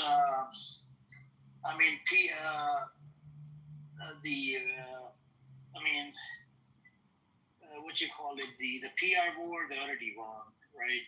The Palestinians already won the PR war. The only problem they have is the physical war that they're having through with this. But we see a whole bunch of stuff coming out. There's actually 4 Israeli soldiers that are missing. We don't know who's got them, if they killed them, or if they're bombed or whatever. Now, if Hamas has these 4 IDF soldiers, that means it adds more hostages. Not hostages, they would be prisoners. So, I don't know. What do you think, Ali? You think they can beat Hamas? So, as you may recall, again, I may not be completely correct on this. The Prime Minister of Israel, Bibi, actually had stated 3 objectives. This must have been the first week of the period after October 7th. One is to destroy Hamas totally, completely. The next one was bring all of the hostages back, every single one of them. And the last one was, once the war is over, to a new governing institution or body in Gaza, which is going to be acceptable to Israel. Those were the 3 kind of objectives that they are set at the time. So one has to look back to assess to see to what degree the 3 objectives actually being accomplished. Last time I checked, Hamas is still kicking around, and a comment could be made, or assertion, that you probably can kill every Hamas military man by the ideology itself. It's something, it's an ideology, and ideas cannot stay around. It's very difficult to get rid of them. Although you may take the effectiveness of what the ideology wants to do, but the ideology itself cannot go away. The next one being the hostages back. I think there are 4 or 5 are left. And if you're saying that 4 other soldiers or IDF soldiers were arrested, then it makes a larger group. So that has not been fully accomplished. And I don't really know what he meant by saying a new governing body in Gaza that is going to be acceptable to Israel. I have not read anything about it. I don't know what his intentions were and are at this point. I have no idea. So that's kind of where we stand with this.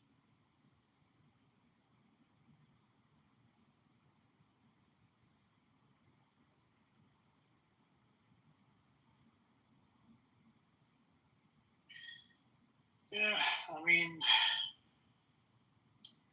we're gonna see what happens really, but the ceasefire is not gonna happen, and there a lot of poor people are protesting to get the hostages back.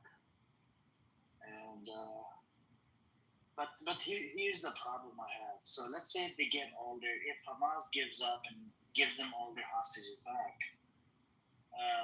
you know what will happen, right? They're just gonna go back and genocide them more. Instead of killing 100,000, they probably. What evidence do you have? I'm gonna put a survey in the chat. 82% of Israeli Jews, they want to expel Gazans out of Gaza. This was done in 2025. 56% of Israeli Jews, they want to kick Arabs out of Israel. And there's a similar survey according to Pew Research. It was 2016 and 2015 that was done. 48% of Israeli Jews, they want to kick Arabs out of Israel and a whole bunch of other places. Okay, that's correct. But the assertion you made, I think I wasn't fully listening, but you were saying that 300 to 400 Palestinians are going to get killed. That's what you said. I'm not talking about the statistics and how people think about the Palestinian are be there or not. We're just talking. You mentioned killing people. That's what I was asking. Where do you get that information? Okay. In my opinion, right, the 340, because we've seen the Harvard study, right, that said that they've killed, even the Lancet magazine said they killed 185, I believe, right? Harvard came out, they said that there was about 200,000 killed or something. I'm going to have to check the numbers on the study. Because a lot of, they used illegal bombs though, and that evaporated a bunch of bodies. And Israel keeps track of all of the, data on who lives inside Gaza, who doesn't live in there. And they have the choice to remove it out of their entry as well. So all I'm saying is, let me see if I can find that, because there was an opinion piece that I read somewhere. This was about, I think, a couple months ago. I'm gonna have to check Times of Israel. There was an opinion piece that I wrote that if we get all the hostages back, we're ready to go back to war. Let me see if I can find that opinion piece and put it in the chat for you. And that's what I predicted as well.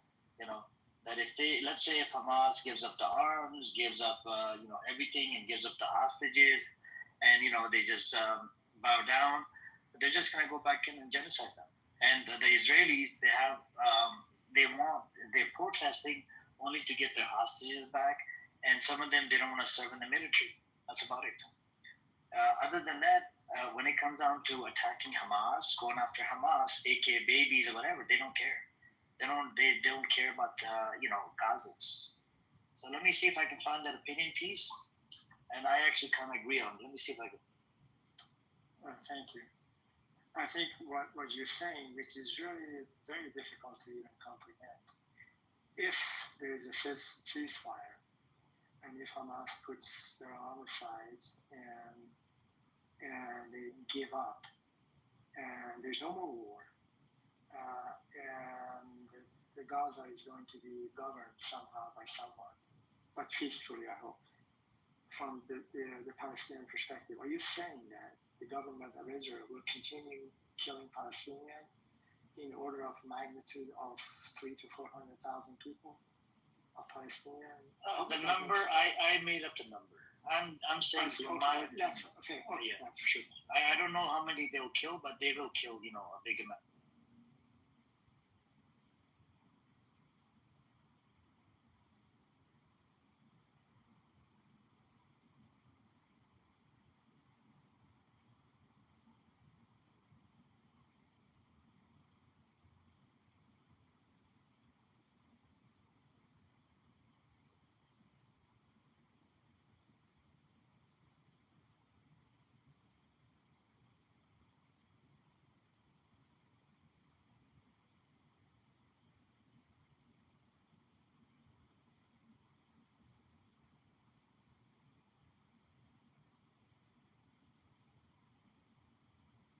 Sorry, I'm looking for the opinion piece or something so I can post in the chat.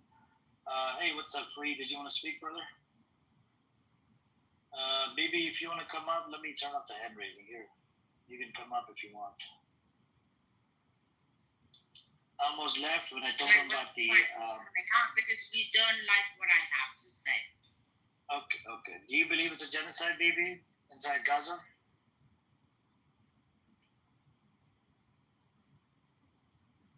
Baby, are you there? Do you believe that it's a genocide in Gaza?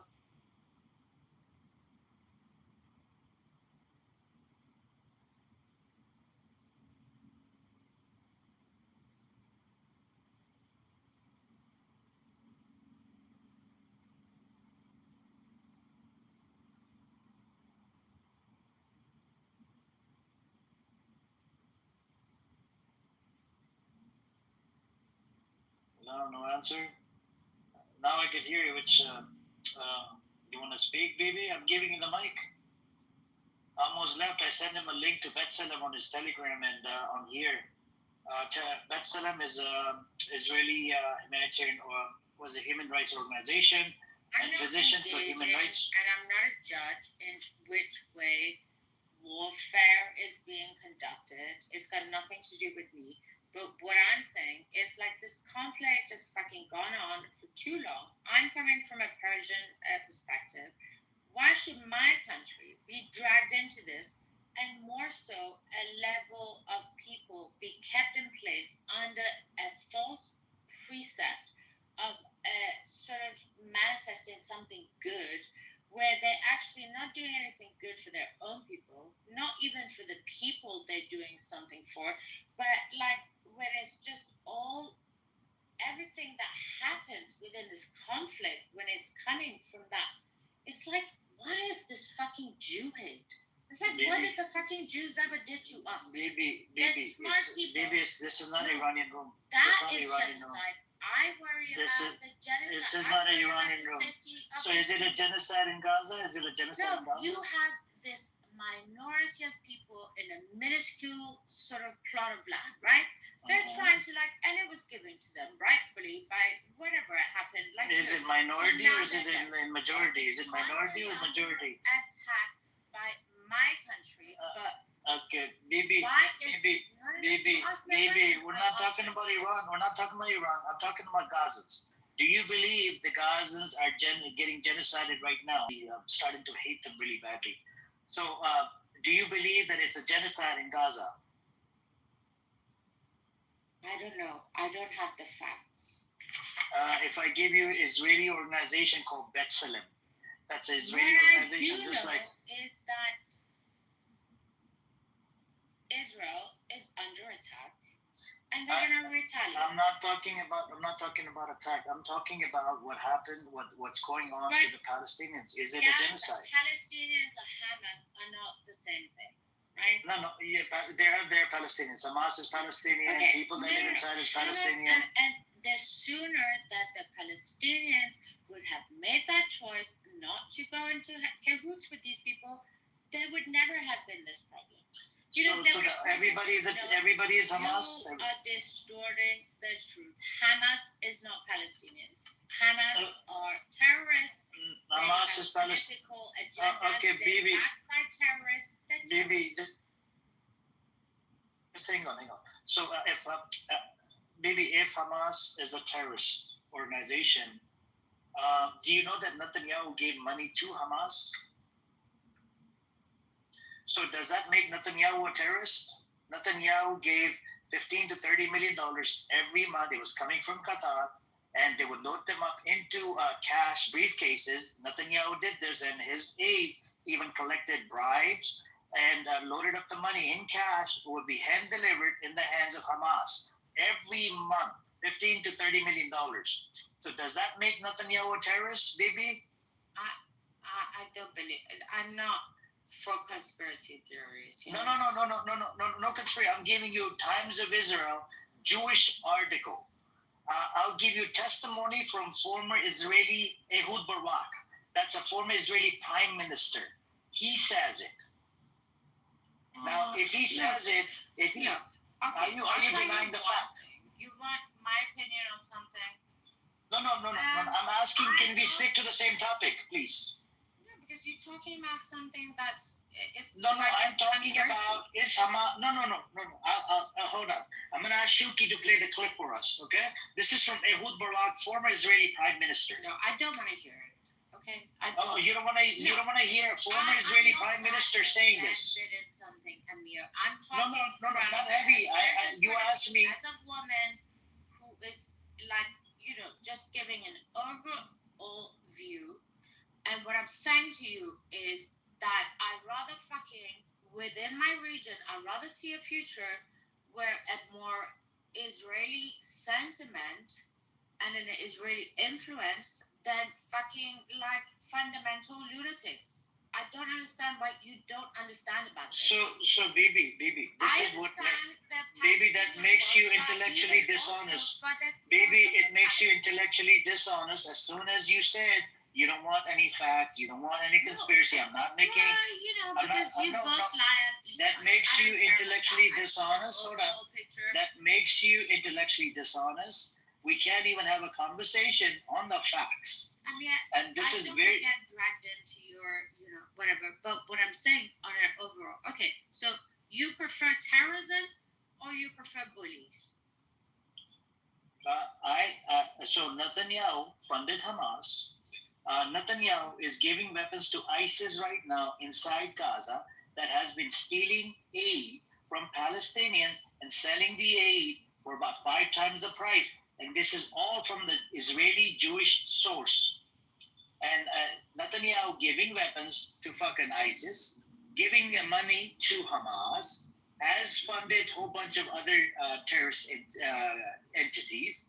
IDF was formed out of terrorist gangs in 1948 from Irgun Lehi and Haganah, and not to mention the 47. They sent letter bombs to Harry Truman, the United States of America's president. His name was Harry S. Truman. He was received letter bombs in the mail from Stern Gang, Jewish militia gang from British Mandate Palestine. So, hasn't this conflict gone on long enough? Baby, can you please, if I give you data and everything, are you able to concede to the point? Are you American first or are you Israeli first? I thought I was British and Persian first.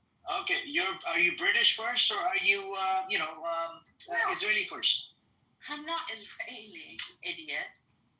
Then why would you defend Israel when it has killed a bunch of people? I don't Israel. I don't support. Yeah. But as a Persian, you gotta understand that it comes with a bias but also it also comes as like I don't understand it. Why would you want to engage in more fucking like conflict? It's like that region fucking needs cleaning up, right? It needs like less of whatever it has and more of what it needs. And I think that Israelis gonna bring that, and then if I think that is the way that is going to be beneficial for the region. I'm sorry, you can call me Zionist, you can call me like heartless, or like whatever you're going to call me. That's what I think. I think Israel is beneficial for the region. I think they've been very generous. There's been 70 years of like these people like trying to coexist. It's like and you know, even like the Khalijis, it's like, fuck it, we don't want to be part of it anymore. And then you've got the fucking dirty, nasty Iranian government who are on there. Yeah, again with Iran. This room is not about Iran, man. Calm down. This room is not about Iran. This room is not about Iran. Hello. Oh my God. The level of smartness. This woman, man. We're not talking about Iran. Please, stop bringing Iran into this room. What is there not to like about smart? Because I'm not talking about Iran. This room is not about Iran. It's about Israel and Palestine. You keep bringing other shit into the picture, which I don't want to discuss right now. My question to you is about Israel and Palestine. You said they've been trying to exist in 70 years. What have they done? They've killed a whole bunch of people. According to British mandate, you had the state. Do you know that they weren't even part of the UN partition plan? Don't you think in Iran we have British. Again with Iran. This room is not fucking about Iran, man. Stop with the fucking Iranian shit. I'm sorry. Why should the world be fucking involved in a conflict that is never going to go anywhere? Because it's a threat. It's a threat to the Middle East. This Iran is a threat. I mean, this Israel is a threat to the Middle East. Israel is not a threat. Yes, it is. Okay, hang on, baby, hang on. I'll prove it to you. No, the Khalijis. I'll prove it to you. We're not talking about Khalijis, man. We're talking about. Oh my God, this woman, man. Seriously, hold on, baby. Again with the Iranian bullshit. I don't give two fucks about Iran. We're not talking about Iran right now. Israel has taken over Shiva Farms. That's on the borderline of Lebanon and Israel. Israel has taken over Golan Heights. That's located in Syria. Has taken over buffer zone in Syria. Has bombed the shit out of Syria. There was no war between Syria and Israel. Has taken over more settlements in the West Bank. Gaza is under occupation, and Gaza has been under occupation. West Bank has been under occupation for over 50 years, oppressing and suppressing them, and went after Lebanon as well. This is this is how Hezbollah was created in 1982, and Israel has been threatening and poking. Even the '67 war was started by Israel. 48 war started by Israel. Because the war did not happen in 47. They started ethnically cleansing people in 47. That's how your disgusting Israeli state was created. You see what I'm saying? So it has been a threat from 1947 up till now, and they terrorize the U.S. president Harry S. Truman. They terrorize British mandate leaders, right, to create their Jewish state. They have terrorized Palestinians from 1947 up till now. They've terrorized Lebanese. They've terrorized Syrians. They've terrorized a whole bunch of people. They've terrorized American government into telling them, to protect them from all these other attacks. This is why a lot of the countries, they're scared to go into war with Israel, because America protects this disgusting Zionist criminal entity. And in the West Bank, recently they killed Palestinian American boy that actually owns an ice cream shop in Florida, Tampa. and they took his brother in for, IDF claims that he was throwing a rock at IDF truck. They took him in under administrative detention without due process. And that kid that was, that 18-year-old kid that was killed by the settlers been out. They don't even charge the settlers like they do that. Literally, the West Bank is the pure example of apartheid system.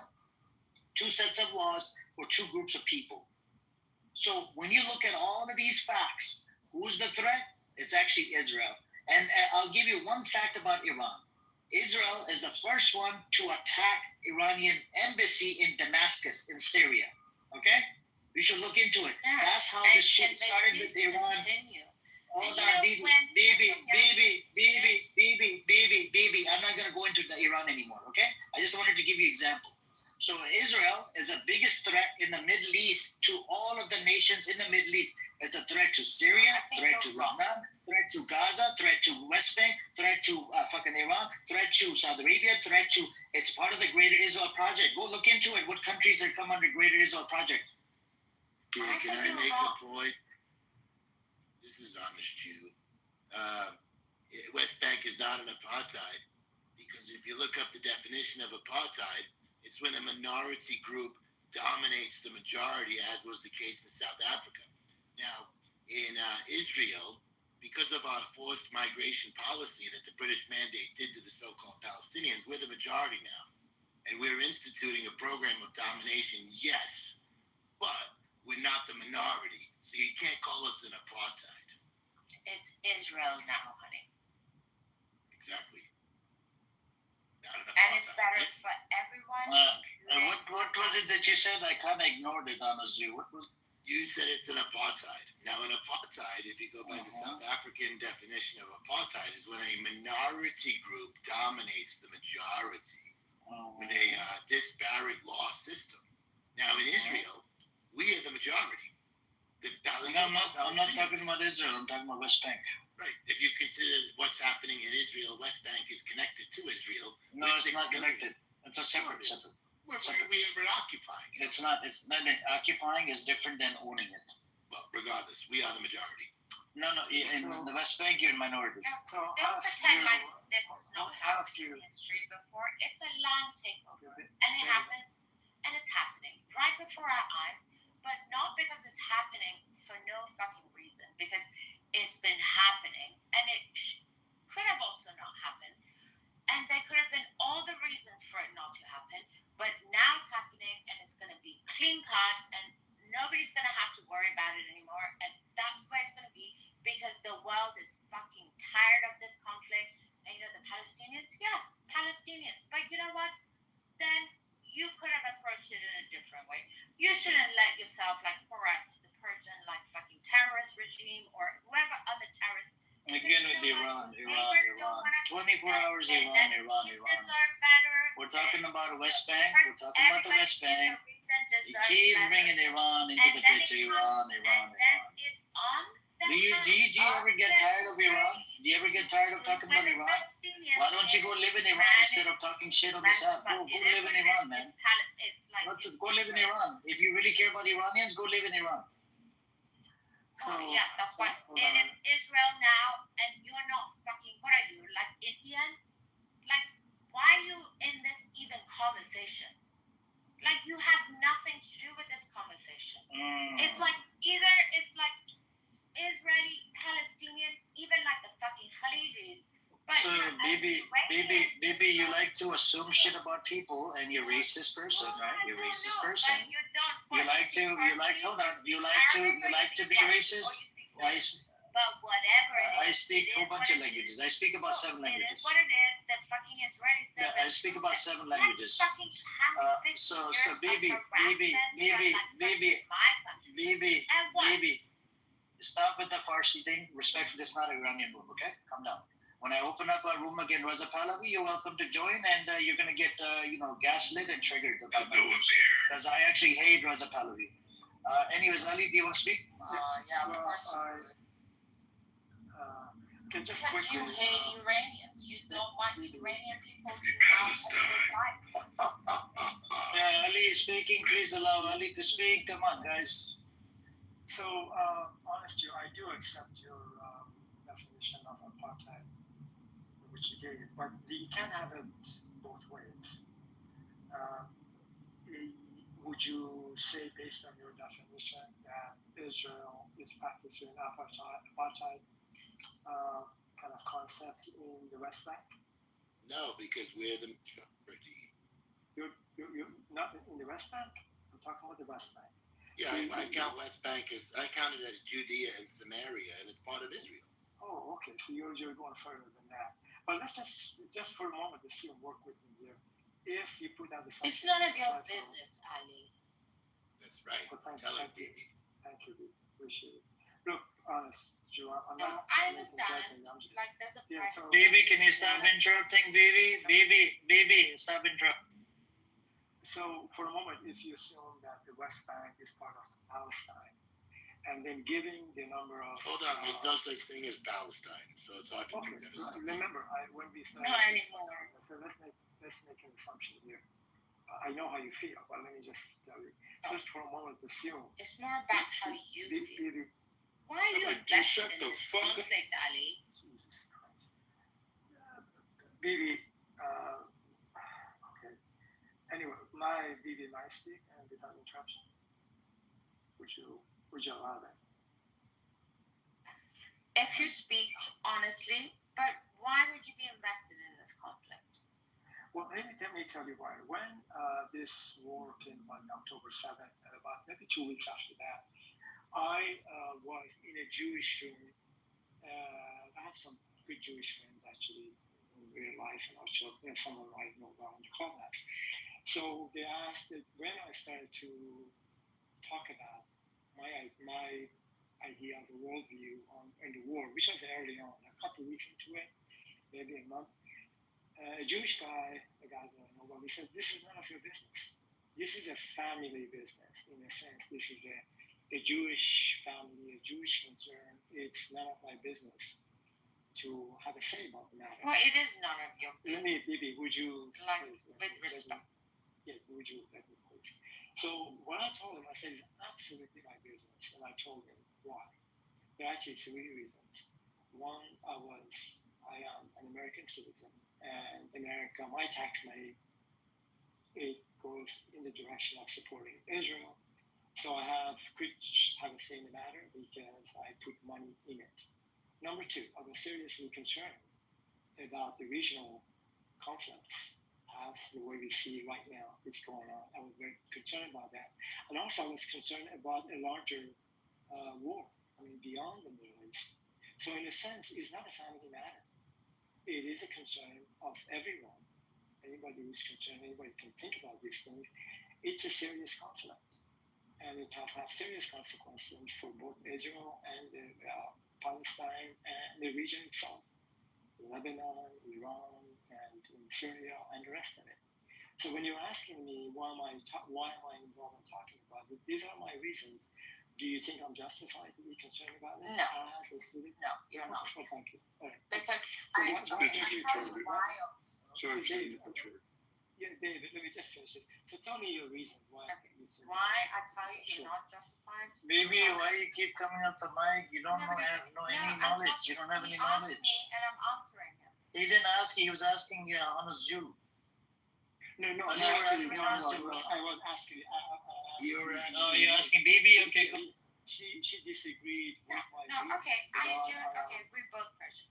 So the reason why I feel you're not justified to feel that way, I understand as a Persian. I understand where you're coming from. I understand a certain level of discomfort because, you're like, okay, it's like it's our region, and it's like I don't know what it is, but it does kind of rub you. But can you not say, within what the Israeli cause has done, it's like every step of their manifestation is liberating our country a little bit more. I just don't understand that you, with a straight face, as a Persian, especially in the West, can sit there and say that you disagree with this. And what I really don't understand is even like the Persian people, because like, what was it, 3-4 years ago, they were like in the streets and they were like fighting. Now they have the opportunity, but that's the case because, you know, sovereignties and proud people, you know, they don't like to be attacked in a sense, and the way probably like whatever the whole Jewish Israeli thing. But then Bibi went on and he spoke and he was very cordial, he was very respectful, and he made very sure towards the Iranian people that they understood it had nothing to do with them. It was about, and it was like, seize the moment, like grab it. This is what you wanted for so long. And then you're like, what the fuck is happening with these people? And they're like freezing. But what is it? So that's where I'm like, is your disdain and your hatred for the Jewish people like more important than the cause of you gaining your liberty? And I think it's a valid question, not so much because Israelis will be fine, as they have like proven throughout centuries. They're gonna survive. They're a very small community, they're resilient, and whatever it is. But as a Persian, I feel embarrassed. I feel embarrassed. Okay, there's no point of engaging with this person. You bringing emotions into this shit. Bring some logic in there. Not feelings, emotion. Forget the fucking. Thank you. I got the gist of what you're saying. First of all, and you know what? This had nothing to maybe we deserve it because you know. I mean, maybe she can go in the audience. I'm in this. No, Ali. So I can finish my. Yeah, baby, please mute up. Whatever you said. Baby, I'm embarrassed to call you, Ronnie. Just mute up. Baby, mute up. Ali speaking. Yeah, thank you, baby. Appreciate it. So, for example, you may want to look this up. Brevity is the soul of wit. So you spoke for 5 minutes and said nothing in terms of what I was trying to say. Let me remind you. Somebody asked me a long time ago, why am I concerned? Baby, I know. What are you concerned? Baby, mute up. You don't have any knowledge, man. It's like killing my brain cells. Okay. So, baby, I asked you a question. You did not answer my question. And I'm not going to repeat myself. Well, he's not letting me because he's shouting. What are you asking? Baby, and your answers had nothing to do with telling me why I should not be concerned about this conflict. Okay, That's I'll give you my answer. It had nothing. By the way, let me clarify this. I don't hate Jews. Okay, I have my worldview completely on this conflict that I have kind of have evolved. Whatever. I know this is going. Whatever it is distorted. Baby, let him finish, baby, let him finish. So, yeah, I have a worldview on this. And actually, it gets refined almost on a monthly basis. I have 8 points on this. I'm not going to read this in there. So I don't hate Jews. This conflict is a very complicated conflict. I disdain Islamic Republic of Iran, and I would be weary, and I would be very concerned to live in a country that is going to have a country next to it, Islamic Republic X and Y and Z. I have a serious, opposition to Islamic ideology, not the Muslims. I don't hate Muslims. I think they are victims of the Islamic ideology itself. I don't wish anything more than having this Islamic Republic of Iran to go away. So in a sense, you did not, going back to slanders, I asked you to tell me, why do you think I should not have a say in this matter? But you did not answer my question. You ranted on whatever you're talking about. I'm really no longer interested in talking with you unless you have some serious contribution that you're going to make. Otherwise, maybe bye-bye. No, I don't. Don't play the victim. It's like, you can't have it. There's no point of engaging with baby. Baby, the question. Baby, the big question. Baby.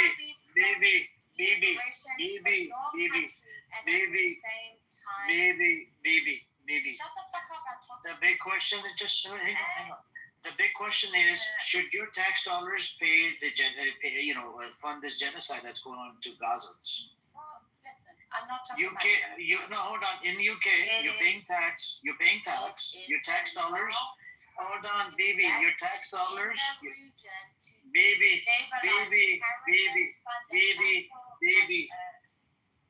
baby, I'm gonna have to use my authority now, okay, on you. If you can't answer the question, then shut your fucking mouth. The question is, I would even do you put support? extra Do you, money into a charity box. do you support the UK? Your tax dollars going to the genocide? Do you support that? Well, that's not. Just a yes or no question. I don't want your fucking explanation. I want yes or no. But if IDF has like. It's a yes or no question. Answer. It's a yes or no question. I don't want your stupid bullshit fucking statement. Yes or no? Do you want your tax dollars going to this genocide? I don't know what genocide you're talking And about. no, this killing of Gazans, innocent babies. More than 20,000 babies have been murdered, slaughtered, killed by the Zionist criminal entity. Your tax dollars are going over there, and in the amount of weapons and whatnot. Do you? I said it's a yes or no question. Yes or no question. I don't want your fucking. I don't want your stupid explanation. Yes or no? Every life of a Palestinian that's been spilled is on the hands of Hamas.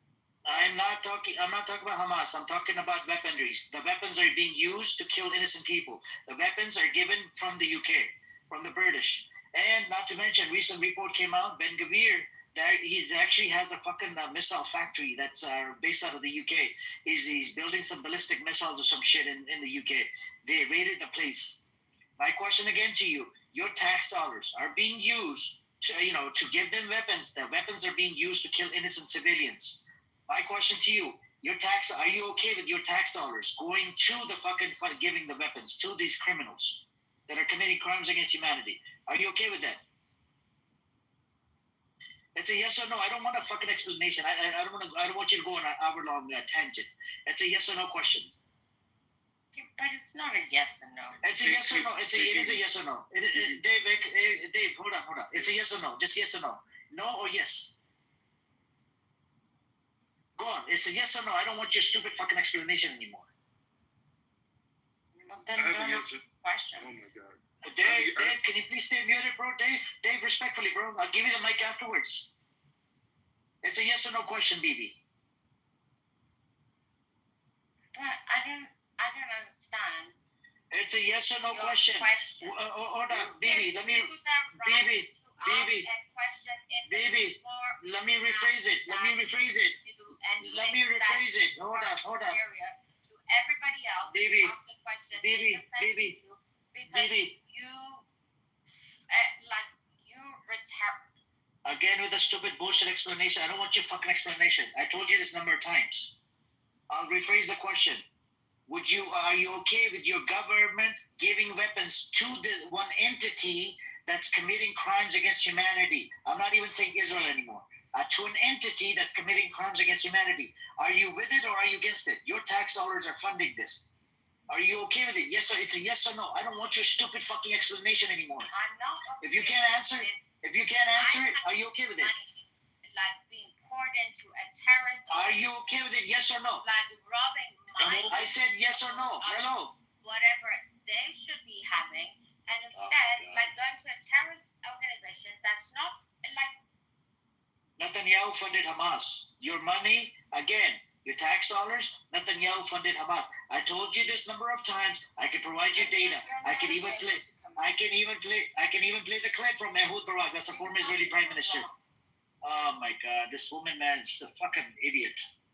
Go back in history, dude. Who's this talking? Who's this idiot talking? Just an Go idiot. on, speak, you stupid fucktard. Go on. A fucktard. Go back in history. So you're arguing Hamas Israel. Yes. Okay. Did Hamas was funded by Netanyahu? Yes or no? Was it funded by Hamas? Was it funded by Netanyahu? Come on, don't hate on Netanyahu. Like, Baby, shit, Are you talking about are you talking about? You haven't seen. Sit in the audience, baby. Stop wasting my fucking killing my brain cells. My question to you: Did Netanyahu fund Hamas? If you trace the money, honey. Don't call me honey. I don't roll like that. I'm not gay. Don't care what you are. I will still say. Yeah, not calling you nothing. I'm just saying follow the money. Yeah, I got a name. It's called Amir. Call me Amir. Don't call me fucking honey or sweetie or whatever. I'm not fucking faggot. Okay. Go on. Okay, follow the money, honey, is just a saying. So Netanyahu gave money. Netanyahu gave money to Hamas. Mr. Okay? I'll provide the link in the chat for you. Read up on the fucking link and then come back to me, okay? Instead of, don't want to answer the question. Stop being so mean. Okay. If I think Yahoo, like, what would I say? Slobodan Milosevic in the North Russia when the wall fell. That was the last one. That's a good point. That's a good point. I don't even know what the fuck he's talking about, man. We'll go with Milosevic and the wall. The Zionist Jews will win this debate with your merit. Continue. May I continue? Can we stick to Israel and Palestine? Israel and Palestine. Okay, let's. Who shot first? Netanyahu did. In this act. Netanyahu. What happened October 6th, 5th, 4th, 3rd? Netanyahu was dead when the shot was fired this time. Go fuck yourself. And I'm fucking indigenous, so I have no. Are you Jewish? Are you Jewish? Are you Jewish? Does that rhyme with indigenous? I don't know. Are you indigenous to America or Canada or Japan or China or Russia? Which part of the world are you indigenous to? Look up Cree on your Google. Look at the pause. He took a long pause. He's thinking about it. Where am I indigenous from? Like, what an idiot, man. Poland? Don't make fun of me. Are you Jewish? Are you Jewish? My background's German. I can speak German. Sprechen Sie Deutsch. I'm Bishop. Okay. Are you Jewish from Germany? I have no Jewish in me whatsoever.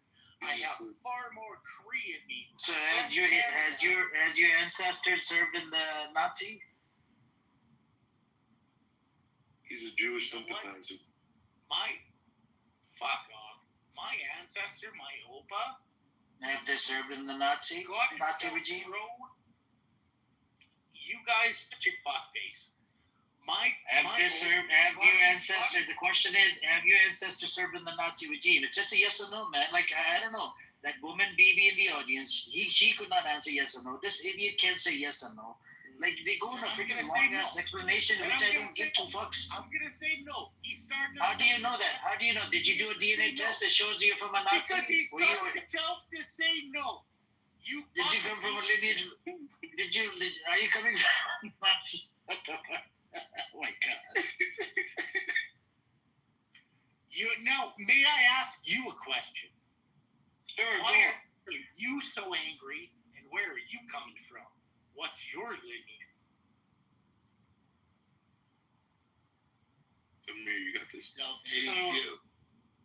So my lineage comes from a particular place, right? And that lineage. Yeah, but I'm not native, right? But I can be native. But if I were to do a DNA test, let me ask you this, lazy, right? I understand you're lazy. Lassie. My actual last name is Laszlo. It comes from Croatia. I kind of find you a lazy bum because you can't answer the question right away. It takes you a while to answer a question. I'm right away. What did you say? Don't deflect. Okay, the question let's say tomorrow if I do a DNA test and it shows up I have 0.5% from that place called Palestine or Israel. Should I go over there and reclaim my property? Should I go in there and tell them like that? Look, my blood says I'm from this place. I need to reclaim my property. Should I do that? Are you Palestinian, Hamas, or Israeli? Because all the way Hamas or Palestinians. Lazy bum. Hey, lazy bum. No, you're interrupting. Lazy bum. Hamas is Palestinians. Hamas are Palestinians. Let me answer.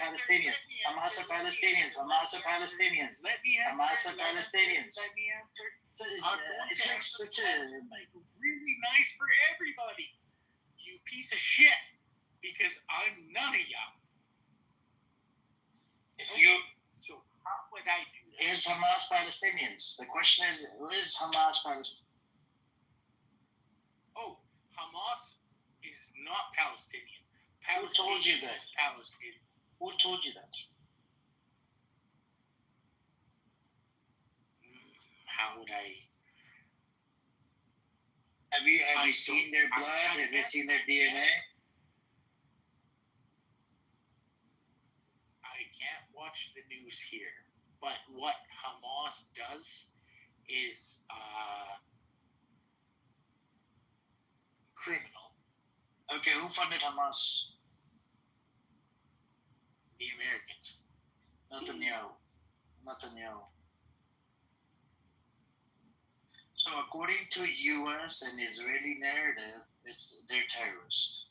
But then if you fund a terrorist, you get away with it without being called a terrorist. No, like that.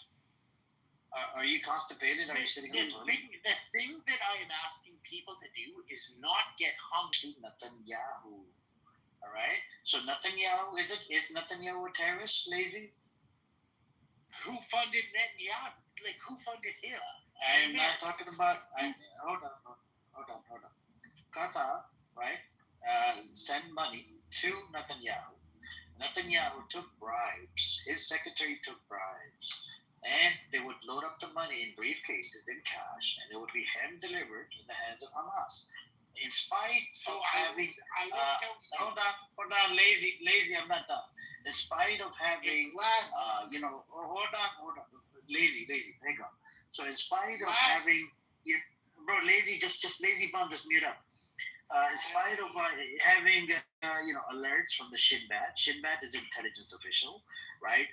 Shin Bet told Netanyahu, according to Times of Israel, twice not to fund Hamas because this money is going to be used for tunnels and military equipment.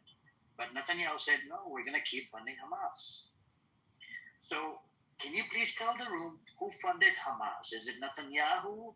Or is it, if somebody funds or, gets involved in the middleman, funds Hamas, that becomes a terrorist by default, right? You're an American. If you fund ISIS or Hamas, they would look at you as a fucking terrorist. I would look at you as a terrorist. So again, the question again to you, are you, if Netanyahu gave, money to, and right now he's giving weapons to ISIS. May I answer questions and you shut your mouth? Please make sure you stick to the fucking question that I asked you, lazy bum. Then we can, have an intellectual conversation. Otherwise, you're intellectually dishonest piece of shit. My name is Lassie. You lazy bum. But what it is follow the money, huh? Stop calling me honey, bro. I'm not into guys.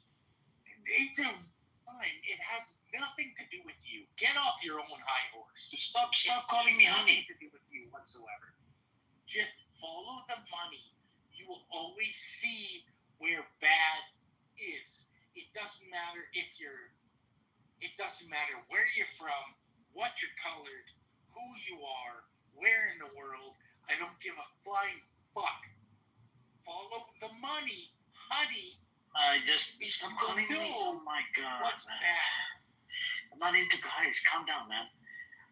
The question. Your ears. Lazy. Did you? Stop interrupting me. Lazy bum. You don't. You lazy bum. Hey, lazy bum. Lazy bum. The question was clear cut. If Netanyahu funded Hamas, it by default makes Netanyahu a terrorist. Okay, lazy bum. Right? So if you're gonna call Hamas a terrorist, lazy bum.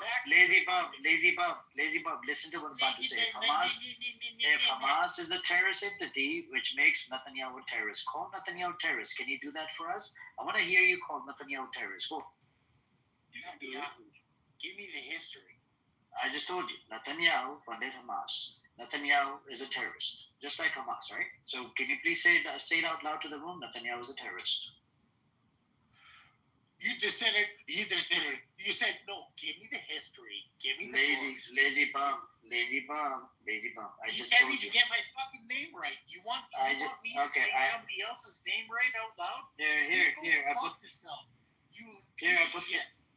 Yeah, put the article in the chat here. You're not doing history right. Lazy bum, check the article in the chat. That's history right there. Netanyahu propped up Hamas and it blew up in their face. Go on, read up on History the being thing. right is the white folks. Okay. And if you can't read it properly, put on the glasses. If you can't read it, just ask your PDF reader or some shit to be able to read this article.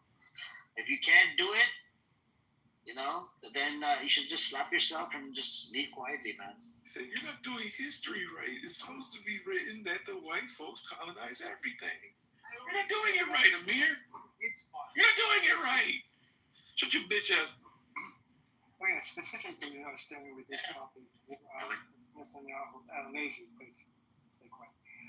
So I had this article in here, and I had it for a while. And what it said, I'm going to read something that I wrote in my notes. This is from as you mentioned, the Times of Israel, and the topic is. I'm sorry, I kind of lost it. But anyway, that's correct, and I'll find it. I wanted to read an excerpt from the magazine. Maybe next time you take the mic, have your excerpt ready to read. That's how the rule. Limited understanding that I have an iPhone and I touched the phone and it moved. Okay. So you see how quickly you jump your conclusion. You have an iPhone. You have an iPhone. Shit happens sometimes. Okay. So just be a little bit more considerate and understanding that people maybe they can't. I'm sorry. I didn't realize you were. No, that's okay. That's okay. That's okay. I'm sorry. And I'll just go on mute and I'll come back once. I wanted to read an excerpt from this. Excerpt, right? Yeah, sure. Thank you. I fucking hate Clubhouse. Yeah, why is it so difficult? Actually, honest June, can you answer Amir's questions? Of course. How about that? Absolutely. All right, so is Netanyahu a terrorist for funding Hamas? No, of course not. This was a strategic initiative that he took. The problem at the time was, I'm not sure if you're aware, does anyone know why Netanyahu funded Hamas? Maybe let's start with that. I know why, but does anyone know? He's a terrorist. Actually, let's bring Bibi up. Bibi can answer the questions. I know why. I'll tell you why. It's because. Okay, so this is my view of Bibi Netanyahu. Unlike fucking Israelis and the whole Israeli cause, you don't even fucking deserve this man for what he has done for the Jewish and Israeli cause, but also mostly from a military. Matthew, did you want to ask her something? Kind of way. This person should go down in history for his resilience, for his capacity to stand up to fucking not just only bullying and attacks and with the fucking level of small resources, but also his passion and okay, so people are like, okay, there's some kind of corruption. Everybody's fucking up corruption, but there is something about this guy, and once he's done defending Israel's fucking rights against injustice, terrorism, I would love him to fucking come and clean up my country. And does anyone want to again with the Iranian, again with Iran. Hang on. Right, and Ali. Baby, Baby, again with your stupid narrative, man. Again with the bullshit, man. Every time you open your mic, it's like diarrhea, man. I think. Check the article in the chat. I posted, I don't know, this lazy bum, if he read it or not. Netanyahu propped up Hamas, funded Hamas, $15 to $30 million. It's in the chat. Times of Israel. It's a Jewish source. Okay? It's from Israeli source. Netanyahu funded Hamas. Thing I don't have. Lazy bum, go ask ChatGPT. He'll tell you. Netanyahu funded Hamas every month, $15 to $30 million. Hold on. According to Ehud Barak, that's a former Israeli prime minister, Netanyahu has funded $1.4 billion to Hamas, and They kept on funding Hamas every month to keep them in power, to give them more power. So they keep on fighting against the PA, which is the Palestinian Authority in the West Bank, so it doesn't turn into a two-state solution. That was the main thing. And if you fund a terrorist entity, by default, if you're a British citizen, UK citizen, American citizen, Canadian citizen, it makes you a terrorist if you glorify or promote this kind of shit. So, Bibi, if you disagree with this, or if you agree that it's okay for Netanyahu to fund Hamas, you're basically supporting a terrorist entity, and I think you should be locked up. And I should report you to the fucking UK government. Because I hate when people come up here to support the terrorist governments, terrorist entities, and they want to come up here and take a high moral ground. Lazy Bum, did you read the article? Just be careful. I haven't had the time to read the whole article, I'm sorry, but I know what's going on with pimples in my country. The only question I did want to ask that actually scares me a little bit is does Israel have plans to build the second temple? Maybe yes, maybe temple. We're on the third temple, buddy. So, I mean, let me get back. Somebody on the stage, unfortunately, I could not see it mentioned that they have a reason why Hamas was provided with a whole bunch of money in 2006 by the Prime Minister. I would like to, as I mentioned, I wanted to read the excerpt from the Times of Israel and give the reason why, and you be the judge of it. I don't know if that's what the article says. So here's the article says, and then you may have a different take on it. This is the title of the article. Just to be sure, I'm not now, Please be quiet, lazy, be quiet. So here's what the topic is. Israel's support of Hamas and keeping them in power to divide and conquer and to portray a negative perspective on Palestinian goal. That's the title of the article. Now here's the first paragraph, I think. For years, the various governments led by Netanyahu took an approach that divided power between the Gaza Strip and the West Bank, bringing Palestinian Authority President Abbas to his knees while keeping moves that propped up the Hamas terror group. The idea was to prevent Abbas or anyone else in Palestine Authority, West Bank government from advancing toward establishment of a Palestinian state. This is what this article states in terms of the goal of providing funds to Hamas. If somebody was mentioning they have an idea why the money was given to Hamas, I'd like to hear that. Actually, that might be a good perspective. There's all video footage of him saying that he was it was probably in the context of lost one election, and it was the more aggressive of the two, so now he could wage war more easily. Yes, and also what no one ever talks about in this room. Do you guys know that Yasser Arafat was the Time Man of the Year? You can Google it. He's got his face on the cover of Time magazine. I'm not sure the exact year. I believe it was in the 70s. So when the so-called Palestinian Liberation Organization. Excuse me? Later 80s. Later 80s. There you go. Exactly. Thank you. So this is a big problem for us in Israel because, what the PLO was doing, they were garnering worldwide support, for being anti-Israel and anti-Zionism. So this was a problem for us, and that's why Netanyahu funded Hamas. It wasn't to support terrorism. It was to take the air out of the international community's support for so-called Palestine by taking away the symbol of their so-called resistance, which was, of course, terrorism, because Arafat was a terrorist. So, I think we need to get this part straight and really articulate. But, I'm sorry, just quickly, honest Jew, for a moment I thought you were going to say that Yasser Arafat's picture was in the Time magazine because of his good look. So that's not the case, actually. Okay, sorry, Anna. I was saying was so the main reason. Look, this is a Zionist narrative is that they funded, Gazans because of the humanitarian.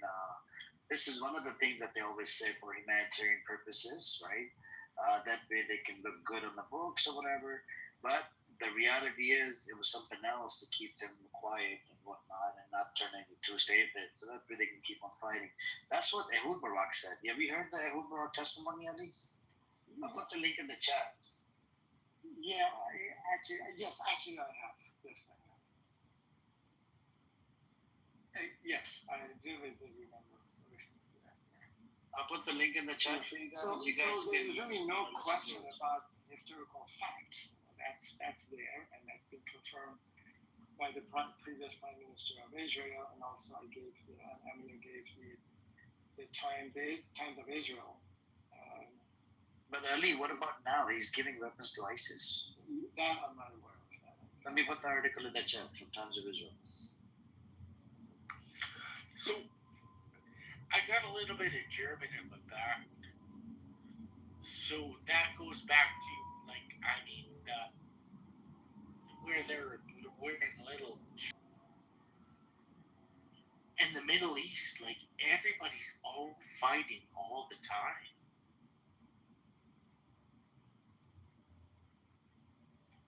You go. Actually, please, Lazy, go ahead. So, Ali, here's the article. This is, if you search for Islamic State, it says at the bottom. It's one of the members. It's going to take me a while to actually read that. Lazy bum, you don't want to read it. You're intellectually dishonest piece of shit. I told you this to go read the Hamas shit in the chat that I posted. It was Israeli Jewish source. But, you're just a mental retard you are. I knew you were a mental retard, just here to troll. So just calm your tits down. I'm going to have a conversation with Ali. Ali, I put the article in the chat. On that article, if you look for Islamic State, it says at the bottom, the person's name is Abu Shabab. Clan Abu Shabab is identified with Islamic State, which is ISIS. And these people were locked up under Hamas until they flattened Gaza. They let them out. And Netanyahu gave them... Lazy bum, mute up, lazy bum. I'm not talking to you. Mute up. Mute up. You suck. Lazy bum. Shut up. Shut your fucking mouth. Shut your mouth. Shut your fucking mouth. Lazy bum. So the last article you posted here. Yeah, I posted the last article, Times of Israel. Yeah, I'm looking at it right now. And Netanyahu came out, and you know what he said? He didn't even deny the claim that was made by Lieberman. Lieberman is one of the Knesset members. So Israel providing guns to Gaza gang to bolster opposition to Hamas. Stealing aid. For more than a year and a half, and we knew these gangs and they're protected by IDF. Okay, are you talking about this gang being ISIS? Yes. It says in the same article. It says Abu Shabab is identified with ISIS, Islamic State.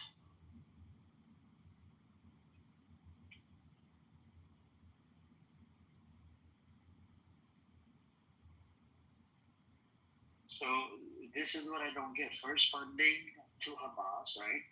And then now giving weapons to ISIS. And they've been doing this for over a year and a half or 2 years. That way they can keep putting the blame on Hamas. And then, there's another article from the U.S. agency came out that it says Hamas is not systematically stealing the aid. And guess what happened? They changed the narrative. The Zionist entity changed their freaking narrative. I can explain why Netanyahu's doing this. It actually makes perfect sense. It's really the same explanation I just gave for the PLO and Hamas. Right now Hamas is the problem. So Netanyahu funds ISIS. And if ISIS takes over Gaza and they become a problem, then Netanyahu will fund someone to take them down. It's just a never-ending cycle. But it makes perfect sense if you're Jewish. You're just not Jewish, so you don't understand.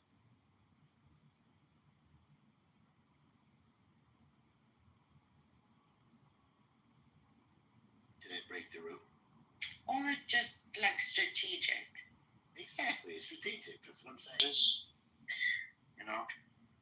Hamas blew up, and then now giving weapons to ISIS for stealing the aid. And the same gang that sells the aid in black market for 5 times the price inside Gaza And this is all done under the supervision of IDF. IDF has given them uniforms, weaponry, a whole bunch of shit.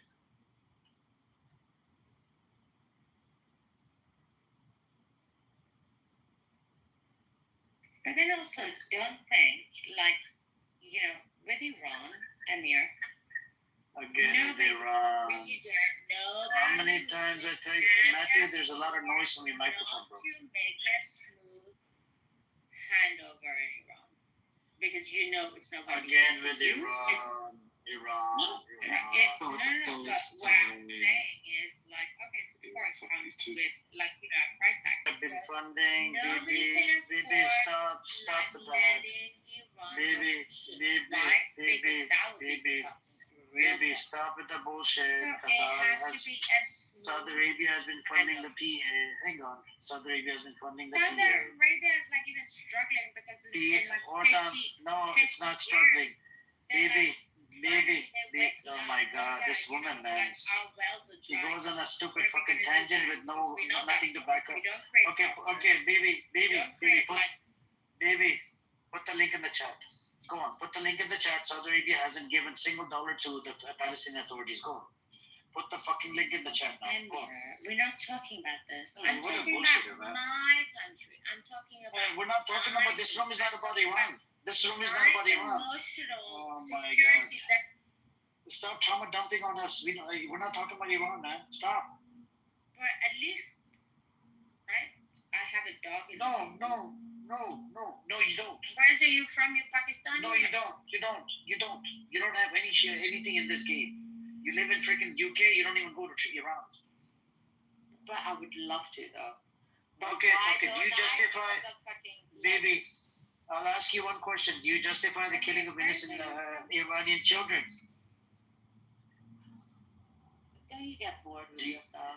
Are you okay? Are you okay with Israel killing more than 50 Iranian children in Iran during the 12-day war? I'm not okay with Iranian government having killed. I'm not talking about Iranian government. Oh my God, this woman, man.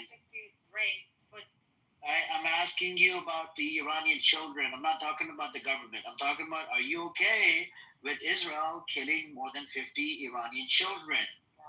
I'm not talking about. Oh my God. It's a yes or no. Don't give me fucking this stupid bullshit statement. It's a yes or no. Where'd you get your facts from? Answer yes or no. When you tell me where you're from. I said yes or no. Yes or no. If you can't answer, you can sit in the audience. What are you asking me? Isn't this? Oh my God. So like this woman can't even answer about the Iranian things, man. I can't believe it. So Bibi, Amir was asking you, would you justify killing 50 Iranian children as a result of aerial attack by Israel and subsequently by US on Iran? That's what he's asking. What sick fuck is like, yeah, that's cool.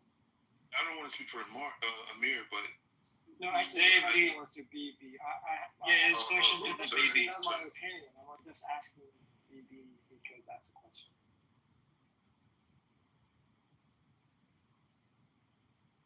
It's just a yes or no question, but this woman doesn't want to answer any yes or no. She goes on a tangent, doesn't answer any questions. No questions. Doesn't add any value to the conversation. Just a bullshitter. You come on this app and you fucking make up bullshit in every room and you said nothing. You go into every room, you even go into the Zionist room, always talk about Iran. Even the room is not even about Iran. Matthew, do you have any questions, Matthew? Yeah, I do actually. I mean, excuse me. No, it's okay, BB, just mute up. You took forever. Now it's Matthew. Hold on, it's on Matthew. So Zionism predates World War II. So why I mentioned that is Zionism about just having some presence in the Holy Land, or was it always from the get-go to basically the Greater Israel Project? It started, it came from their Jewish religion. It was a religious Zionism, right? Around, I think, 200 AD or something, it died down. And then it got picked up by, I think, the Christians in 18th century, 1800s. You have the evangelical Christians, right? They started this this movement, Zionism, whatever. And then you have these, there's somebody that coined the term in 90.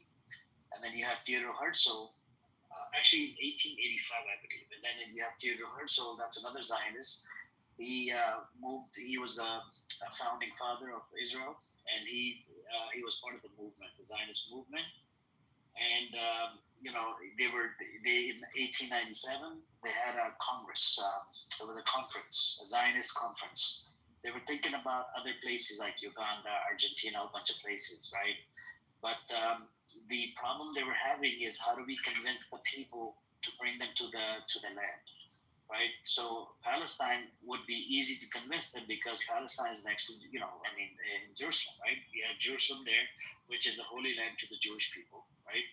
Now, when it was under Ottoman Empire, it was called Philistine.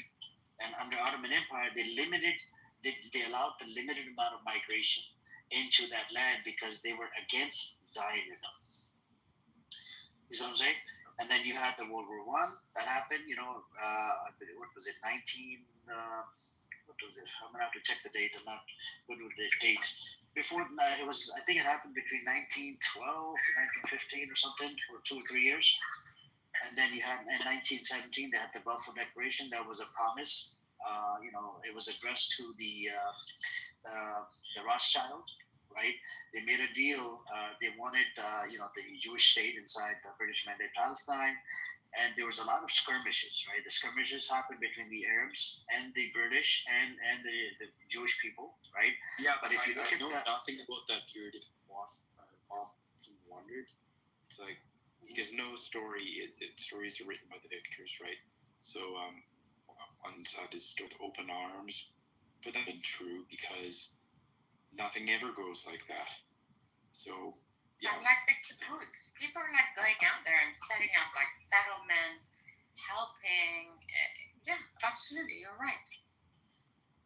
So Matthew, the way I understood Zionism when I read some of their books and stuff, you had Theodore Herzl. He had said some problematic stuff, right, in relate to how do we ethnically cleanse a certain group of people. You had Eliezer ben Yehuda. He's the one that revived the Hebrew language. People would actually read the Hebrew language, but they would not have conversation in Hebrew language. So what he did, he actually isolated his kid for, I believe, 5 or 8 years, right? And he exposed him to the Hebrew language that he has revived. And then in 1921, he convinced the British mandate to nationalize the language, right? With a bunch of Zionist buddies, even though the Jews in Jerusalem, they condemned it. They excommunicated, they told him to get lost. We're not going to adopt your language. He created a school in 1929. After 1920, anybody spoke in different language, they would get their ass whooped. There was an article in Haaretz that was reported. You had another, massacre happened that in 1929. They always bring it up. The Zionists always bring this up. But it was a massacre from both sides. The Arabs got killed, the Jews got killed, and some of the Arabs even protected the Jews. So there was rumor or whatnot that they were going to take over Masjid al-Aqsa. You see what I'm saying? And that's a holy place to the Muslims. Yeah, are you talking about the... It's called Hebron Massacre. That's what it's called. The Brown Massacre. If I Google Hebron Massacre. Hebron. The Zionists always bring this up, Hebron Massacre. But it was from both sides. The massacres happened on both sides. But the Arabs, it was actually more from the Arabs than the Jews got killed. And then, moving along, you have, there was the Arabs even revolted against the British because they got pissed off and tired that how the hell are you going to allow the mass migration to happen, right?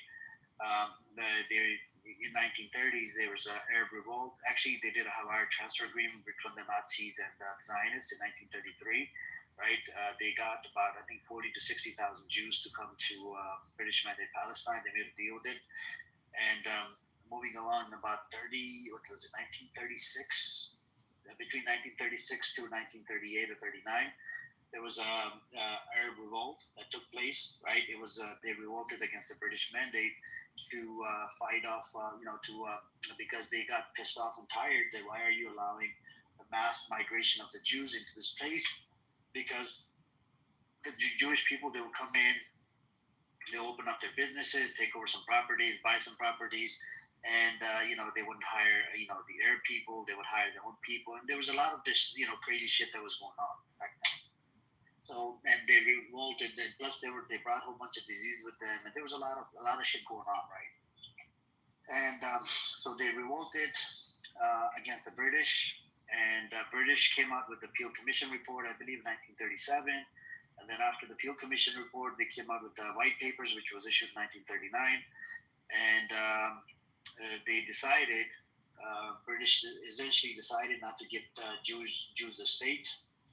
And they said it's going to be a Palestinian state from 10 years from now. So from 1939, there would have been a Palestinian state by the 1949. And British saw these people as terrorists because what they did in 1937, these Zionists, what they did, they they booby-trapped cucumber boxes, milk containers, which blew up at the restaurants and whatnot. That ended up killing 20, 30 Arabs, or almost 50 or 100 Arabs, different places. And it's called Black Sunday. If you look it up, right, you'll come across a Wikipedia link, and then look at the aftermath of what they did. It was very disturbing. Somebody wants to come up. Let's see. And moving along, so in 1939, after the White Papers, what they did, there was a Jewish militia gang called Lehi in 1940. So what they did, they approached Nazi to get help from them to get rid of the British mandate. And the Nazi came out and they're like, nope, we're not going to help. So what they did, they started slowly preparing, start doing some small attacks, on that land against the British, right? In 1945, they actually killed one of the leaders, the British mandate leader in Cairo. In 1946, they did the King Hotel, they were bombing and other types of attacks, like, train tracks and whatnot. And then in 47, they actually killed two, commander from the British mandate, And there's a lot of these crazy shit that they did on that land. That's why the partition plan was issued in 47, and British was not part of it because they saw these people as fucking terrorist motherfuckers. You see what I'm saying? And British wasn't with the plan of the Jewish state. So that's the partition plan was on the table and whatnot, and Arabs denied it because it was unfair. So wait a minute. So the block of Israel is sort of carved out on a map, and then they just let them fight each other. Yeah. So no, they got attacked. The British mandate, there was terrorist attacks on their property and whatnot on their people. You see what I'm saying? So this state was created by terrorizing British mandate, right? They were running the show, and they terrorized Palestinians as well. So in 47, what they did, what was it? So you know how I told you about the letter bonds were received to Harry Truman, the president? You heard it, right? I said it earlier. Yeah. Okay, and so after the denial of the partition plan, which was unfair, right? Because the Arabs got a smaller piece of land, and they were in majority. Jews got a bigger piece of land, and they were in minority. And after they denied it, according to the UN report, according to Ilan Pape, Benny Morris, these are Jewish, Israeli historians, and they started going from one village to another to ethnically cleanse them. You see what I'm saying? And they did the ethnic cleansing, and then they started going from one village to another. Yeah, let me give you a UN report. Hold on. Matthew, don't believe there a proof word that- of what he says. He's making it up all the way. The Israelis are not even denying this. Joe, hang on, Joe, please, let me continue. My bad. You're coming in the middle, you're coming late. Check the link in the chat, and can you do me a favor, Matthew? Read the second paragraph to the room. I put the link in the chat. This is from the UN.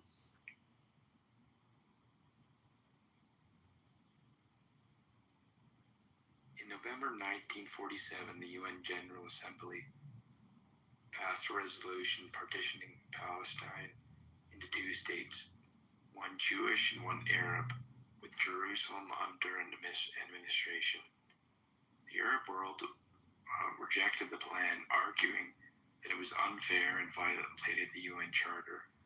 Jewish militias launched attacks against the Palestinian villages, forcing the thousands to flee. The situation escalated into a full-blown war in 1948, with the end of the British Mandate and the departure of British forces, the Declaration of Independence of the State of Israel, and new entry to neighboring and the entry of neighboring Arab armies. The newly established Israel force launched a major offensive. The result of the war was the permanent displacement of more than half a million Palestinians. Yeah, let me clarify some of the stuff for you. Yeah, let me clarify some of the stuff. So after they started doing ethnic cleansing, right, it turned into full-blown war because they called it Israel. They took over the borders, right? They put a line across the map, and they called it Israel. Okay. After they called it Israel, a lot of Palestinians, they were pissed off. How the fuck is this? There was a lot that was, they weren't trained either. And the other side was well trained. The Zionists, they've served in the military, they've served in the British, they served, they were well trained. And, so they won the so-called war. After taking over, they won the so-called war, you had the UN mediator. His name was Barnard. He was a special mediator. He knew what the Jews had gone through during Holocaust.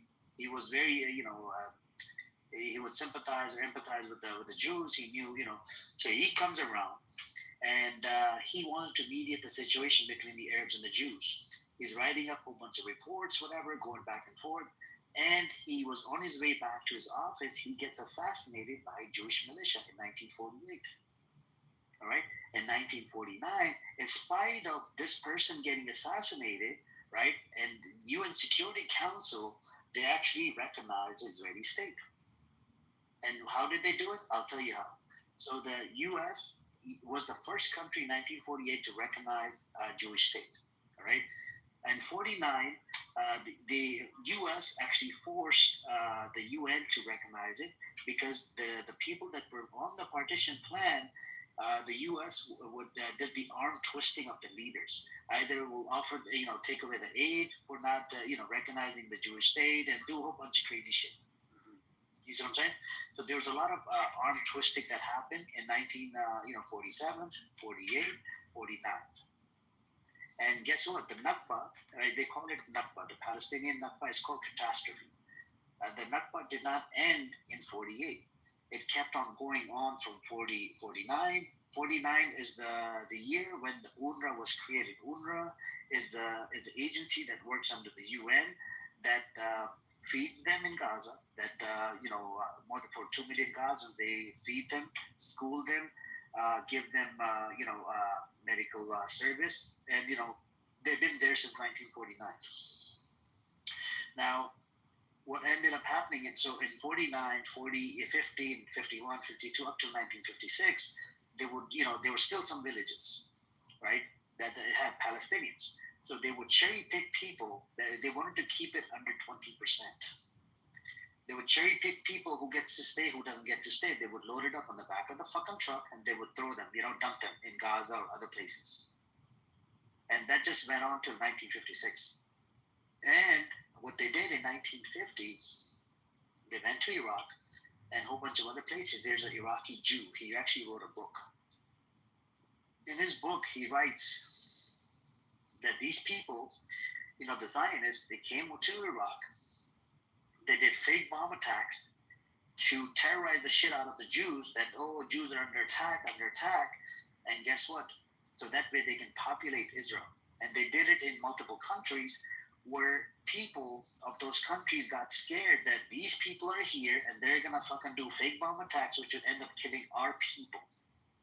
You see what I'm saying, Matthew? And this was part of the Zionist project, to populate a place called Israel, which they just created because nobody wanted to move to Israel. they were happy living in other places in Iraq and a whole bunch of other countries. There were some skirmishes and whatnot, but that ended up happening after the creation of this Jewish state because it was done by force. So when you look at all these facts, right, religiously, right, I know you're evangelical, whatever, religiously, why, well, you know, why would somebody support the state called Israel religiously when it was only created in 1948? It's like a young state about 76, 78 years ago. It doesn't make sense to me when someone brings up the religious card. Well, the Israelites and the Hebrews, they laid claim to it for like 3,000 years, but the most recent argument is if Jews are the full and real representation of the tribes of Israel of the day, there was 12 tribes of Israel. I'm not into this stuff, but we're getting into essentially prophecy. Yeah, but one thing I will say from a practical standpoint, I don't see how in basically the complete eradication of one to the other. I just don't see how, and that's not the solution, but I just don't see there ever being peace until I wouldn't, if someone did kill my family, I'd never forget, and I'd try to do everything to get back at them. You know, and so it goes. Matthew, that's what these people have been doing since 1947 up till now. So before, right, it was Gaza. From 1947 up to 1967, right? And then after 1967, the war, they started a new war with Egypt. Israel was the first one to shoot a rocket into Egypt. All right. Now, Israeli narrative is, it was a preemptive attack. They had a whole bunch of soldiers lined up. If we would not have attacked, they would have attacked, which actually doesn't make sense. I have statements from Israeli top officials, a former Israeli Prime Minister, Menachem Begin, literally have a statement from that person says, it was all bluff. We didn't have to attack. We weren't going to get attacked. And there's a statement from a chief of IDF that said the same thing. So they've been poking the bear, and what they did after the 1967, they won the so-called war, which was backed up by, a whole bunch of countries, like Western countries. They took over West Bank. They call it Judean Samaria, according to the scriptures. And that place, the first thing they did after taking over 1967, they start building settlements. They start building settlements. They slowly, they start doing a whole bunch of crazy shit in the West Bank. And they started setting it like a proper apartheid with two sets of laws. Oh, we got laws for the Israeli settlers, and then we got laws for the Palestinians. I think Netanyahu literally thinks he's in the end times as he would understand it. I'm serious about that because I fully do think that he's going to invade the whole Greater Israel project.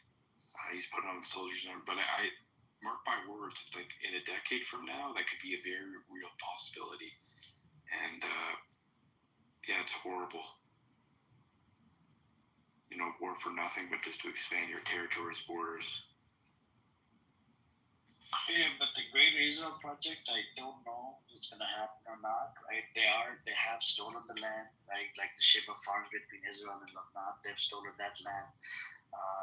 It was a disputed land between Lebanon and Syria. They have taken over Golden Heights in Syria. They have taken over buffer zone in Syria. They have bombed the shit out of Syria, killed a bunch of people. You know how many settlers live in the West Bank? More than 700,000. Do you know amongst the 700,000, more than 70,000 are American? Can you believe it? Illegal settlers. Yeah, that's. And guess what? They're committing crimes against Palestinians. And when they commit crimes against Palestinians, they can't call the local Palestinians cannot call the PA, Palestinian Authority. If they do that, they won't even show up. They're like, no, we're not dealing with Israelis, right? And if they call IDF will come and they will actually protect the settler committing crimes, and they will arrest the Palestinian. They'll beat them up and then they'll arrest them.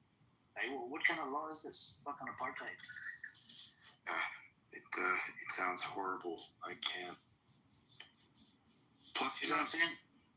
I would suggest you look into it more if you want me to give you some books and stuff. Right, so it's not like they could just leave either. And I can provide you a documentary. It's called Tantura from 1948. Literally, you have elderly IDF soldiers laughing about how they raped little kids and went from one village to another. They killed people. They're laughing while talking about the history. Let me put the link in the chat. If you have time, hour, 2 hours, watch the Tantura. That's a very famous documentary. Let me see. Let me put the link in the chat. Yeah, please do. Some time ago, when 2 years ago, actually a year and a half ago, there were a lot of rooms and discussing about this conflict, and the Jewish people were very active. And there were some Jewish historians that were talking about this conflict, kind of the history from their perspective. So I asked him a question, that is there anything that Israel has done wrong in terms of, let's say, cruelty, crimes, and the rest of the stuff, and torture? They could not give me one example of it. So we are kind of seeing the same thing here in this room. Amir, as much as I like him, he is not prisoner from us. And then Israelis have done all of the wrong things. It cannot be black and white like that. That's kind of, and Amir can come back and comment on this. And that's what you hear when, how can I say this? When you're so passionate about something, you're not willing to accept, or at least say, okay, these are few things that Hamas has done wrong, and Israel has done wrong. The Palestinians have done wrong. They could have done better. You don't hear that. Maybe Amir can talk about this a little bit more. So next thing I wanted to, just 1 second. I wanted to read, thank you for putting this article in here, which is really stunning. This is the, so the article, this is regarding the Prime Minister of Israel actually helping a group, and I'm going to read the first paragraph in here. This is really telling. So this is from the Times of Israel, yes. So the title is Israel providing guns to Gaza gang to bolster opposition to Hamas. Security cabinet was, here's the article. Security cabinet, this is Security Cabinet of Israel, was not informed of plan to start arming Abu Shabaab group, which was created in Rafah last year and has its root in looting aid trucks. And the article continues, Israel has been arming criminal gang in Gaza Strip as part of an effort to strengthen opposition to Hamas in enclave. Defense sources confirmed on Thursday following remarks on the matter by former Defense Minister Lieberman and Prime Minister of Israel, Benjamin Netanyahu, later confirmed the report, saying the move helped save Israeli soldiers' lives. So then, if you keep reading, there is somebody is saying that the head of this group, Abu Shahab, is somehow linked to some ISIS kind of linkage to that. Identified. That's what Lieberman charged. This is what he says. Lieberman says the Israeli government is giving weapons to a group of criminals and felons identified with Islamic State, in this ISIS, at the direction of the Prime Minister. Lieberman charged, to my knowledge, this did not go through approval by the cabinet. So this is really, really interesting. I don't know. So I think the reason that the Prime Minister has two, one is presumably it is saving Israeli soldiers. And second, now I can better understand why the project of feeding people in Gaza, a lot of difficulties in terms of the looting of the truck and the rest of it, and this group has something to do with that. But I have not seen anything that's confirming that this Abu Shabab is actually connected to the ISIS, with the exception of what the Liberman says, and he does not provide any sources. So anyway, I would like to see if this is this is not a good thing. I mean, somebody said in the audience and on the stage that this is a good strategy from the Israelis' part. The same thing that they did with Hamas. This also makes sense. I'm not quite sure it's a sensible. And the reason for it is by losing the trucks, and actually people, there's no food, and people take the food away, and I'm sure that it gets kept somewhere and sold in the black market, probably 100 times more than what it's worth. So it's not a good thing. The second thing that I wanted to do now, and then I'd like to hear Annie's comments on the assertions I made on the early part of my comment. So when on the 8th, October 8th, the day after October 7th, Antonio Guterres, the Secretary General of the United Nations, made a statement which I thought is profound, and it was really a balanced statement, and it was criticized heavily, immediately by the Israelis, and particularly the Prime Minister. Here's what the statement says. This is what the Secretary of the United Nations said. Protecting civilians can never mean using them as human shields. Protecting civilians does not mean ordering more than 1 million people to evacuate to the south, where there is no shelter, no food, no water, no medicine, and no fuel, and then continuing to bomb the south itself. It is important to also recognize the attack by Hamas did not happen in a vacuum, Gutierrez said. The Palestinian people have been subjected to 56 years of suffocating occupation. They have seen their land steadily devoured by settlement and plagued by violence, their economy stifled, their people displaced, and their homes demolished. But the grievances of the Palestinian people cannot justify the appalling attack by Hamas. And these appalling attacks cannot justify the collective punishment of the Palestinian people. And that's where the statement ends. In a sense, no party is immune from claiming that they have not done wrong things in terms of taking lives, attacking civilians, and committing cruelties. So I want to hear a balance,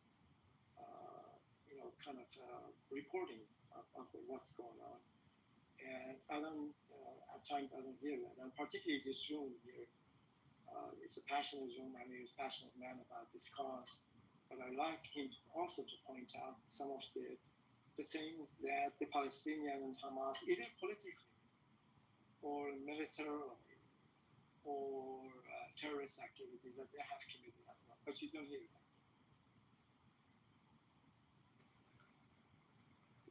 I don't mind. Ali, the problem is I don't mind condemning Hamas. There's Palestinians that come into this room. Some of them don't even support the Hamas. It's not a big deal for pro-Pali to condemn Hamas. The issue is from the Israeli side, they not once they have condemned the IDF. Do me a favor. Look for Zionists on this app that's willing to condemn Netanyahu, that's willing to condemn the IDF, and I'll be like, whoa, I'll be amazed. I don't mind condemning this, act or whatever. And how could there be a balance when you have a group of people that have been oppressed and suppressed for over, 70 years? That's the part I don't get. Like, how do you find a balance in this? When you see the oppression, they tried everything, a peace deal, this and that. Hamas could be terrorists. Yes, there was crossfires that happened on 7th of October. Yes, innocent people died. There's people, I'm sure, at the rape party, people did get raped. But every time they bring up the Hamas claim, I asked them a question. Can you give me the name of the person that got raped? No names. Can you give me the person of the 40 beheaded babies? Is it true? I had recently had somebody come into the space 2 days ago. She literally said 40 beheaded babies. I'm like, can you provide evidence? Literally, the president of America had to, walk back on his statement because it was debunked. So, and relate to Hamas, yes, there's bad apples and there's good apples. Hamas was actually elected under Jimmy Carter, democratically. But the issue was they started this shit. They didn't want Hamas to turn it into Islamists or whatever. They pushed them. They fought them off with the Fatah and whatnot, and they pushed them into Gaza. And they arrested a whole bunch of their leaders. So Hamas, when they took over Gaza, they decided to shoot some rockets, to get back at them and to get the people released. And what did Israel do? Blockade the whole fucking place. Even when they left in 2005, it was under occupation, according to international, organizations like UN and whatnot.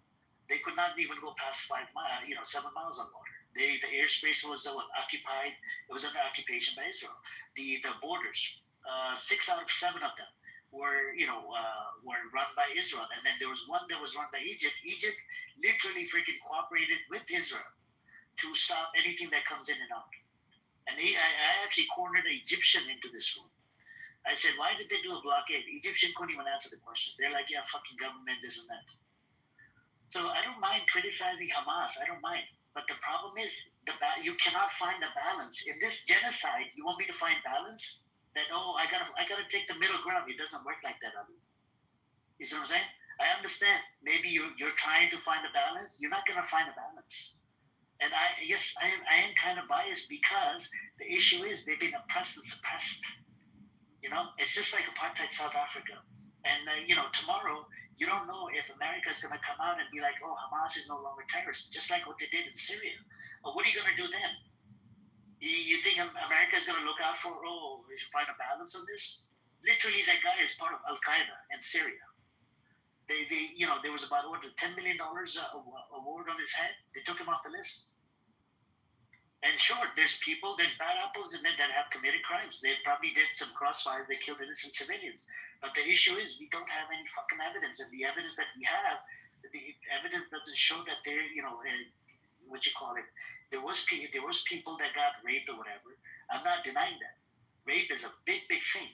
But the issue is, every mass captivity, she was released. And guess what? Her personal trainer inside Israel raped her.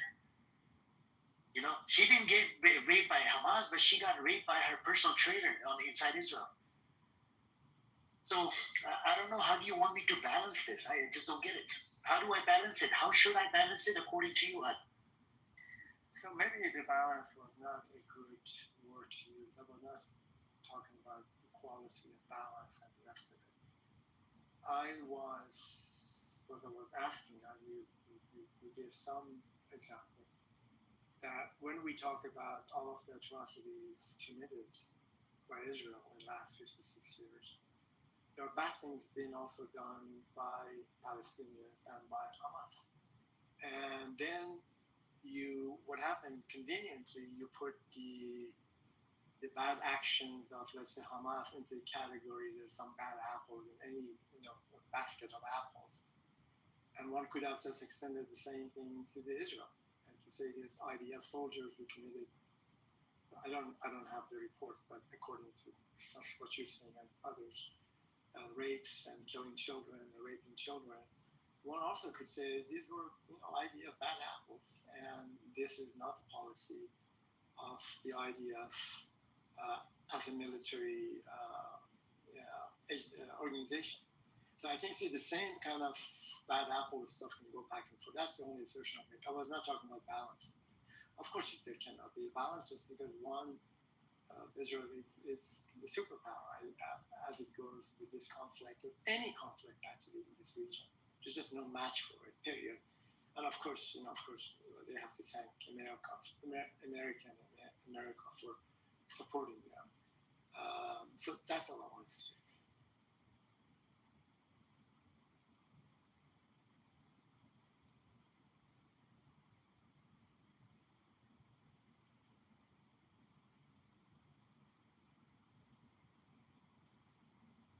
If I I give you statements from the commander of IDF, Yoav Gallant, if I give you statements from Ben Gvir, Smotrich, these are government officials that are saying genocidal shit, and literally that's what's happening to the Palestinians. What do you want me to make out of that? This is how Omar Bartal is an Israeli Jew. This is how he came to that's how he concluded the intention, using their statements and what the actions that are happening to the Gazans, right? And you cannot say some idea. We have videos, evidence of them committing crimes against Gazans. We have a whole bunch of data. Hind Rajab Foundation has collected, clips and data on thousands of IDF soldiers. You literally have Netanyahu, war criminal by ICC. Yoav Gallant, the same son of a gun that made a statement. Netanyahu made a statement about Amalek, Prime Minister of Israel. And if I read you quotes from all the Zionists, I have some crazy, they look at Palestinians as grasshoppers, cockroaches, whole bunch of crazy shit. And you can make the argument that Palestinians have said certain things as well. Sure, they have said it. But who's the occupier? According to international law, somebody that occupies it, you cannot treat them like animals. And that's what they've been treating them as, like animals. One, you make the statement. Other, you're treating them just like what you say. That's where the intention comes in. And that's where I have a problem when somebody tries to take, I'm going to take a neutral position. I'm going to try to find a common ground in the middle. You cannot find a common ground. One is the oppressor. The other people are getting oppressed. One is the suppressor. The other one are getting suppressed by who? By the bigger entity, more powerful entity, backed up by America. Who is it? Israel. Israel is a threat to society, to Syria, to Lebanon, to West Bank, to Gaza, to Yemen, to a whole bunch of countries in the Middle East, to Iran. And whoever at this moment, trying to take a neutral position, trying to look the other side, you can look all day long. On the world stage, the only place or the only country, I don't really give two fucks because a lot of people that come into this room, they don't even support Hamas. Actually, let me just make some comments. I've seen one or two clips at least that I've seen the Israelis, leaders, commanders, military men at a very high level. They are giving speech to a group of soldiers in the field. You hear sometimes generals, they go out there to encourage and they give these speeches to the soldier. So, and his tone was horrific in terms of what the mission of the soldiers is in this war. So when a general set a tone like that, again, I'm agreeing with you. And then you hear a prime minister actually making the comments that the soldiers who hear this, they find justification, they find support, they find agreement in going out of their way or doing things that they would have not done if the military leaders and the political leaders would have asked them not to do certain things. So I do agree with you, and that's just the tone. It sets the kind of direction and gives the justification for a soldier to do certain things which he should not be doing. So I do agree with you. I've seen a couple of clips on that, and probably more information on the prime minister saying certain things, or the cabinet members saying, which I don't have available. If you post them, I can look at it. But thank you for that. Even related to history, when I was telling Matthew, I said, yes, there were skirmishes that happened from the Arabs. Arabs revolted against the British. I was actually honest on this. There's historical facts on this. I could have just, whitewashed the whole history or Palestinian washed the history. No, Palestinians were living side by side. No, there were some skirmishes. And this is where a lot of pro-Palis, they make this statement. No, they were living side by side. No, they were not. There were skirmishes because they hated the mass migration. Now there were some villages that were living side by side, no problems. And you would not believe it. According to the historical fact, some of those Jewish neighbors, they sold their addresses, their family names, and everything. They sold out their names, properties, who lives in such and such property, to the Jewish militias. It was very problematic. when I heard about that, their neighbor sold them out. It fucked me up. It's like, what are these people into? You know, why would they sell out their neighbors? It's because they're very tribalistic. And Zionists, they became tribalistic. Even though there was a lot of Jewish folks, they condemned Zionism. Jews from Germany, Jews from Jerusalem, Jews from all over the place, they condemned Zionism. But when it came down to, you know, Jewish militias going from one village to another, they sold them out. They sold out their neighbors. Some of them, they were babysitting each other's kid. But, you know, there was you know, sort of like hostility because they wanted to take over, you know, turn it into Israel. There was a lot of hostility because you're coming over to my property and trying to take over my property. What do you want me to do? I have to resist. So, you know, they've been resisting since 1947, but what do you do? And there are bad apples, you know. Yeah, you know, in terms of this one, if there are two conflicting, you know, opposing kind of groups, and one is by far stronger than the other one, there is something, you know, called the contact theory, or its contact hypothesis, if you want to call it. The idea is that if you bring the most opposite of two highly hostile and opposing groups, bring them together, they will understand each other better, and they can reduce the groups, you know, conflict. In this case, we can talk about Israel and Palestinian, or Northern Ireland and UK. And people have done this, you know, Israelis and Palestinian young people, university students, and the rest of it. But here's the problem. The problem is it is very hard and difficult.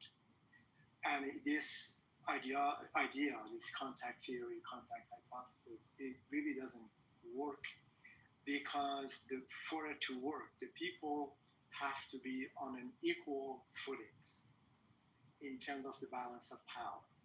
That's where it works. When you have one group, which Palestinian, compare that with Israelis, you know, it's just one, as I mentioned, just by far more powerful in every aspect, from the economic, money, and the military, and the rest of it. So they hold all of the cards in a sense. And so, yeah, it's difficult to have to bring in these two groups, you know, together. It's just I wish it could work. We all wish for that. It's just not gonna happen.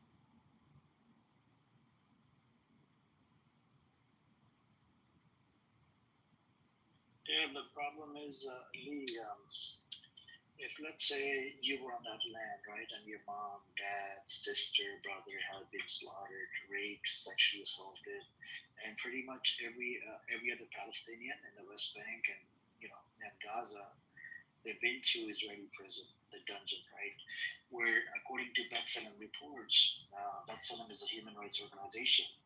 You know how they torture Palestinians? Like if it's guys, they would literally, you know, squeeze their balls and do a whole bunch of crazy shit. I have a testimony from a Palestinian prisoner.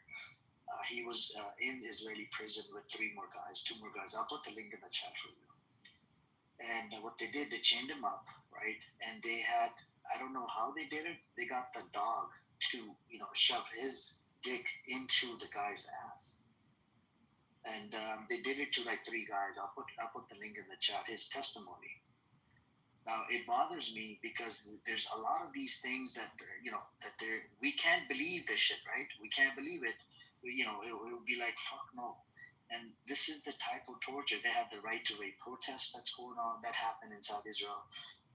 Literally, rabbi blessing IDF soldier for raping a Palestinian prisoner, shoving a pole up his asshole.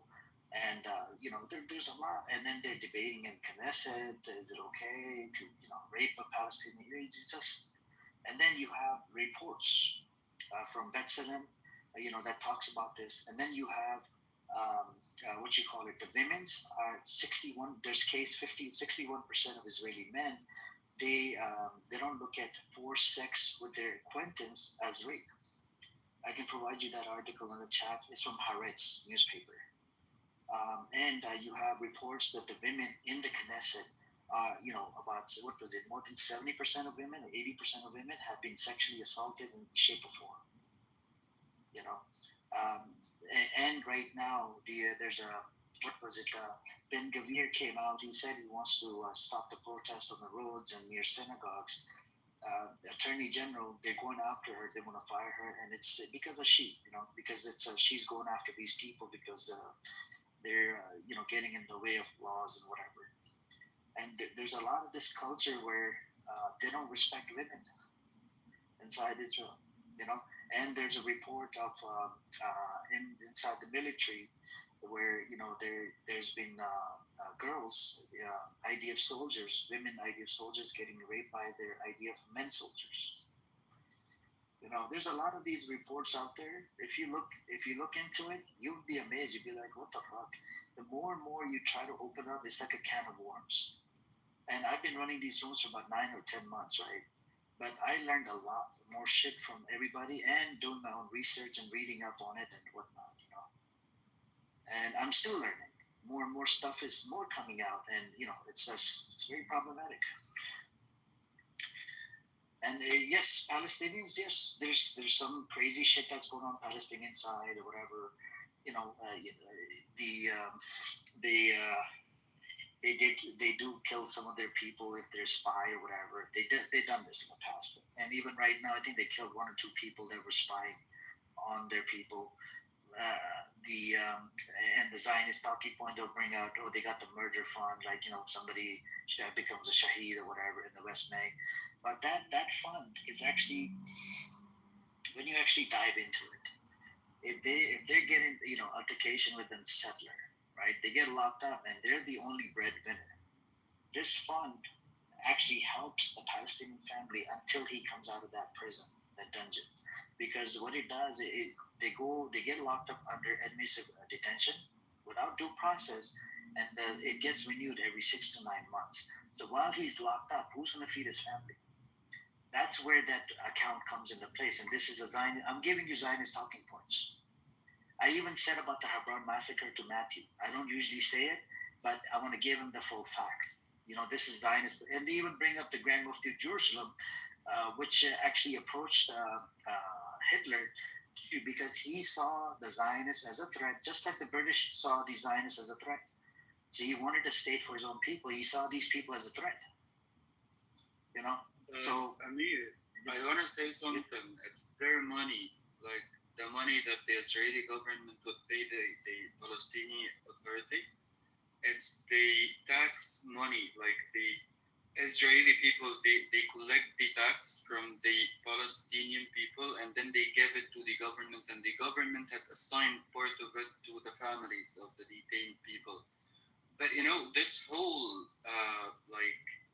hypothesis isn't working. Yes, you said it yourself. People on both sides are doing horrible things because people are gonna still be people forever. So the hate should stop. It's one side. It's one side that genociding the other side. Mr. Chico, it's only one side that genociding the other side. Yes, true.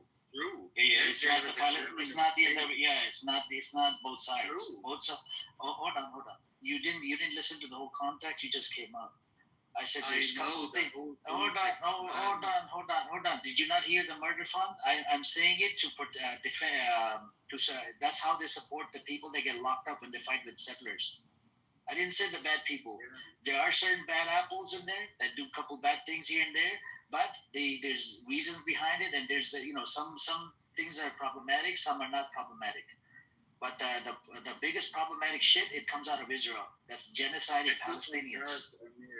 Yeah, I understand. And Israel is a criminal state, but you need to know something. The government that's with Netanyahu right now wasn't there before. And that Netanyahu, he supported Hamas. Like, he was allowing the fund to come to Hamas from Qatar because he wanted it to be strong, because he wanted it to be viable. Right now, Netanyahu is giving weapons to ISIS to steal the aid in Gaza. He did it, yes. So he encouraged. Not sometimes. Right now, Mr. Chico. Right now.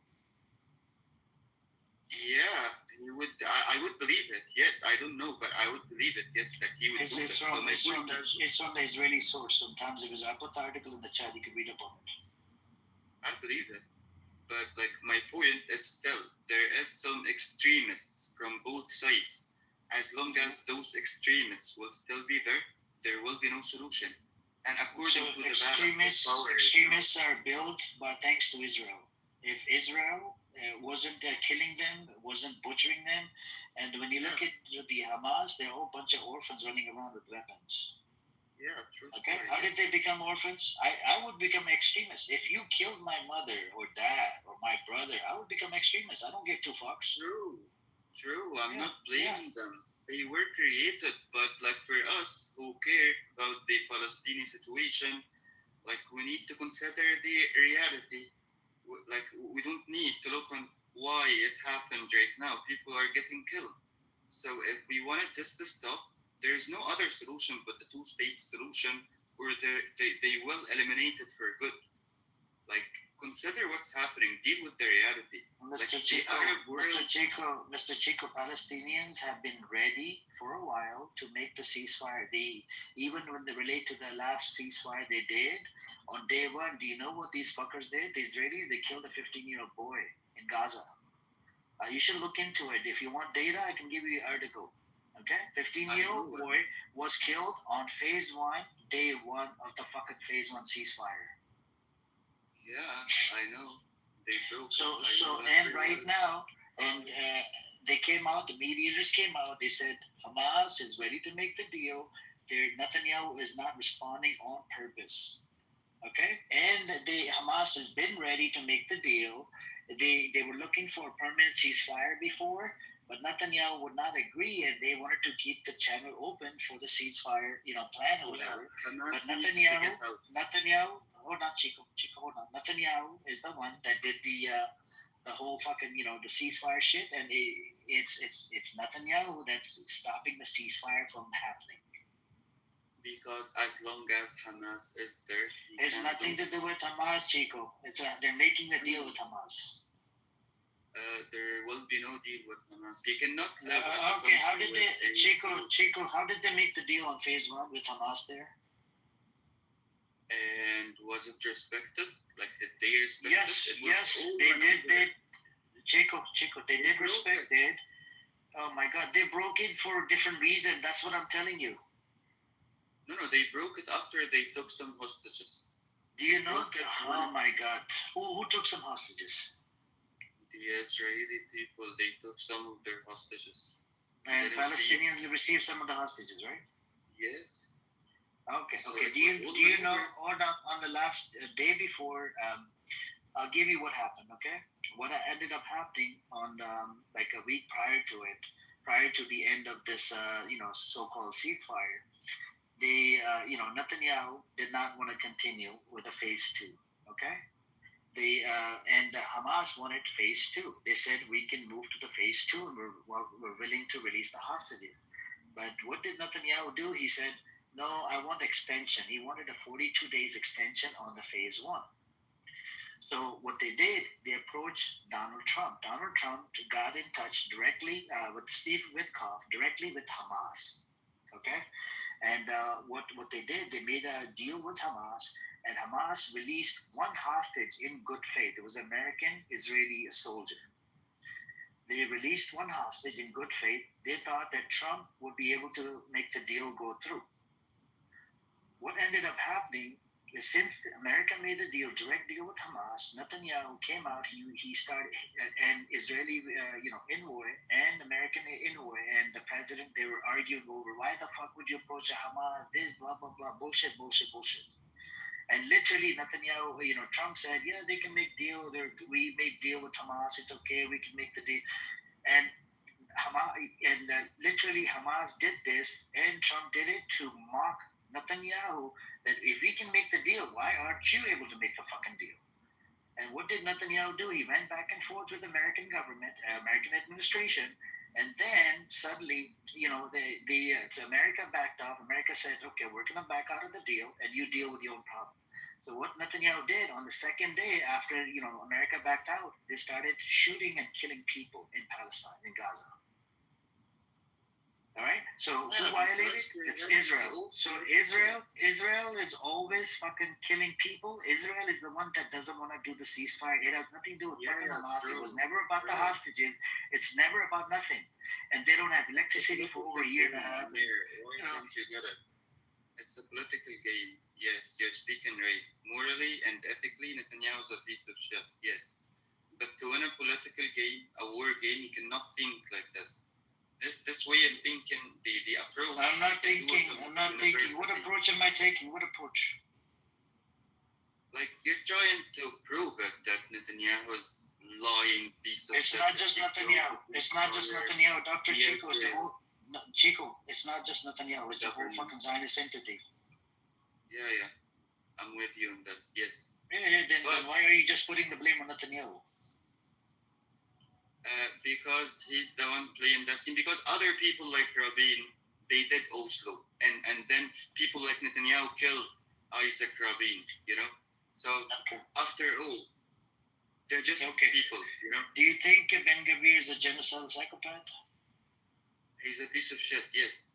Okay, and Smotrich? Criminal. Yes, those are psychopaths. Amichai Eliyahu. What about him?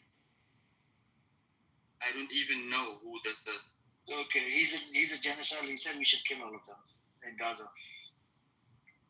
Yeah, so he's an extremist. But if there's no hate, you cannot use this kind of political agenda.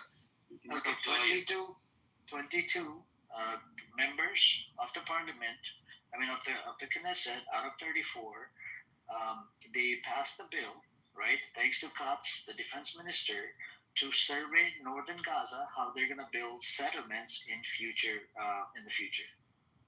Yeah. Okay? So it's not just Netanyahu. It's the whole fucking Zionist regime. You cannot use this agenda. You cannot put it into work if there is no incident like the 7th of October. And no, history did not start. You think it started the 7th of October? I know. Then why you bring the 7th of October?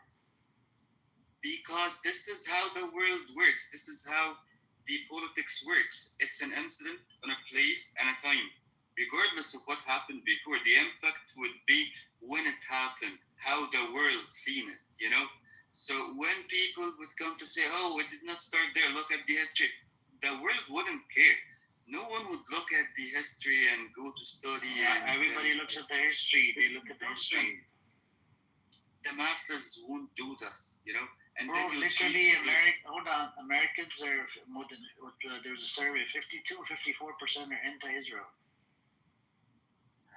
Because, the American people, they don't really care about Israel, Palestine, or anything. I care. I'm an American. I care. My tax dollars are going there. I care.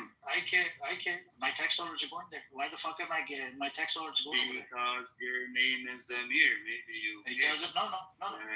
Forget about my name. I'm an American. Hold on, Chico.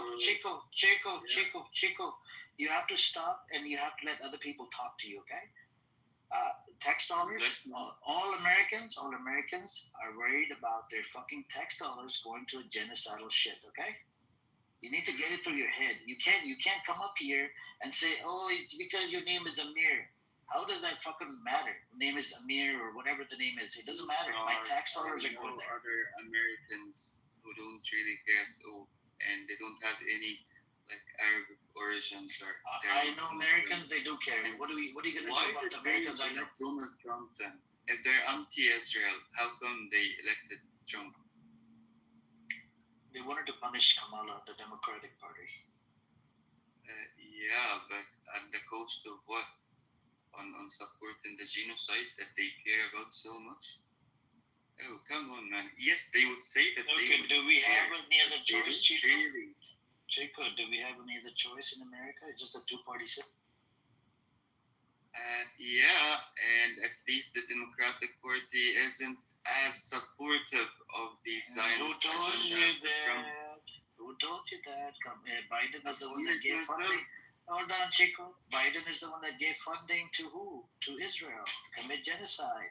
Anthony Blinken. You know, Anthony Blinken was the Secretary of State. He lied in front of a Congress to allow the weaponry to Israel. It goes again. We have a Leahy law in America, which which means you cannot give weapons to somebody that's blocking the aid and whatnot.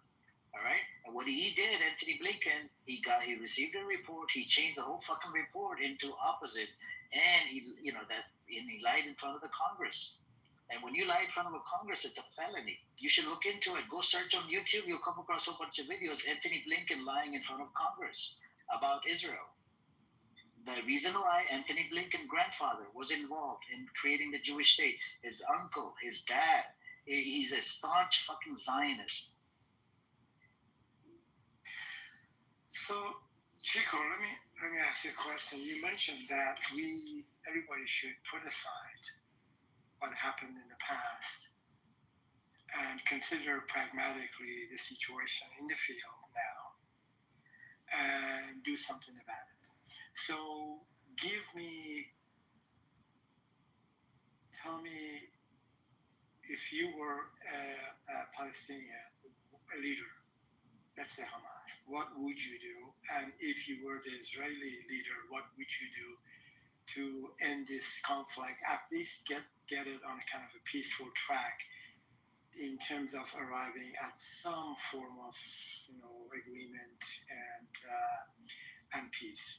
I can give you a couple of examples right off the top of my head, but I'll just reserve my comments until I hear from you, because you keep saying, we're moving forward, let's do something. So give me two examples, one example on each side that you would have a strong impact on the conflict as it is right now.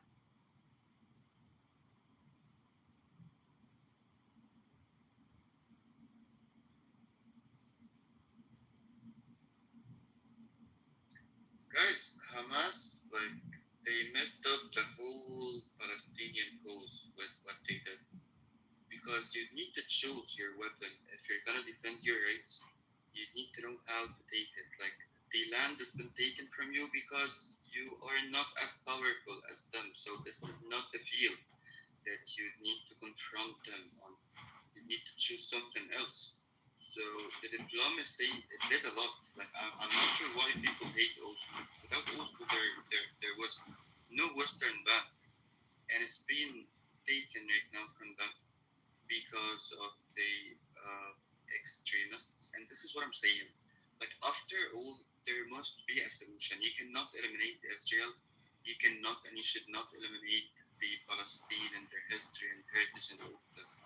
So there must be a solution, and for it to be a solution, the hate should stop. People need to understand, maybe if you're American, you don't know what's really happening. I need to stop you here. Look, I thank you for those comments. I'm asking you a question.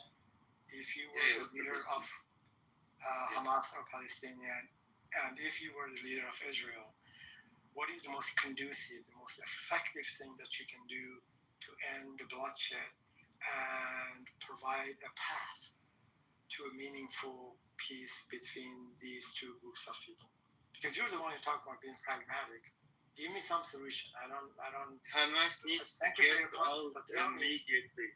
Yeah, right. And what would you do?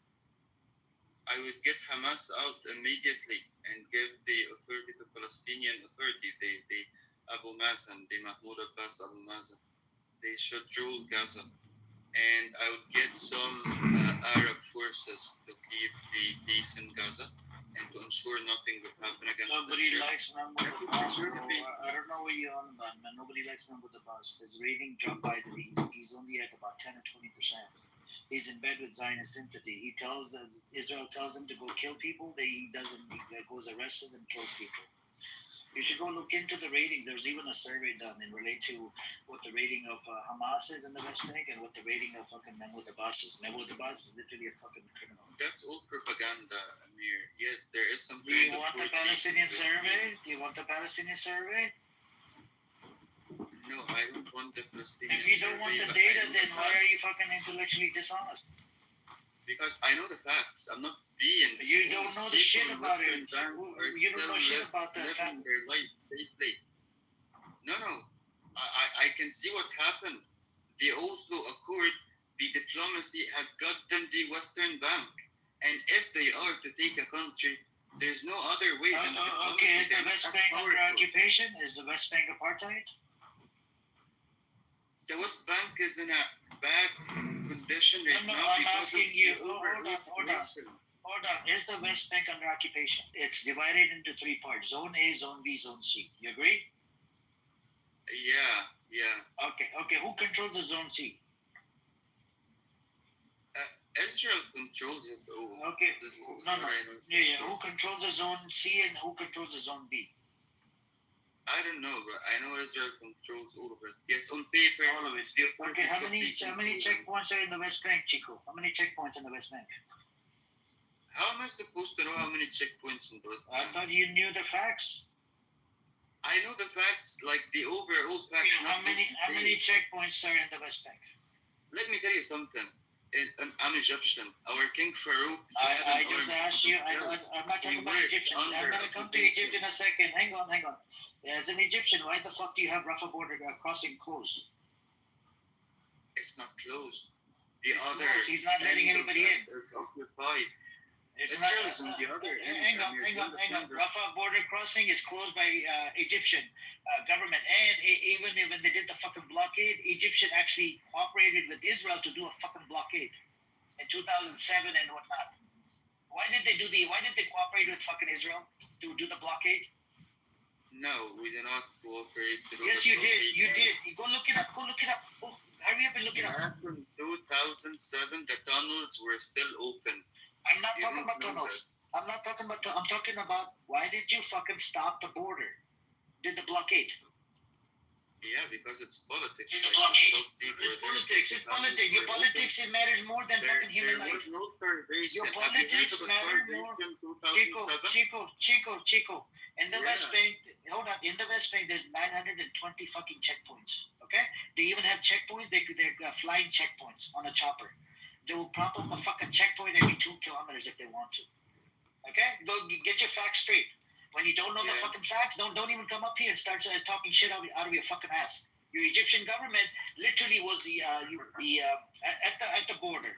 Your nephew, Al-Sisi's nephew, was heavily fucking involved in charging people money to come into Egypt. People that left from Gaza. You were there. Yeah. I was there. I have the reports. I go based on fucking facts and data. Your Egyptian bullshit narrative is, if we allow them into our land, then they won't be able to go back. If we, it's okay to corner them inside fucking Gaza, let them get butchered and slaughtered, let them get genocided, and not allow them into Egypt. Motherfucker, just shut the fuck up, man. Fucking Egyptian piece of shit. Okay, so yes, the Egyptian government, they charged money to let the people in, and that was for a reason, because if you kept it free of charge, everyone would come in, and this is what the Israeli want. I'm not sure who you're supporting. Israeli wants, so you follow the orders of Israel.